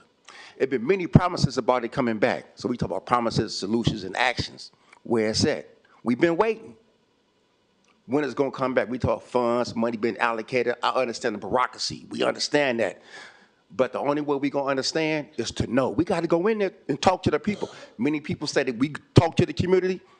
I'm at Greenwood Academy 4-5 days a week, mentoring kids. I represent Motivated to Help Others. We have a center right at 322 Harbor Way. We bring people in with keys to the future, 100 years enterprise, new life. We do a lot for the community, but it ain't enough. We need our community center back. We talk the safety of the kids, the progress of the community, the progress of Richmond. The only way you're going to understand Richmond if you're from Richmond. I'm from Richmond. That's the only way you're going to understand it. Born and raised here. My family's still here in the Santa Fe community right now. My grandmother died of melanophysioma in 2009, cancer. So I understand all that. It was Standard Oil before it was Chevron. I've been here. We understand that we need it back. So let's bring it back, people. We say we want the kids. I got grandkids out here. All of us got grandkids and families out here. Our kids need a safe place longer than 10 years, right? We need to go to another 30, 40, 50 years, 100 years, because we can do it if we come together, if we mean it. Peace. Don Gosney. Thank goodness y'all showed up with open minds. You know, I worry when I see our elected representatives fighting over how they're going to spend money they haven't even received yet. We're hearing about oversight boards, advisory boards, outside interests, and even pet projects from several members of the council. And we just heard that the council should only listen to their hand-picked community groups. I've served on numerous oversight bodies and advisory boards here with the city and with our school district. The one common theme with all of them is that the governing bodies love to tout how the public is involved, all the while 100,000% totally ignoring them. I serve on an advisory board with the school district right now to advise on the reuse of 4 surplus school sites, but we have 2 trustees that have publicly told us they aren't even required to listen to us. 29 months and hundreds of man-hours of my own only to be ignored. And why would any of us believe that this council will listen to any advisory board? And with the consent of the council, the mayor appoints everyone to these bodies, so they're handpicked to do exactly what the council directs them to do. What a sham. And the council is inviting out-of-town groups to come in to advise how to spend the money. We've all seen how our own pet project, your own pet projects, serve only you and your neighbors and are used for political purposes. I've attended enough candidate forums and interviews recently where some of you are bragging about how you brought the mighty Chevron to its knees and then bragging about how you're going to spend your newfound riches. The public really needs to take a good hard look at who's sitting on the council, playing around with other people's money. How good a job have they done in the past? How about their own personal finances? How deep are they in debt now? Any bankruptcies we should know about? Do they look at their reserves like it was free money? I'd feel a lot better if they could whittle down the city's debt. We have an unfunded liability for our pension fund that should scare the bejesus out of us all. But this council is doing very little to whittle that down. The general rule of thumb outside of government bodies is that you don't spend money that you don't have. Wait till the Chevron money is delivered before you start spending it. And for God's sake, keep the politics out of it. I hope you all understand that when your just transition takes place, a lot of your Chevron money is going to disappear. It's going to evaporate. Mayor, do we want to take a motion to extend the Yes. meeting? Or? I need a motion to extend the meeting. Make a motion. Whoops, go ahead. I just made a motion. You can second. I'll second it to finish this item only. Perfect, I'll take that. Okay. All right. Roll call. Councilmember Urbana? Yes. Vice Mayor Jimenez? Yes.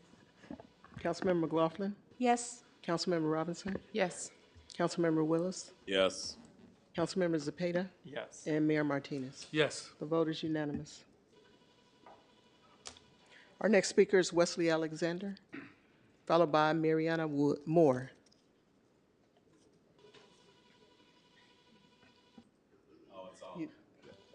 Thank you.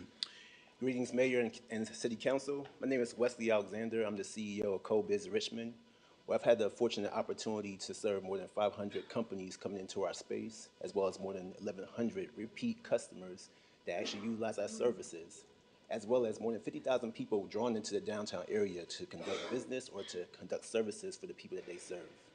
I'm here to advocate that the use of the $550 million is used to support the enterprises, both for-profit and nonprofit, that have been serving this community for generations, but unfortunately have not had a seat at the table. What I'm speaking to specifically is a process that is transparent, that is community-led, but removes the barriers for the smaller organizations that have been doing the work to access those funds. The organizations like Motivate to Help Others, the organizations like Way to Love, the startups that have a global opportunity like Big Picture Anthems. There are a number of diverse-led enterprises that have been serving this community that are hiring people, that are also making sure that people are receiving the resources they need to stay in their homes, making sure that children are getting the additional services to be educated when the school is actually failing them. These are what we call the multiplier effects, so that we can have a robust ecosystem that leads to what Ms. Doria was speaking to, which is diversification of the industries here in this community.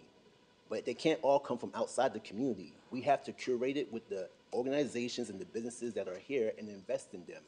Help bring that stabilization, so like a gentleman like Lejean, so he can breed and have a staff and he can do the work 50 times better than any government service can do. That is what we call the multiplier effect. Same thing with the businesses that are here. It's really, really important that we prioritize economic development as a big component of this. We can take care of the people, but if they don't have jobs, if they don't have the ability to secure funding to grow their business. Your time has expired. Thank you. Mariana Moore. Good evening. My name is Mariana Moore. I work at the Richmond Community Foundation. I was born and raised in Richmond. My father worked at Chevron for decades. He worked in the refinery. He later died of cancer that attacked many of his organs, and my family always wondered if there was a connection. So I feel really connected to this issue and to this town. I really have deep respect and want to lift up the work of ACE, APEN, CBE, and the other incredible organizations that are working with the community and are the community. I also want to note that alongside the just transition, there are incredibly critical needs right now of people dying on the street. And I was looking for a deeper mention of that, not mention, but commitment and I'm not going to speak in favor of one of the other proposals, because I think that should be the residents of Richmond doing that, and I'm not a current resident. But I am concerned that there are folks literally dying, selling their bodies on the streets, struggling, and I know you all know that, and I did not see that reflected deeply in this proposal. Of course you want to have a just transition, yes, and also people are dying. So can you find a way to encompass the incredible crisis that's happening right now? And the last thing I want to say is also there are people, so many people, including those who are struggling and dying, who are nowhere yet in this process. And again, that's not a critique of any of the work of the community organizations that are doing this important work. It's simply that there's so many folks who are not at the table at all, who have never been to a focus group in their lives, who don't know where City Hall is, because they don't have time for that. They're like, we need help right now. And so I challenge and invite you to how do we get to the folks that are just not connected to organizations, are not dialed in, that are struggling, that need you, that need us to step up with them. So I just invite you to think about that more deeply as you move forward. Thank you. Maisha Woodard. Hi, everybody. So I actually cried tears here tonight, especially when I got a phone call from one out of three 15-year-old girls in my community that's homeless right now. Two of them with kids, telling me she need wipes. So when I was listening to this idea, I'm like, oh, well, let me walk out because it don't help the trenches. It don't help the ghetto. It don't help the places people scared to come. And we got a bunch of people talk about what we can do for Richmond that ain't even got no lived experience, ain't even been in a part of the struggle. My last name. I have a lot of pain from this city. I lost people.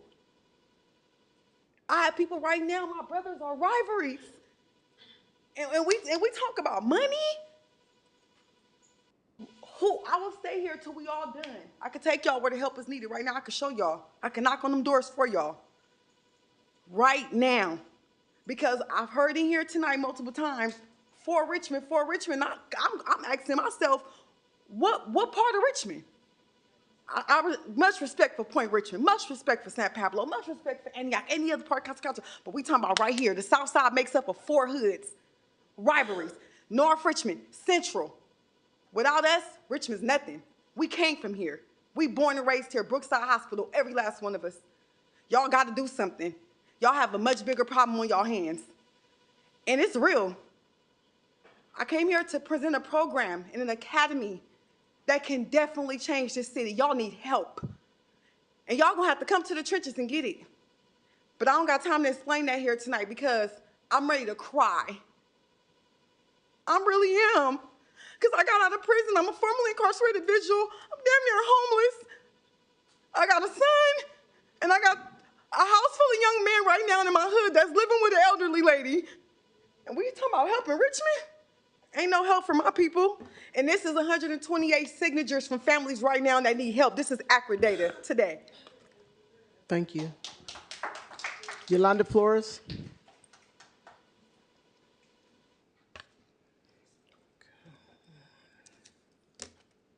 Good evening.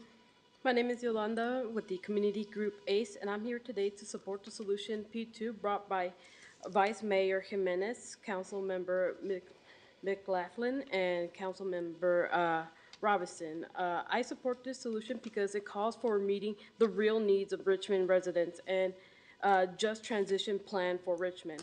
I want to see Chevron's money invested in clean energy and healthy homes through decarbonization. Richmond has the highest rate of asthma-burdened youth in the state.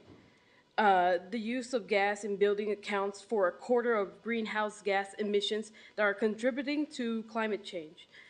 Electric appliances are more affordable and more reliable than gas appliances. We are working with city leaders to decarbonize and solarize our homes and buildings through a neighborhood-scaled decarbonization strategy.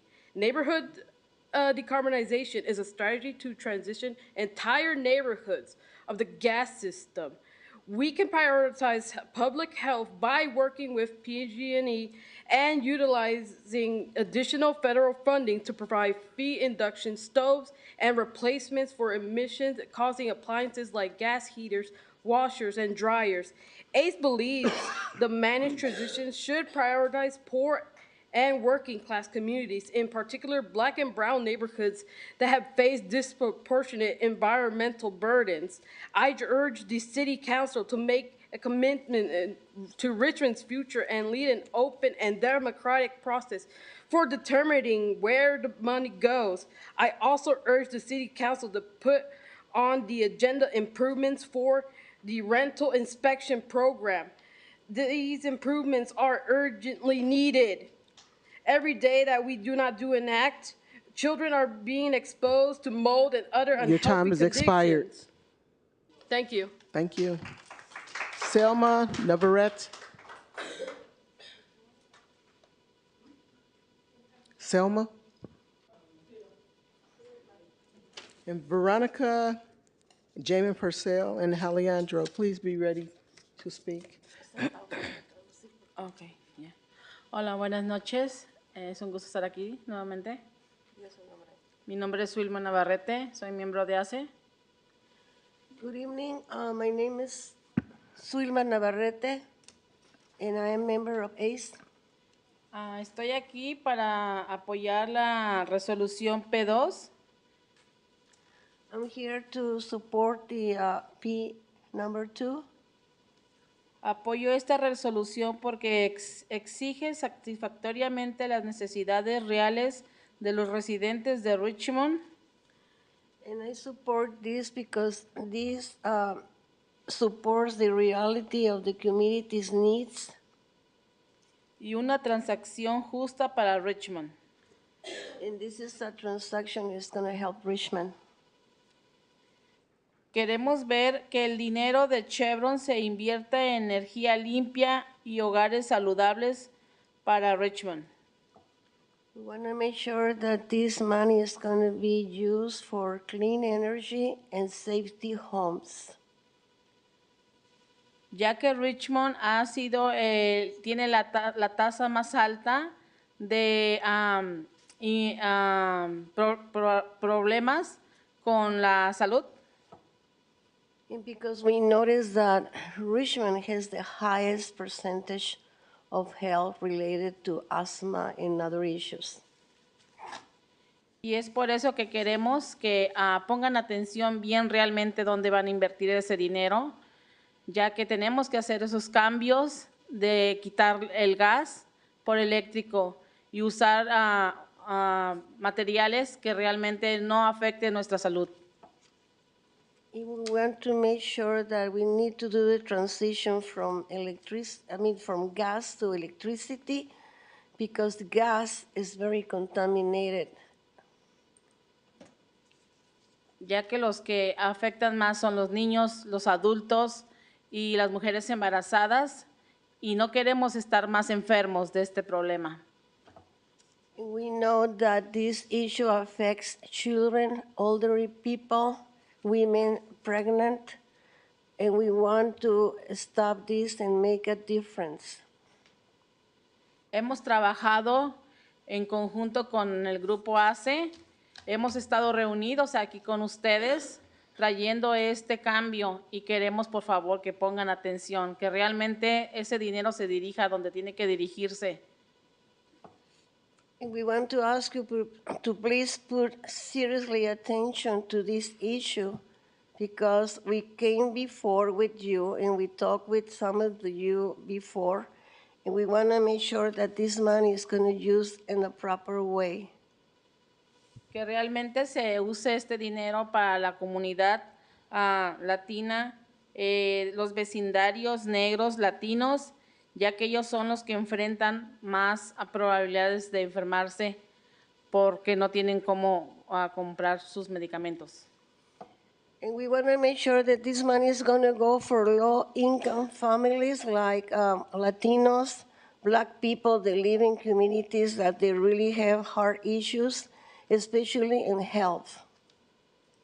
Y también les pido por favor que pongan más atención y que pongan brazo duro sobre las inspecciones, que realmente algunas no se están haciendo correctamente. And also we want to remind you that you need to put in your agenda again the department inspection, because this is an issue that has been a long time requested, and we don't see that it's been a follow-up. Y la ciudad tampoco está haciendo su trabajo, y eso me consta. Soy Time has testiga. expired. And the city, you should give me more time because I'm translating, interpreting. I gave you more time. How many times you give me? You received 4 minutes. Okay. So the last thing that she said that, Ma'am, please. your time has expired. Okay, please.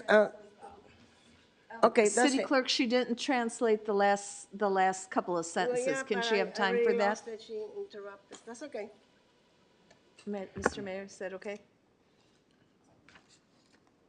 Buenas noches, mi nombre es Alejandro Villegas Vázquez, pertenezco soy miembro de ACES y vengo a apoyar la solución porque exige satisfacción las necesidades reales de los residentes de Richmond y un plan de transición justa para Richmond. Quiero ver que el dinero de Chedrón se invierta en energía limpia y en los hogares saludables. Okay, my name is Alejandro Villegas. I'm a Richmond resident and I am ACE member. And I also want to ask you that we are supporting, the P2, and we are asking that this money goes and used in our neighborhoods and communities to do support for clean energy in our cities. Y quiero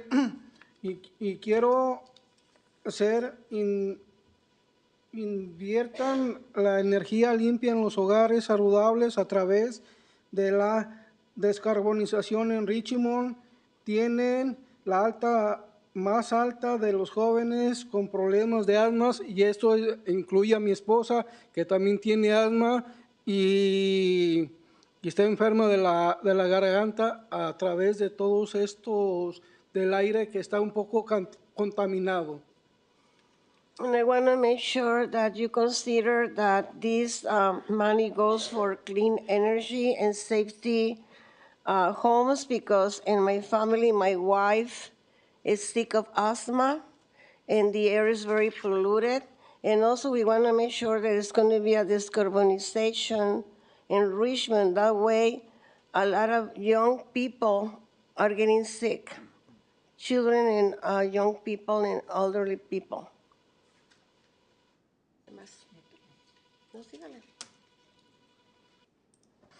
Y estamos trabajando con los dealers de nuestra comunidad para descarbonización y de zonalizar nuestros hogares y edificios a través de un plan, estrategia de carbonización de escuelas y vecindarios.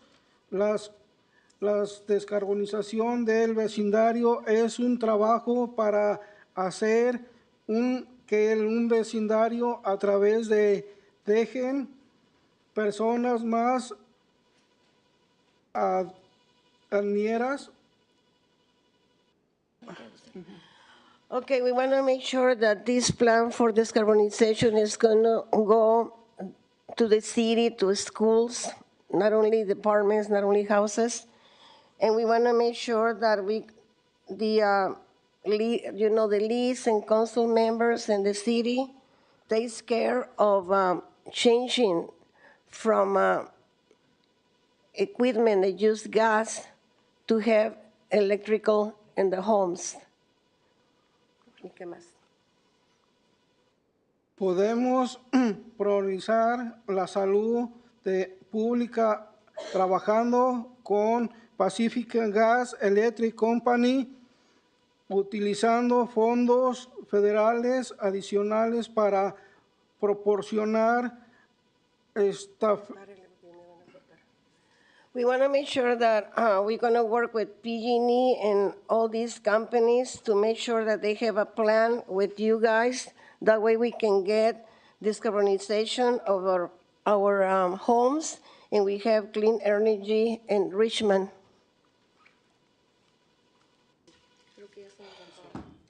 Thank you. Thank you. Thank you. Jamie Purcell.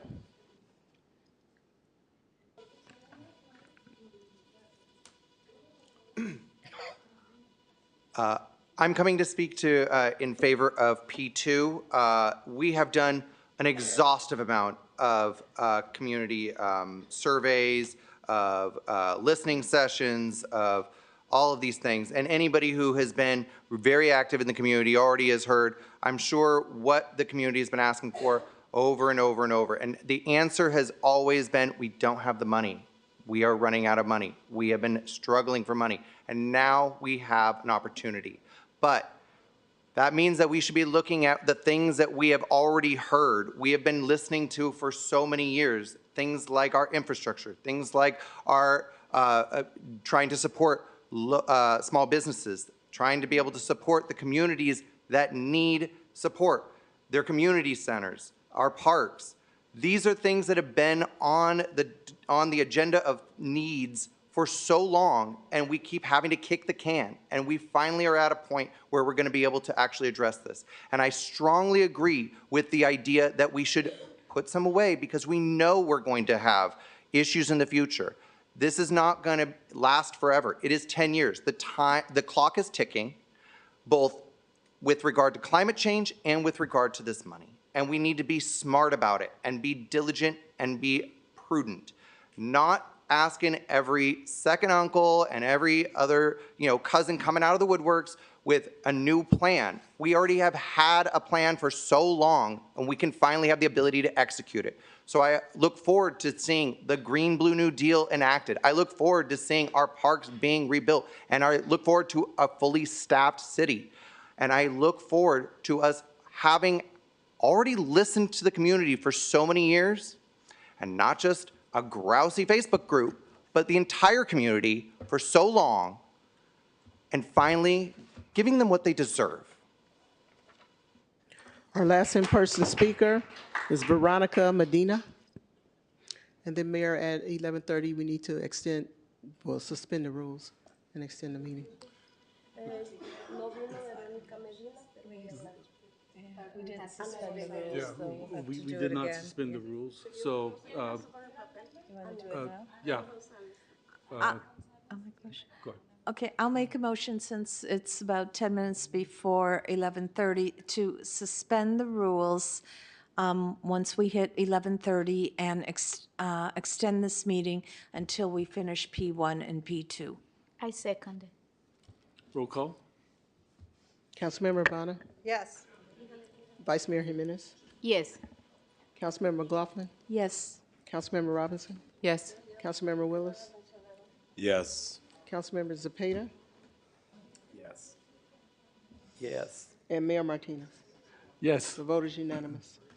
Our last in-person speaker is Veronica Medina. Veronica Medina. Okay. Is Veronica Medina here? No.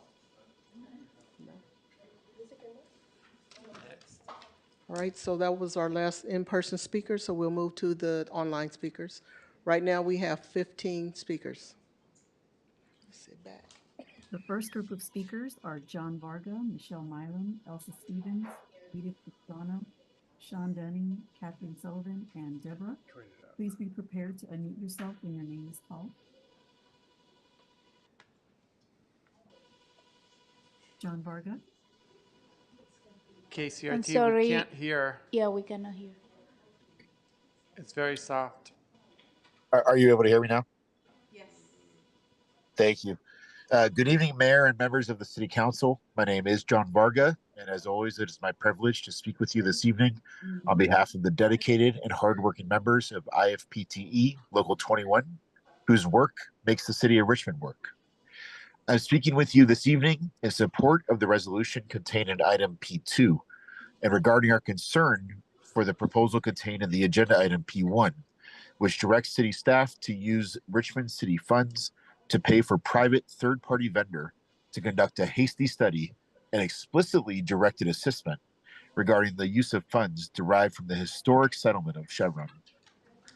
Certainly, public input and a reasoned assessment are important, but a rushed process for public input controlled by a private contractor hired by the city manager's office is not an appropriate solution. That's why we support the alternative approach of resolution in P2, which prioritizes continued robust funding of city services that residents need, coupled with a better process to be determined by community input and community-led decision-making. The Chevron payments aren't going to be available until July 2025-2026 fiscal year. There's time to develop a better process for a community-led decision process. We look forward to our continued collaboration in our shared efforts to make the City of Richmond the best that it can be. Thanks very much. Thank you. Our next speaker is Michelle Milam. Hello, good evening. Can you hear me? Yes. Yes.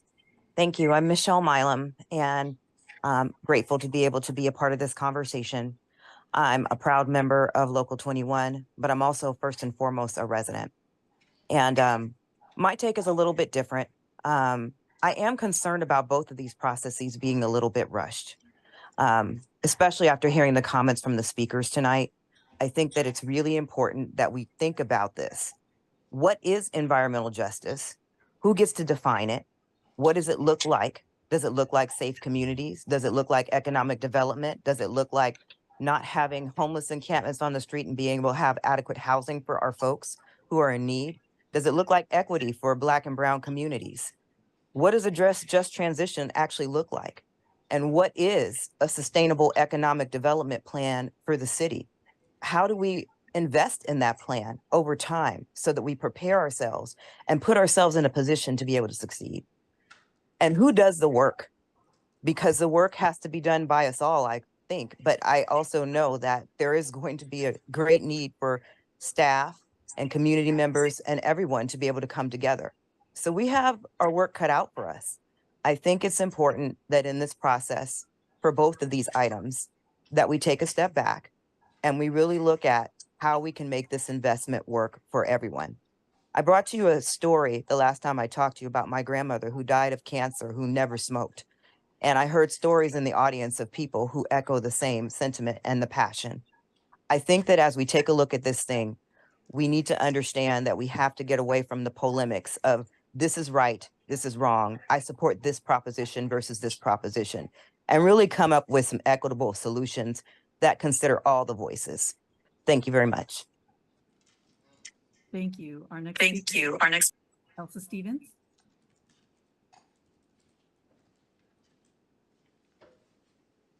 Can you hear me now? Yes. Oh, good. Elsa Stevens here. I am so proud of Richmond. Look at us. It's almost midnight. The community is involved. The P1 reminds me of when Butt was mayor and a lot of money was bled to consultants. Richmond, it has so long been in Rust Belt condition while hosting a business that makes billions in profits, and we have to take them to court. We have to have settlements to get even a portion of what we are due. Now that we got a portion of what we are due, I'm really looking forward to more baby ballerinas. I'm really looking forward to the port being brought up to a better condition. I'm really looking forward to trees being trimmed, park bathrooms being cleaned and stocked and opened. There's a bunch of stuff to be done, but Richmonders are not shy. Here they are, almost at midnight, letting you know what's needed. Yay, Richmond. Thank you. Our next speaker is Edith Pastrano.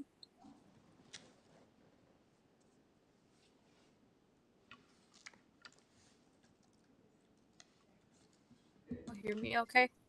Yes. Hi, good evening, everyone. My name is Edith Pastrano, a longtime Richmond resident. I was raised in Richmond, went to Stage Elementary School, and I since I've been hearing a lot of things about like the schools and their conditions, and it really saddens me to know that there's so much that needs to happen in our communities to make sure that young people, young children are not set up to fail in our community. And I believe that it starts with making sure that one, people have homes, two, that those homes are habitable and up to standard to be considered living space. And some of the ways that I've been hearing folks bring up how we can do that is making sure that we have clean energy and healthy homes.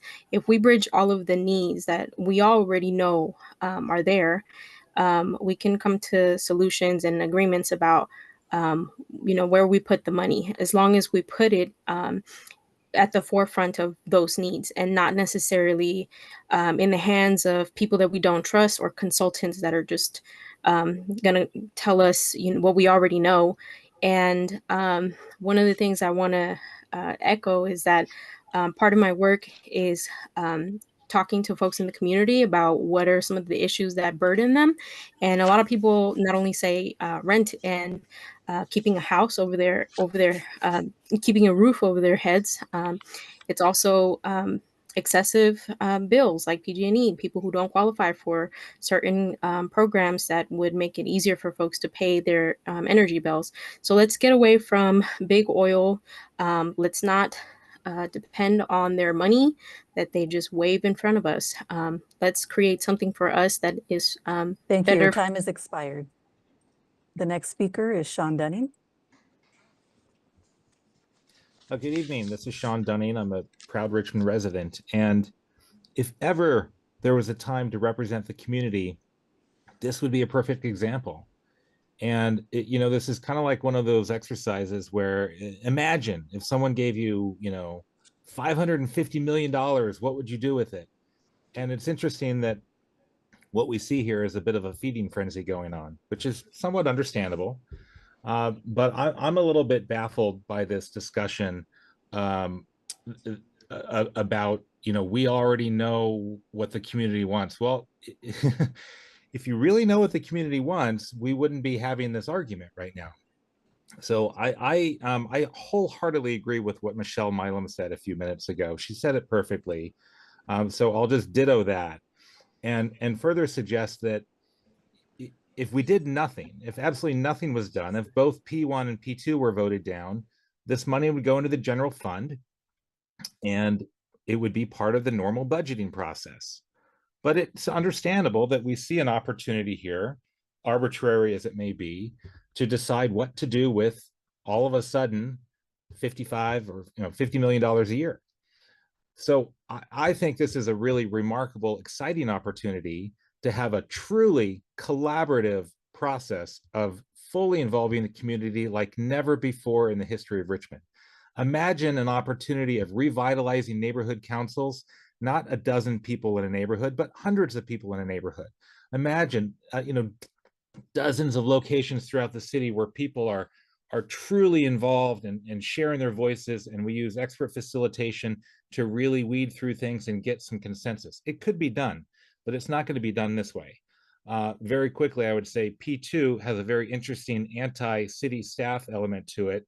So for that reason, I would highly recommend going toward P1 if one of them has to be chosen. Thank you. Thank you. The next speaker is Kathleen Sullivan.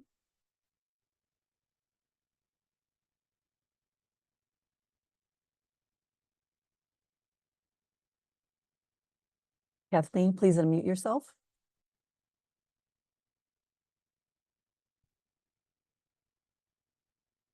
Okay, we'll come back to Kathleen. The next speaker is Deborah.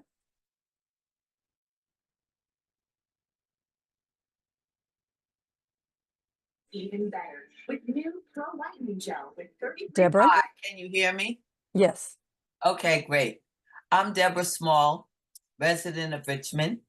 There are a few things I want to say. The first thing I want to say is that I moved here. I'm a New York transplant, and I moved to California in 2010.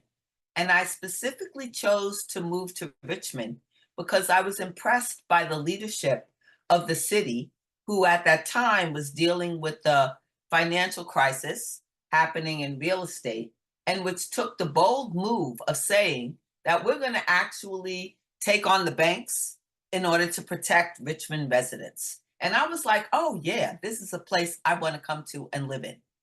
And I have been here now for almost 14 years.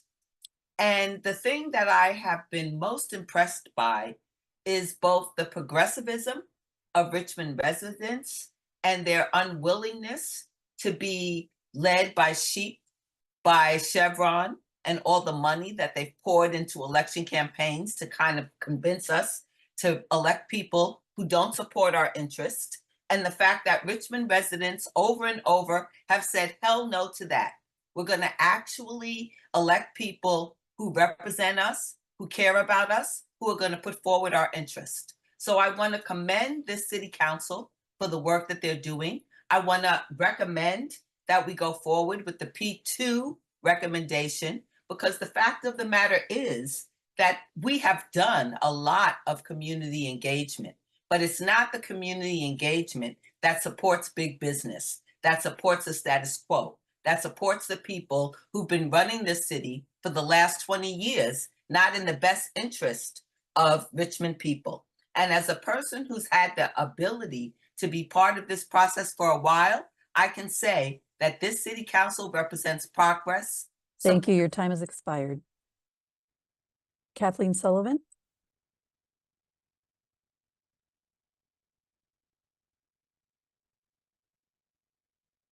Okay, the next speaker will be Jim Becker.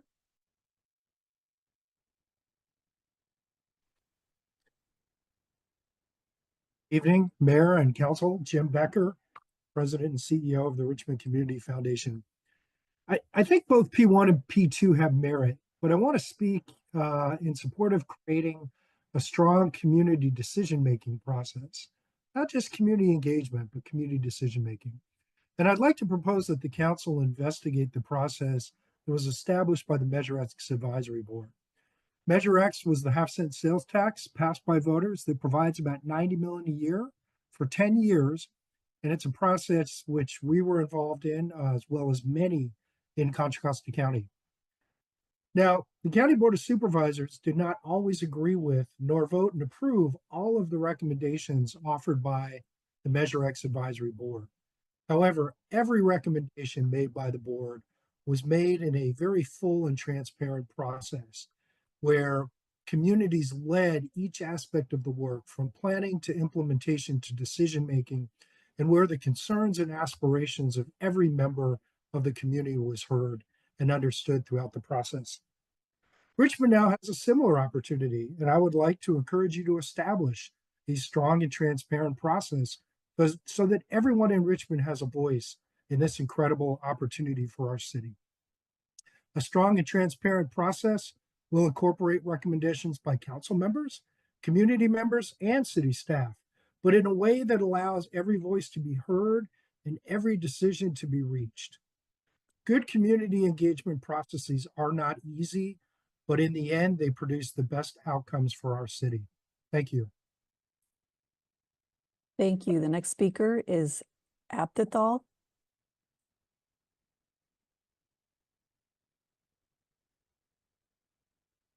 Hello everyone, my name is Aptal and I'm in 11th grade and I live in District 2 and I'm here to support item P2, the resolution brought by Councilmember McLaughlin and Vice Mayor Jimenez and Councilmember Robinson.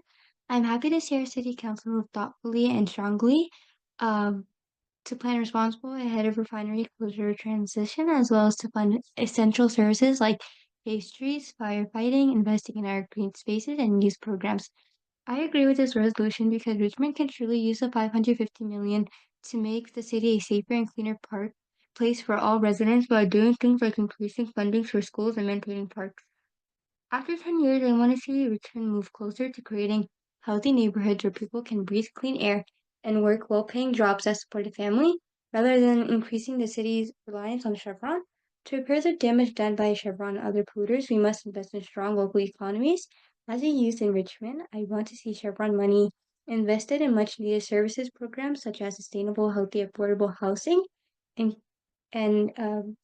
clean air filters for public buildings and schools. I urge City Council to vote yes on item P2. Thank you. Thank you. The next speaker is Joey Schlemmer. Hi, can you hear me? Yes. Good evening, Council. Just want to first acknowledge the council members that were successful in negotiating with Chevron on the $550 million settlement agreement. It's huge, it's a lot of money, but it's also one-time money, albeit spread over 10 years, but we need to keep that in mind.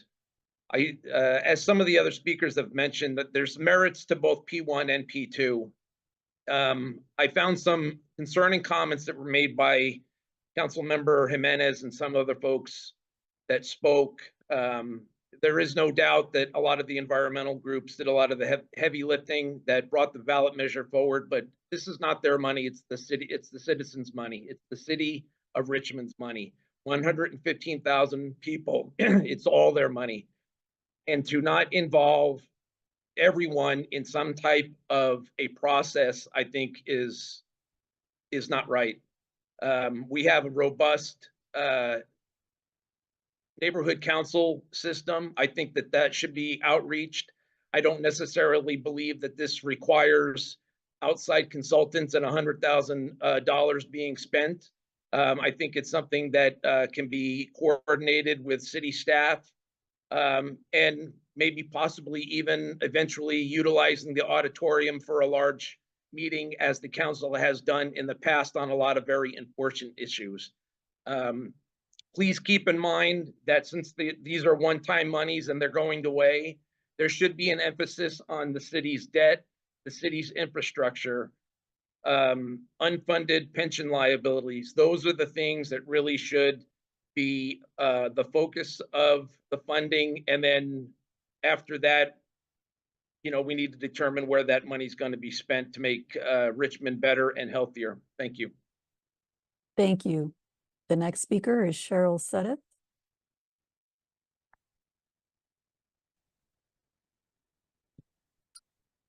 Good evening. Um, I am a big believer in speak only if it improves the silence, so I'm not going to repeat what others have said. I will say that thank you to Jim Becker and to Michelle Milam for bringing up something that I want to say to you.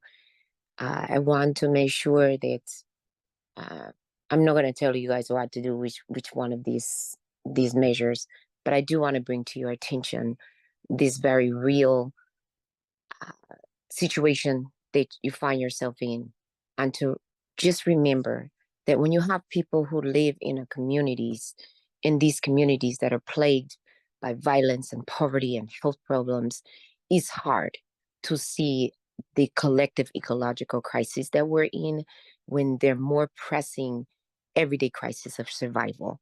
So what I hear people saying that people that you've gone the community, you've opened out to community, don't do that. It sounds a lot like blaming when people haven't participated. You have to go to the people and ask the very simple question: what sustains life in your community? And then find the shared values. People have different perspectives and modalities on how they want to achieve the same resolutions. And so that one value that we have, the whole basis of a just transition is that it is community led. And what we're hearing tonight is that in order to green our communities, especially North Richmond, that has bore the brunt of what's happening at Chevron, you cannot have a just transition where North Richmond is left out. So I would say we have to make sure that they are part of this conversation. Gracias. Thank you. The next speaker is Ayla, and please state your full name for the record. Hello, my name is Aliyah Alazani.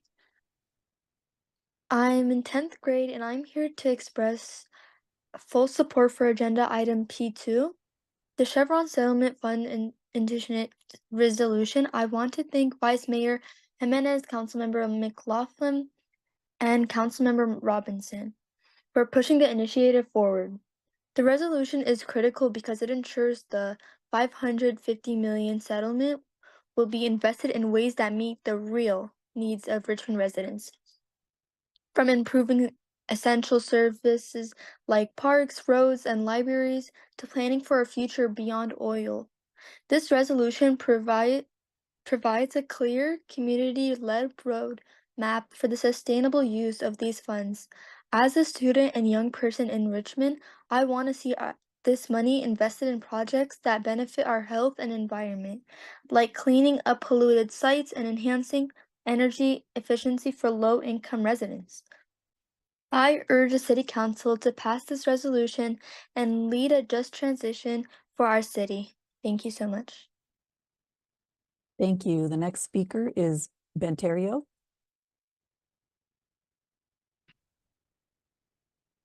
Ben Terrio, President of the Richmond Police Officers Association.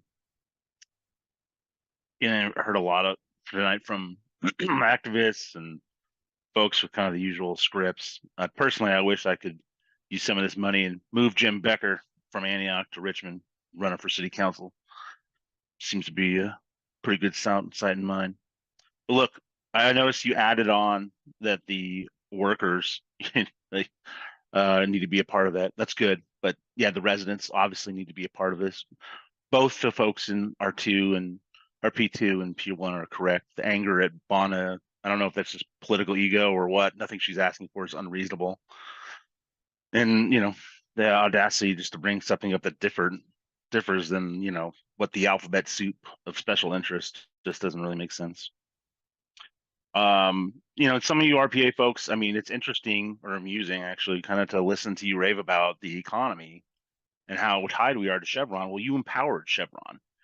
You empowered them over the years with your NIMBYism, your inability to build things. We can't even get a grocery store here.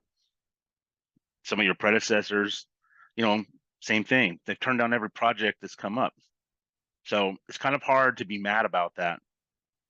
I just hope people take it seriously, about changing the economic vitality of the city. We gave away Point Mulate, which actually was money that was supposed to be given for that MLK Center that guy was talking about. We gave it away for nothing. So it's just, I hope people are really serious. And I think the residents need to be directly involved. I think your workers need to be involved. I'm fine with it. The 2023 National Community Survey for this city said it was overwhelmingly prioritizing reducing crime and disorder as their top concern. It's 94% of the people. So hope it works out. Thank you. Thank you. The next speaker is Jose Luis. Good afternoon, Council. My name is Jose Abastida, and I'm with SCIU 1021. We just want to say that the city workers who actually work and live in Richmond are in full support of P2 brought forward by Councilmember McLaughlin, Councilmember Robinson, and Vice Mayor Jimenez. This will help fund critical city services and bring us to a just transition. And by the way, one more thing. I'm hearing a lot of talks about that the community is not behind this. The community is in that room right now and online. And SCIU 1021 is proud to stand with APIN, CBE, ACE, and IFPT Local 21 as the actual community that represents the workers that live and actually talk to every single citizen every day. So thank you, and we look forward to finding a resolution. Thank you, and that was our last public speaker. Thank you. Public comment is closed, and I would like to start off this time since I've allowed everyone else to speak first. And I'd like to start off by saying that of the money that we've gotten, a lot of it has already been allocated. For instance, we gave the police a 20% pay raise. We gave it to them without really knowing where that money was going to come from.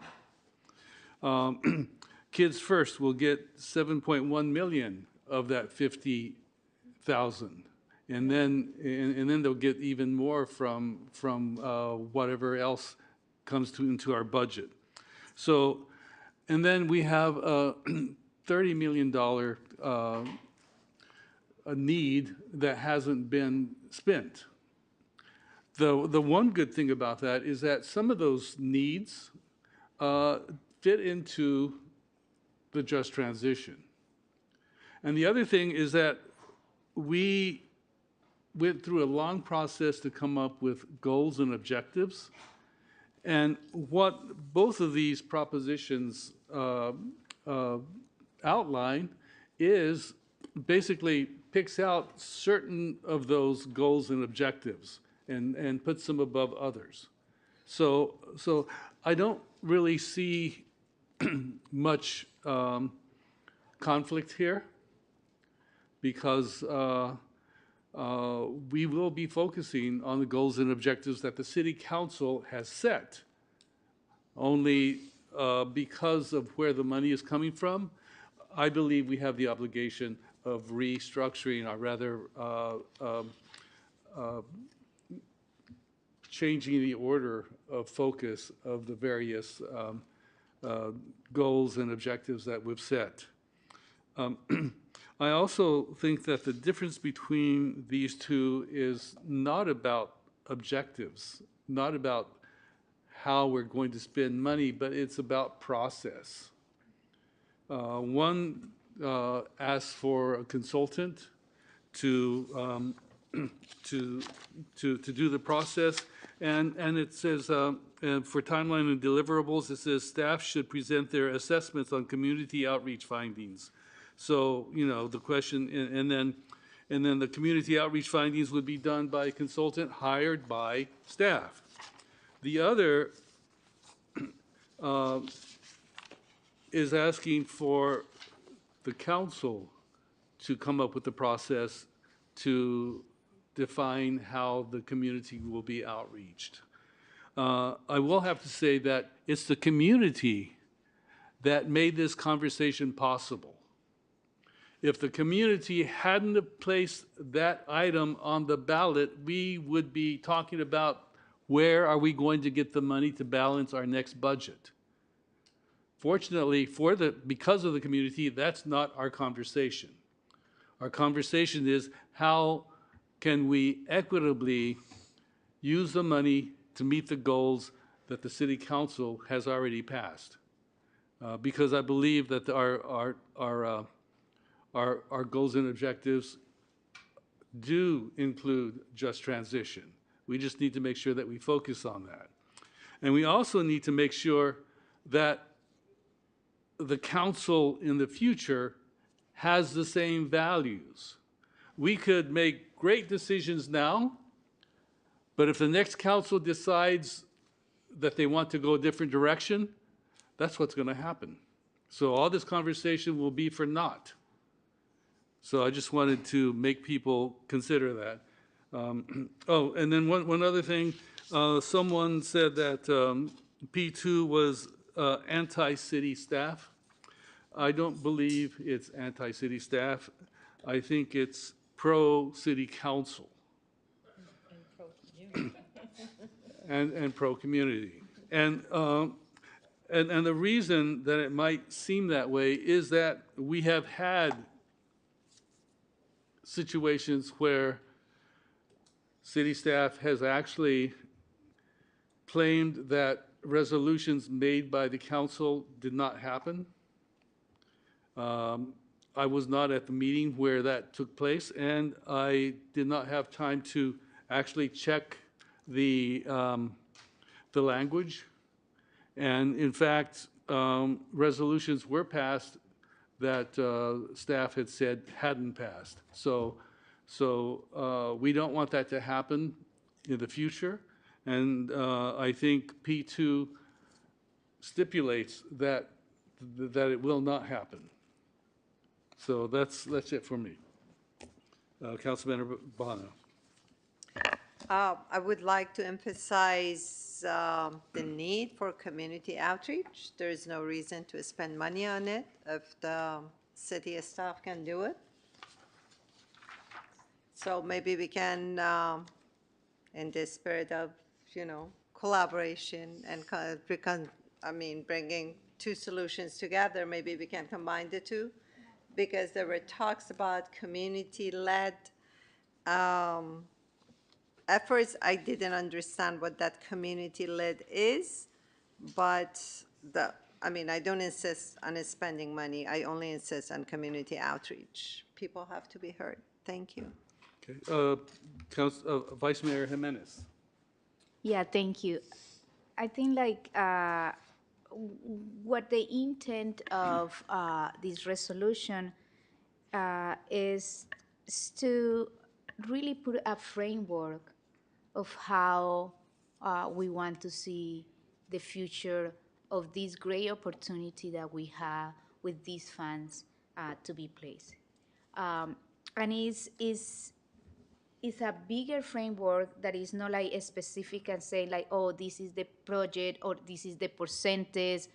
No, it called for an idea where a lot of residents has been telling us that they would like to have street repairs, that there is a lot of maintenance that we haven't done in our community centers and many infrastructure that we have, right?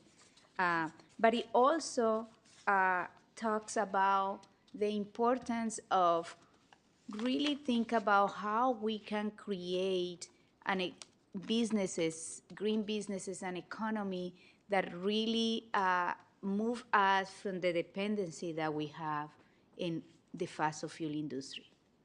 And I think these 10 years is we are not bold to really make this effort to create that new economy, then we are going to be more dependable and more fragile after that.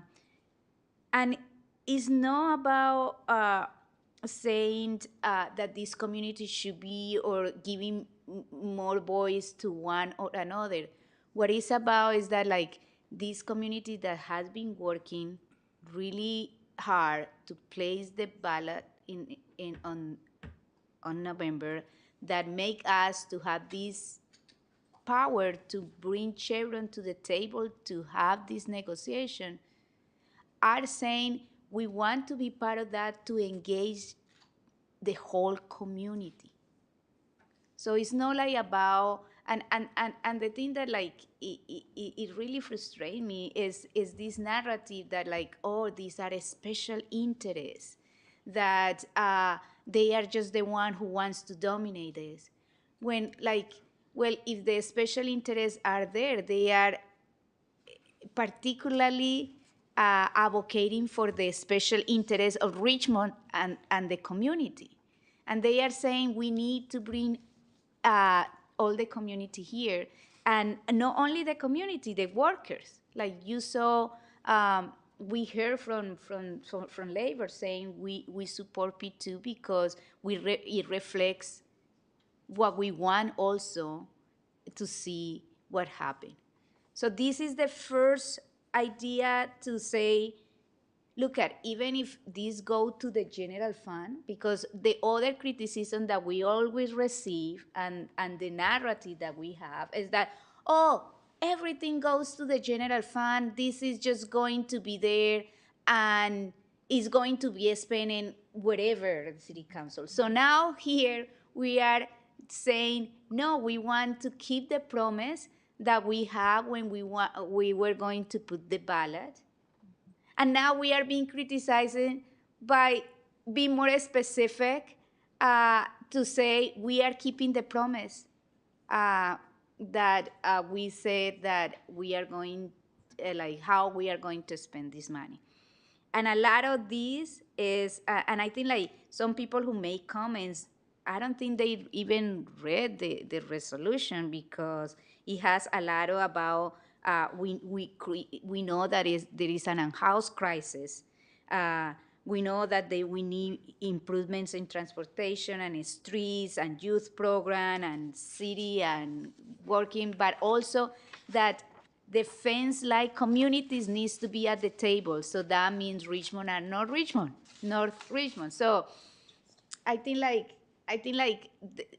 I heard comments about the desire of people wanted to see something, and I think like it's here. And I kind of like just, I want to name it because probably some people didn't have the time to read it really careful. But I'm glad that people were saying this thing and we were like, well, it's here, it's here. So I just wanted to mention that because the intent is to make sure that we keep the promise that what we were going to put on the ballot and people were going to vote is what we intend to use these funds for, which is what we had been hearing from community, what we had been discussing in city council. So thank you. Councilmember Willis? Yeah, I'll keep it brief. I don't mind, passing our intent on how these money should be spent, though I am thinking ahead to the future on whenever we do decide to do a community advisory board, what the makeup that should be, the kind of support that it will need, because I can tell you, just looking at these items beforehand, I already received feedback from staff that capacity is limited. So if we are going to be doing a community advisory board, we want to make sure that we are giving it its proper support needed. Jim Becker and Mariana Moore didn't mention this necessarily, but the Measure X Community Advisory Board that got established has done a fantastic job, including different translation options. I believe they even had ALS as a translation option too, just to make sure that folks got their input as needed as much as possible. And, just wanting to comment on a needs assessment, we definitely have a lot of needs assessment, but it doesn't stop me from still identifying community members, particularly this last weekend in a Black community, who feel like the city has completely neglected them or that their voices aren't at the table. So making sure we are doing an intentional effort and reaching out to the most needed areas that were described in all of our districts, I think is, no, I don't think. I know it's going to be vital to the conversation, so we are taking an intentional effort with how we're doing this outreach and getting input every budget cycle. So the resolution on the table right now, I'm fine. I do say that we are going to have that conversation about staffing capacity, what the makeup of these boards are, how we want to do it, and if we want to look at fine examples, the Measure X board and how they were set up as a fine example. Councilmember McLaughlin. Yes, I just wanted to make a couple comments and then make a motion. First of all, in terms of staff, as I mentioned, we want staff to assist us, but I want to give a little bit of background, which I've said before, but just quickly. This whole struggle with Chevron did not come from staff. It came from various council members and community. And community, even before I was elected in 2005, was already fighting this battle with Chevron. But I was a council member and later mayor, and now we have a council and a mayor that is of the same thinking, that we need to address fair taxation, that we needed to address fair taxation, and we got this settlement as a result from this big oil giant in our city. So this battle is something that has been fought for years by community, by council, and we want to make sure that we do right by the community, and the community wants to make sure we do right by them in terms of how these funds are spent. Now, this resolution, P2, is, as I said, setting the table. And it's the first resolution of others to come, like a resolution that will spell out, excuse me, the community-led governance decision-making process, an advisory board, or whatever it gets called. The resolution just basically sets some broad categories. Yes, it has to be a just transition plan as part of this, and also essential services that our community need, including, I know someone spoke about being, there were homeless people that she was living in her house or in a neighbor's house. And yeah, you know, we want to help the homeless. That's part of it. So also are the other services, the recreation, the community centers, all the services that our community needs. So rather than go into every single type of project this could fund, we want to look at some broad categories. So we did give some examples here, but basically more resolutions will come forward to set out the decision-making process and perhaps to set some buckets of categories a little bit more clear. This is just the first resolution. So I want to make a motion to respectfully decline P1, because again, I think staff was not in the driver's seat in this conflict to get fair taxation from Chevron for so long. It was the council and the community. So we should drive the process together, side by side, council and community, and we should get a systematic, a methodical process in place, and we can do that with future resolutions. And then the future council, I won't be here, but you know, since didn't run for re-election, so a future council will be deciding with the input from the community on the actual specifics from year to year as to how the 50 million or the, what is it, 50 million or 60 million in the last 5 years. So each year, there will be a process for how to expend this money. And so we're setting the table. We're not coming up with specifics. There will be a community board of some sort, and that will be another resolution. So with that, my motion is that we respectfully decline P1 and that we approve resolution, the resolution in P2. I second that, and I would like to make a comment if I can. Okay, Councilmember Bana had asked to speak. After she speaks, you may make your comment. Thank you, Mr. Mayor. So I've been confused the whole time. Vice Mayor Jimenez is bothered by the term special group, and it's been very puzzling to me why the community refers to APEN and CBE perhaps, because Councilmember McLaughlin keeps saying the community has been working on it. I'm sure by community, you mean APEN and CBE, not the entire city of Richmond. And when you say we want it to be community-led, you want it to be led by APEN and CBE? No, And I did not say that. I said that I do think environmental justice groups go way back in terms of the fight. I think of Dr. Henry Clark going way back and all the work he did to fight Chevron, on whose shoulders we now stand.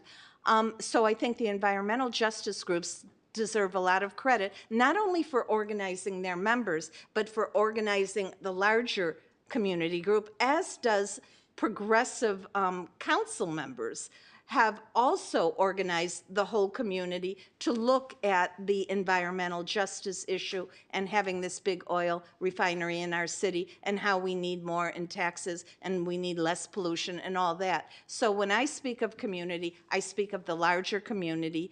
I do give big kudos to groups like CBE, like APEN, like ACE.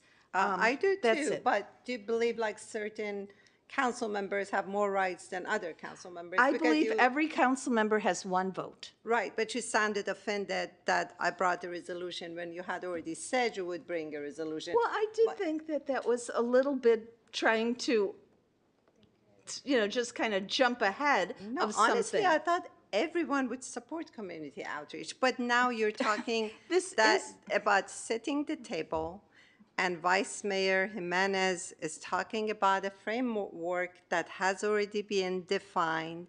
It seems to me like the decision has already been made. That's why there's no need for community outreach. And when you talk about community-led, it needs to be led by APEN, not by the city administration, not by consultants. APEN and perhaps certain council members decide how things will be done. I do mind that sense of political guardianship over the process that's already been assumed. This isn't That's already, not correct. It's not democratic. It's Councilmember not Bana, transparent. you have not seen a resolution, if I could, if you have yet to see a resolution on the community process. We have just said there will be one. You're assuming that there isn't going to be a fair distribution on a community. I believe everything you say. Okay. Also, I believe ends do not justify the means. The means have to be democratic. People have a right to be heard. Everyone who has spoke tonight in person in the council, either were from APEN or ACE or CBE, except for a few people who insisted that the community be heard. The entire community of Richmond need to be heard. That's important. We need, let me finish, please. Okay. We do need to have a democratic process, a transparent process. People have the right to know. People have the right to be heard. I'm 100% sure you have the best intentions. Most probably, I want for the city of Richmond the same thing you want. At the same time, I strongly believe APEN or CBE do not have any special rights to make a decision for people of Richmond just because they made so much effort. Yes, I'm very grateful to them. We are all very grateful to them. They did such a tremendous job. We thought it was impossible, but they did it. It's great. It's awesome. A lot of credit goes to them, but not political guardianship of the city of Richmond. We can do it ourselves. Can you tell me where in the resolution it mentions APEN and CBE? If you, my impression is that when I'm not talking about impressions. I'm talking about the actual language Where in this resolution does it say Let ACE? me Where does explain. it When say they say it's APEN? community-led and they refer to APEN, it's my conclusion that they equate APEN with community. And Councilmember McLaughlin was saying the community has worked on it. Not the entire community has worked on it. APEN and CBE have worked on it, and they did a great job. And should they lead the process? No, I don't think so. Well, okay, Doria. I'm sorry. Councilmember Robinson. So as we move forward, Councilmember Bana, I would like to understand, what community members and what groups you worked with on your resolution. Myself. Oh, yourself.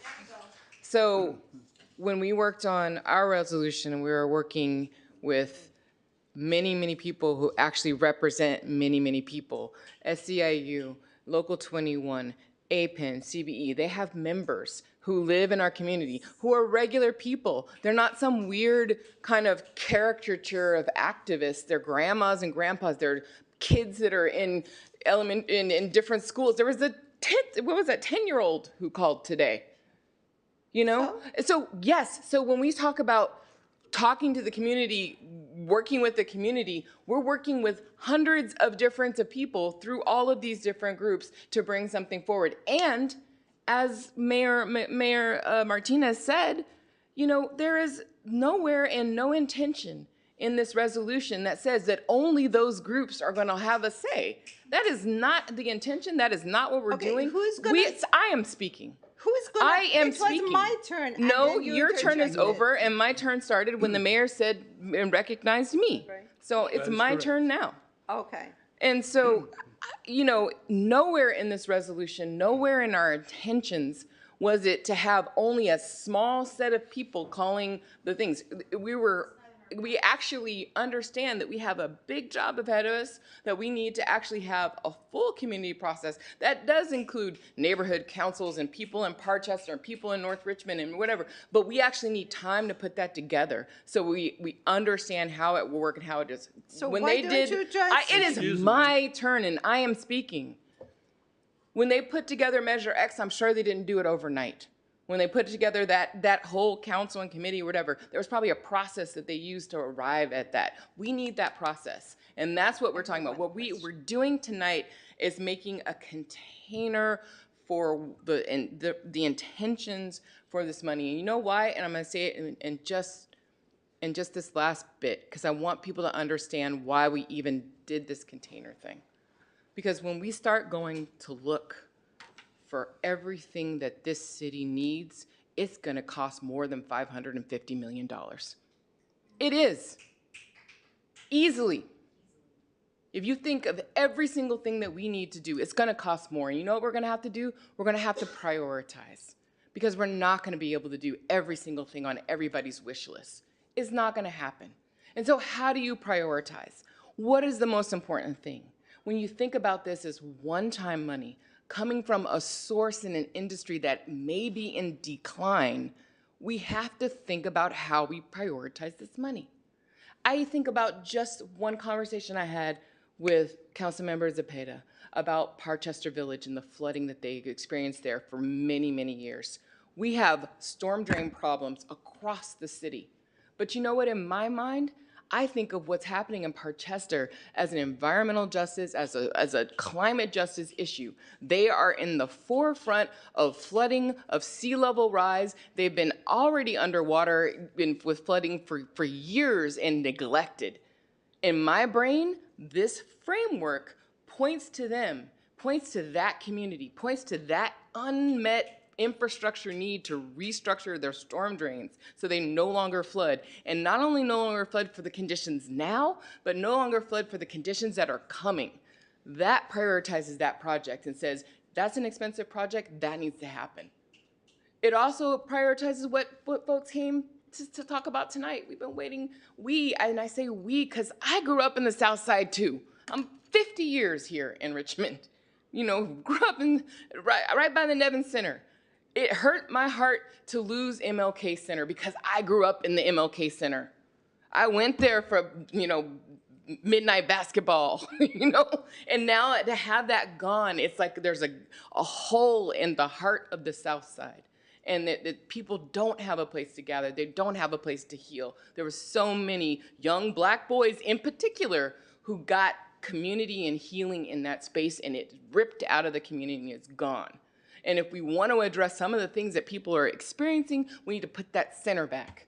We need to put that center back, and we need to stop promising it and all these different things. Of course, the Butts promised it in Point Malade, because that's what they do. They use the carrot to try to get people to go along with whatever it is they want to do. You know, but we have an obligation to use a framework to make sure that these promises that we've been making and the communities that have been neglected for so long, especially the ones that are going to be hit so much harder by what's coming with climate change, get serviced first. Not only, but first. And we need to have enough time to put together a thoughtful process so we have a good community process, a community decision-making process, where all of these voices, where people from Parchester are on that, people from North Richmond are on that, people from the Iron Triangle are on that, people in Pennsylvania communities, people with all different kinds of people from the business community, both interior and exterior, are on that. And we need time to do that. So that said, I'd really like to see us move forward with the motion that's on the floor. I seconded it. Excuse me, Mr. Mayor, one more question. Everything Councilmember Robinson said points to community outreach. I'm still confused. Is it just because I no, brought it in it's and not. I'm being excluded? At some point, there will be community outreach in the process. Why is it excluded? It's not excluded. In section 1, intended decision-making structure, B, it says the city council further intends to evaluate means of expenditures from a fund or funds to be governed in a manner that is fully transparent and democratic, implementing community-led decision-making to the maximum extent allowable under the city charter. What does that mean, maximum allowable under the city charter? We have a city charter that we have to follow. Right. And there's things we can do, there's things we can't do. That's what it means. It means that we can. What does it specifically mean in this context? I would say. We haven't had the process yet, so we don't know exactly what the whole configuration of this community advisory group, community outreach is going to look like. I'm still confused why community outreach is being excluded. I called the question. Do I have a second? We have a second to move forward with the motion. Okay, well, I'm calling the question, which Okay, means so- that conversation Has to ends. stop, Yeah. yeah. All right. Roll call. Is that for calling the question? Okay, I didn't hear who, Mayor made the motion. I second it. Okay. What is the motion? It's to end debate. The motion to end debate. Okay, hold on one second. Councilmember Urbana, No. Vice Mayor Jimenez, Yes. Councilmember McLaughlin, Yes. Councilmember Robinson, Yes.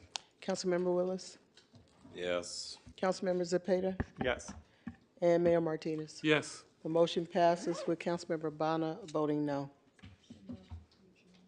Okay, and now to the motion, the original motion. The motion was made by Councilmember McLaughlin, seconded by Councilmember Robinson, to decline P1 and approve P2.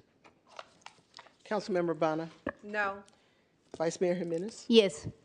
Councilmember McLaughlin, Yes. Councilmember Robinson, Yes. Councilmember Willis, Yes. Councilmember Zepeda, Yes. and Mayor Martinez. Yes. The motion passes with Councilmember Urbana voting no.